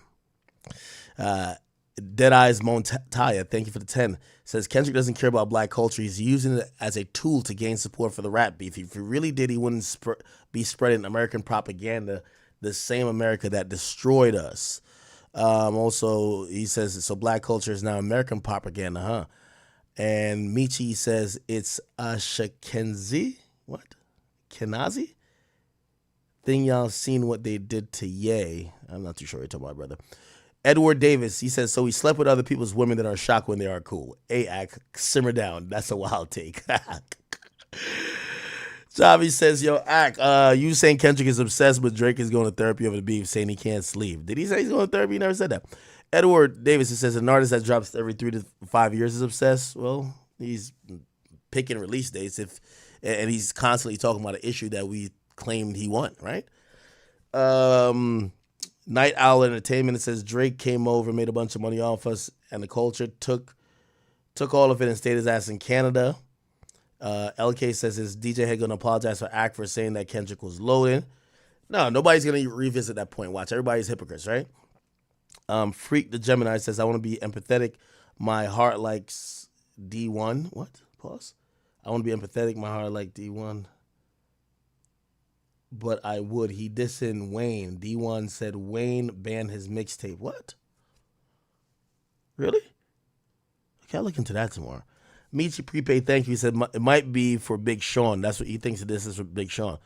Javier said, Act, get up. Your knees are dirty. Wow. Sean says, Act, the Hawk Tour loves to spit on Drake. Pause. Kane Gainer says, yo, Kendrick mad you pointed out he didn't do nothing for all them artists that was at the Pop-Out show. Maybe that's why. Ricky says, Gilly, Cam, Mace, all them shit on Kendrick. Do they? Daft Park says, yo, we need a chat queen in the Discord. Who? Freak the Gemini says, fans say Kendrick diss Lil Wayne on the line. I wish I could have empathy like D1 on YouTube. It says Lil Wayne banned D1 mixtape from ever coming out. Miguel says K-Dot got a Super Bowl. J23rd says, I work at Mercedes-Benz Stadium during the Super Bowl in Atlanta. They made, what? They are mad. What? They made no almost immediately after the Super Bowl. What? It takes months to plan the biggest game ever. We're just talking about a performer, brother. We're not talking about other stuff. Freak the Gemini says, yo, did you see the D1 line by Kendrick? It's directed at Wayne banned his mixtape. Highlight says Ack is basically saying light is better because L, what? Is better than L because L moves in silence. I don't get that highlight. Sorry. Daft Park says act trying to diss Kendrick, and then when talking, it turns into a compliment. So you said start trying to diss Kendrick, then I compliment him. Bro, I don't have beef with Kendrick. Jabba the Hutt, thank you for the 10 says, yo, this Kendrick song tells me that Wayne denied the Super Bowl feature from Kendrick. We're not seeing Kendrick Wayne in February. Ooh, that's a good thought if that D1 line is actually true. Now Kenny's nervous that he got to fight by himself without corporate help. He's nervous. Robot Therapy says, as long as they both dropping music, it's a win. Who cares about the truth when the entertainment is more entertaining? This is a smell of food before you get the flavor. Zero says, act stop it. This is a song for the entire industry, not only a Drake. Seems like you're pushing a narrative so you can see more lyrical warfare. Just leave it, bro. Yes says, this isn't a Kendrick move. This song has no name because it's been used before. Kendrick fans will know this is a heart song. Robot Therapy says, not talking about act. He says he makes more money talking about you. I don't know. I guess you're talking about an earlier donation. What are you talking about? Janavaro, thank you for the 10. It says, yo, act, you got to go off on him like you went off on Lil Baby. Don't be scared. The Last Pharaoh says, this man real tight. Poor act. Rashad says, the cover is OVO Jordan. I mean, OVO Jordan. What's the cover for the thing? Oh, OVO Jordan. Okay.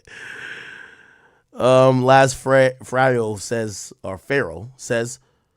this sounds nothing like a Drake diss. Act, you're funny.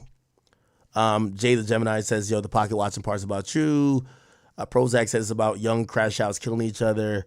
Jay the Gemini says the first part's about 21 as well. Jonathan says, I hate all the lecture rap, bro. You ain't my dad. Daft Park says, act respectfully. The logic is a logicin. Computer Guy Dre says, if Cap wants to play in the NFL, why can't Kendrick perform? Crazy reach. Traquan Valentine says, act, how is this a Drake diss? I probably missed something. Taser says, yo, how y'all let this dude get away with this anti-industry raps when he's probably the most industry rapper? Yeah, he is super industry. I've heard people call him an industry player, which obviously he's not. But I've heard industry people call him that because they feel like he's getting every opportunity in the world and everybody else is just sitting by and watching Kendrick just take everything. He be tap dancing on stage for the Grammys and the NFL. Jonathan says, K-Dot music always make me gassy, need to take a shit. Buds and Vine, thank you for 5. Says Kendrick stood with Kaepernick when he kneeled, but would dance for the NFL when they make a call. Explain that. Alexia says, act why you confused. You said it yourself. He got the biggest leap of his career off Drake. Bro, don't want to let that go. Rodriguez says, yo, act, the song about Drake, stop reaching.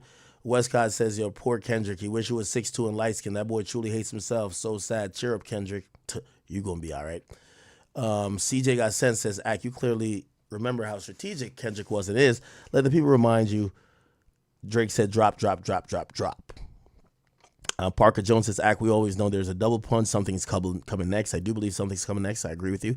Westcott says, Kendrick hates his life. He's hurt real bad. Alex Touch for Captain. He says, this nigga's salty and reaching for the stars. You talking about me or you talking about Kendrick? I guess me, right? EEJ says, fool, him performing conscious hip-hop is going to put rap, the culture, near and death to us. What? RT, right at the forefront again. Rap was stagnant before all this. I guess he's saying that Kendrick's about to bring back some conscious rap to the forefront. Okay.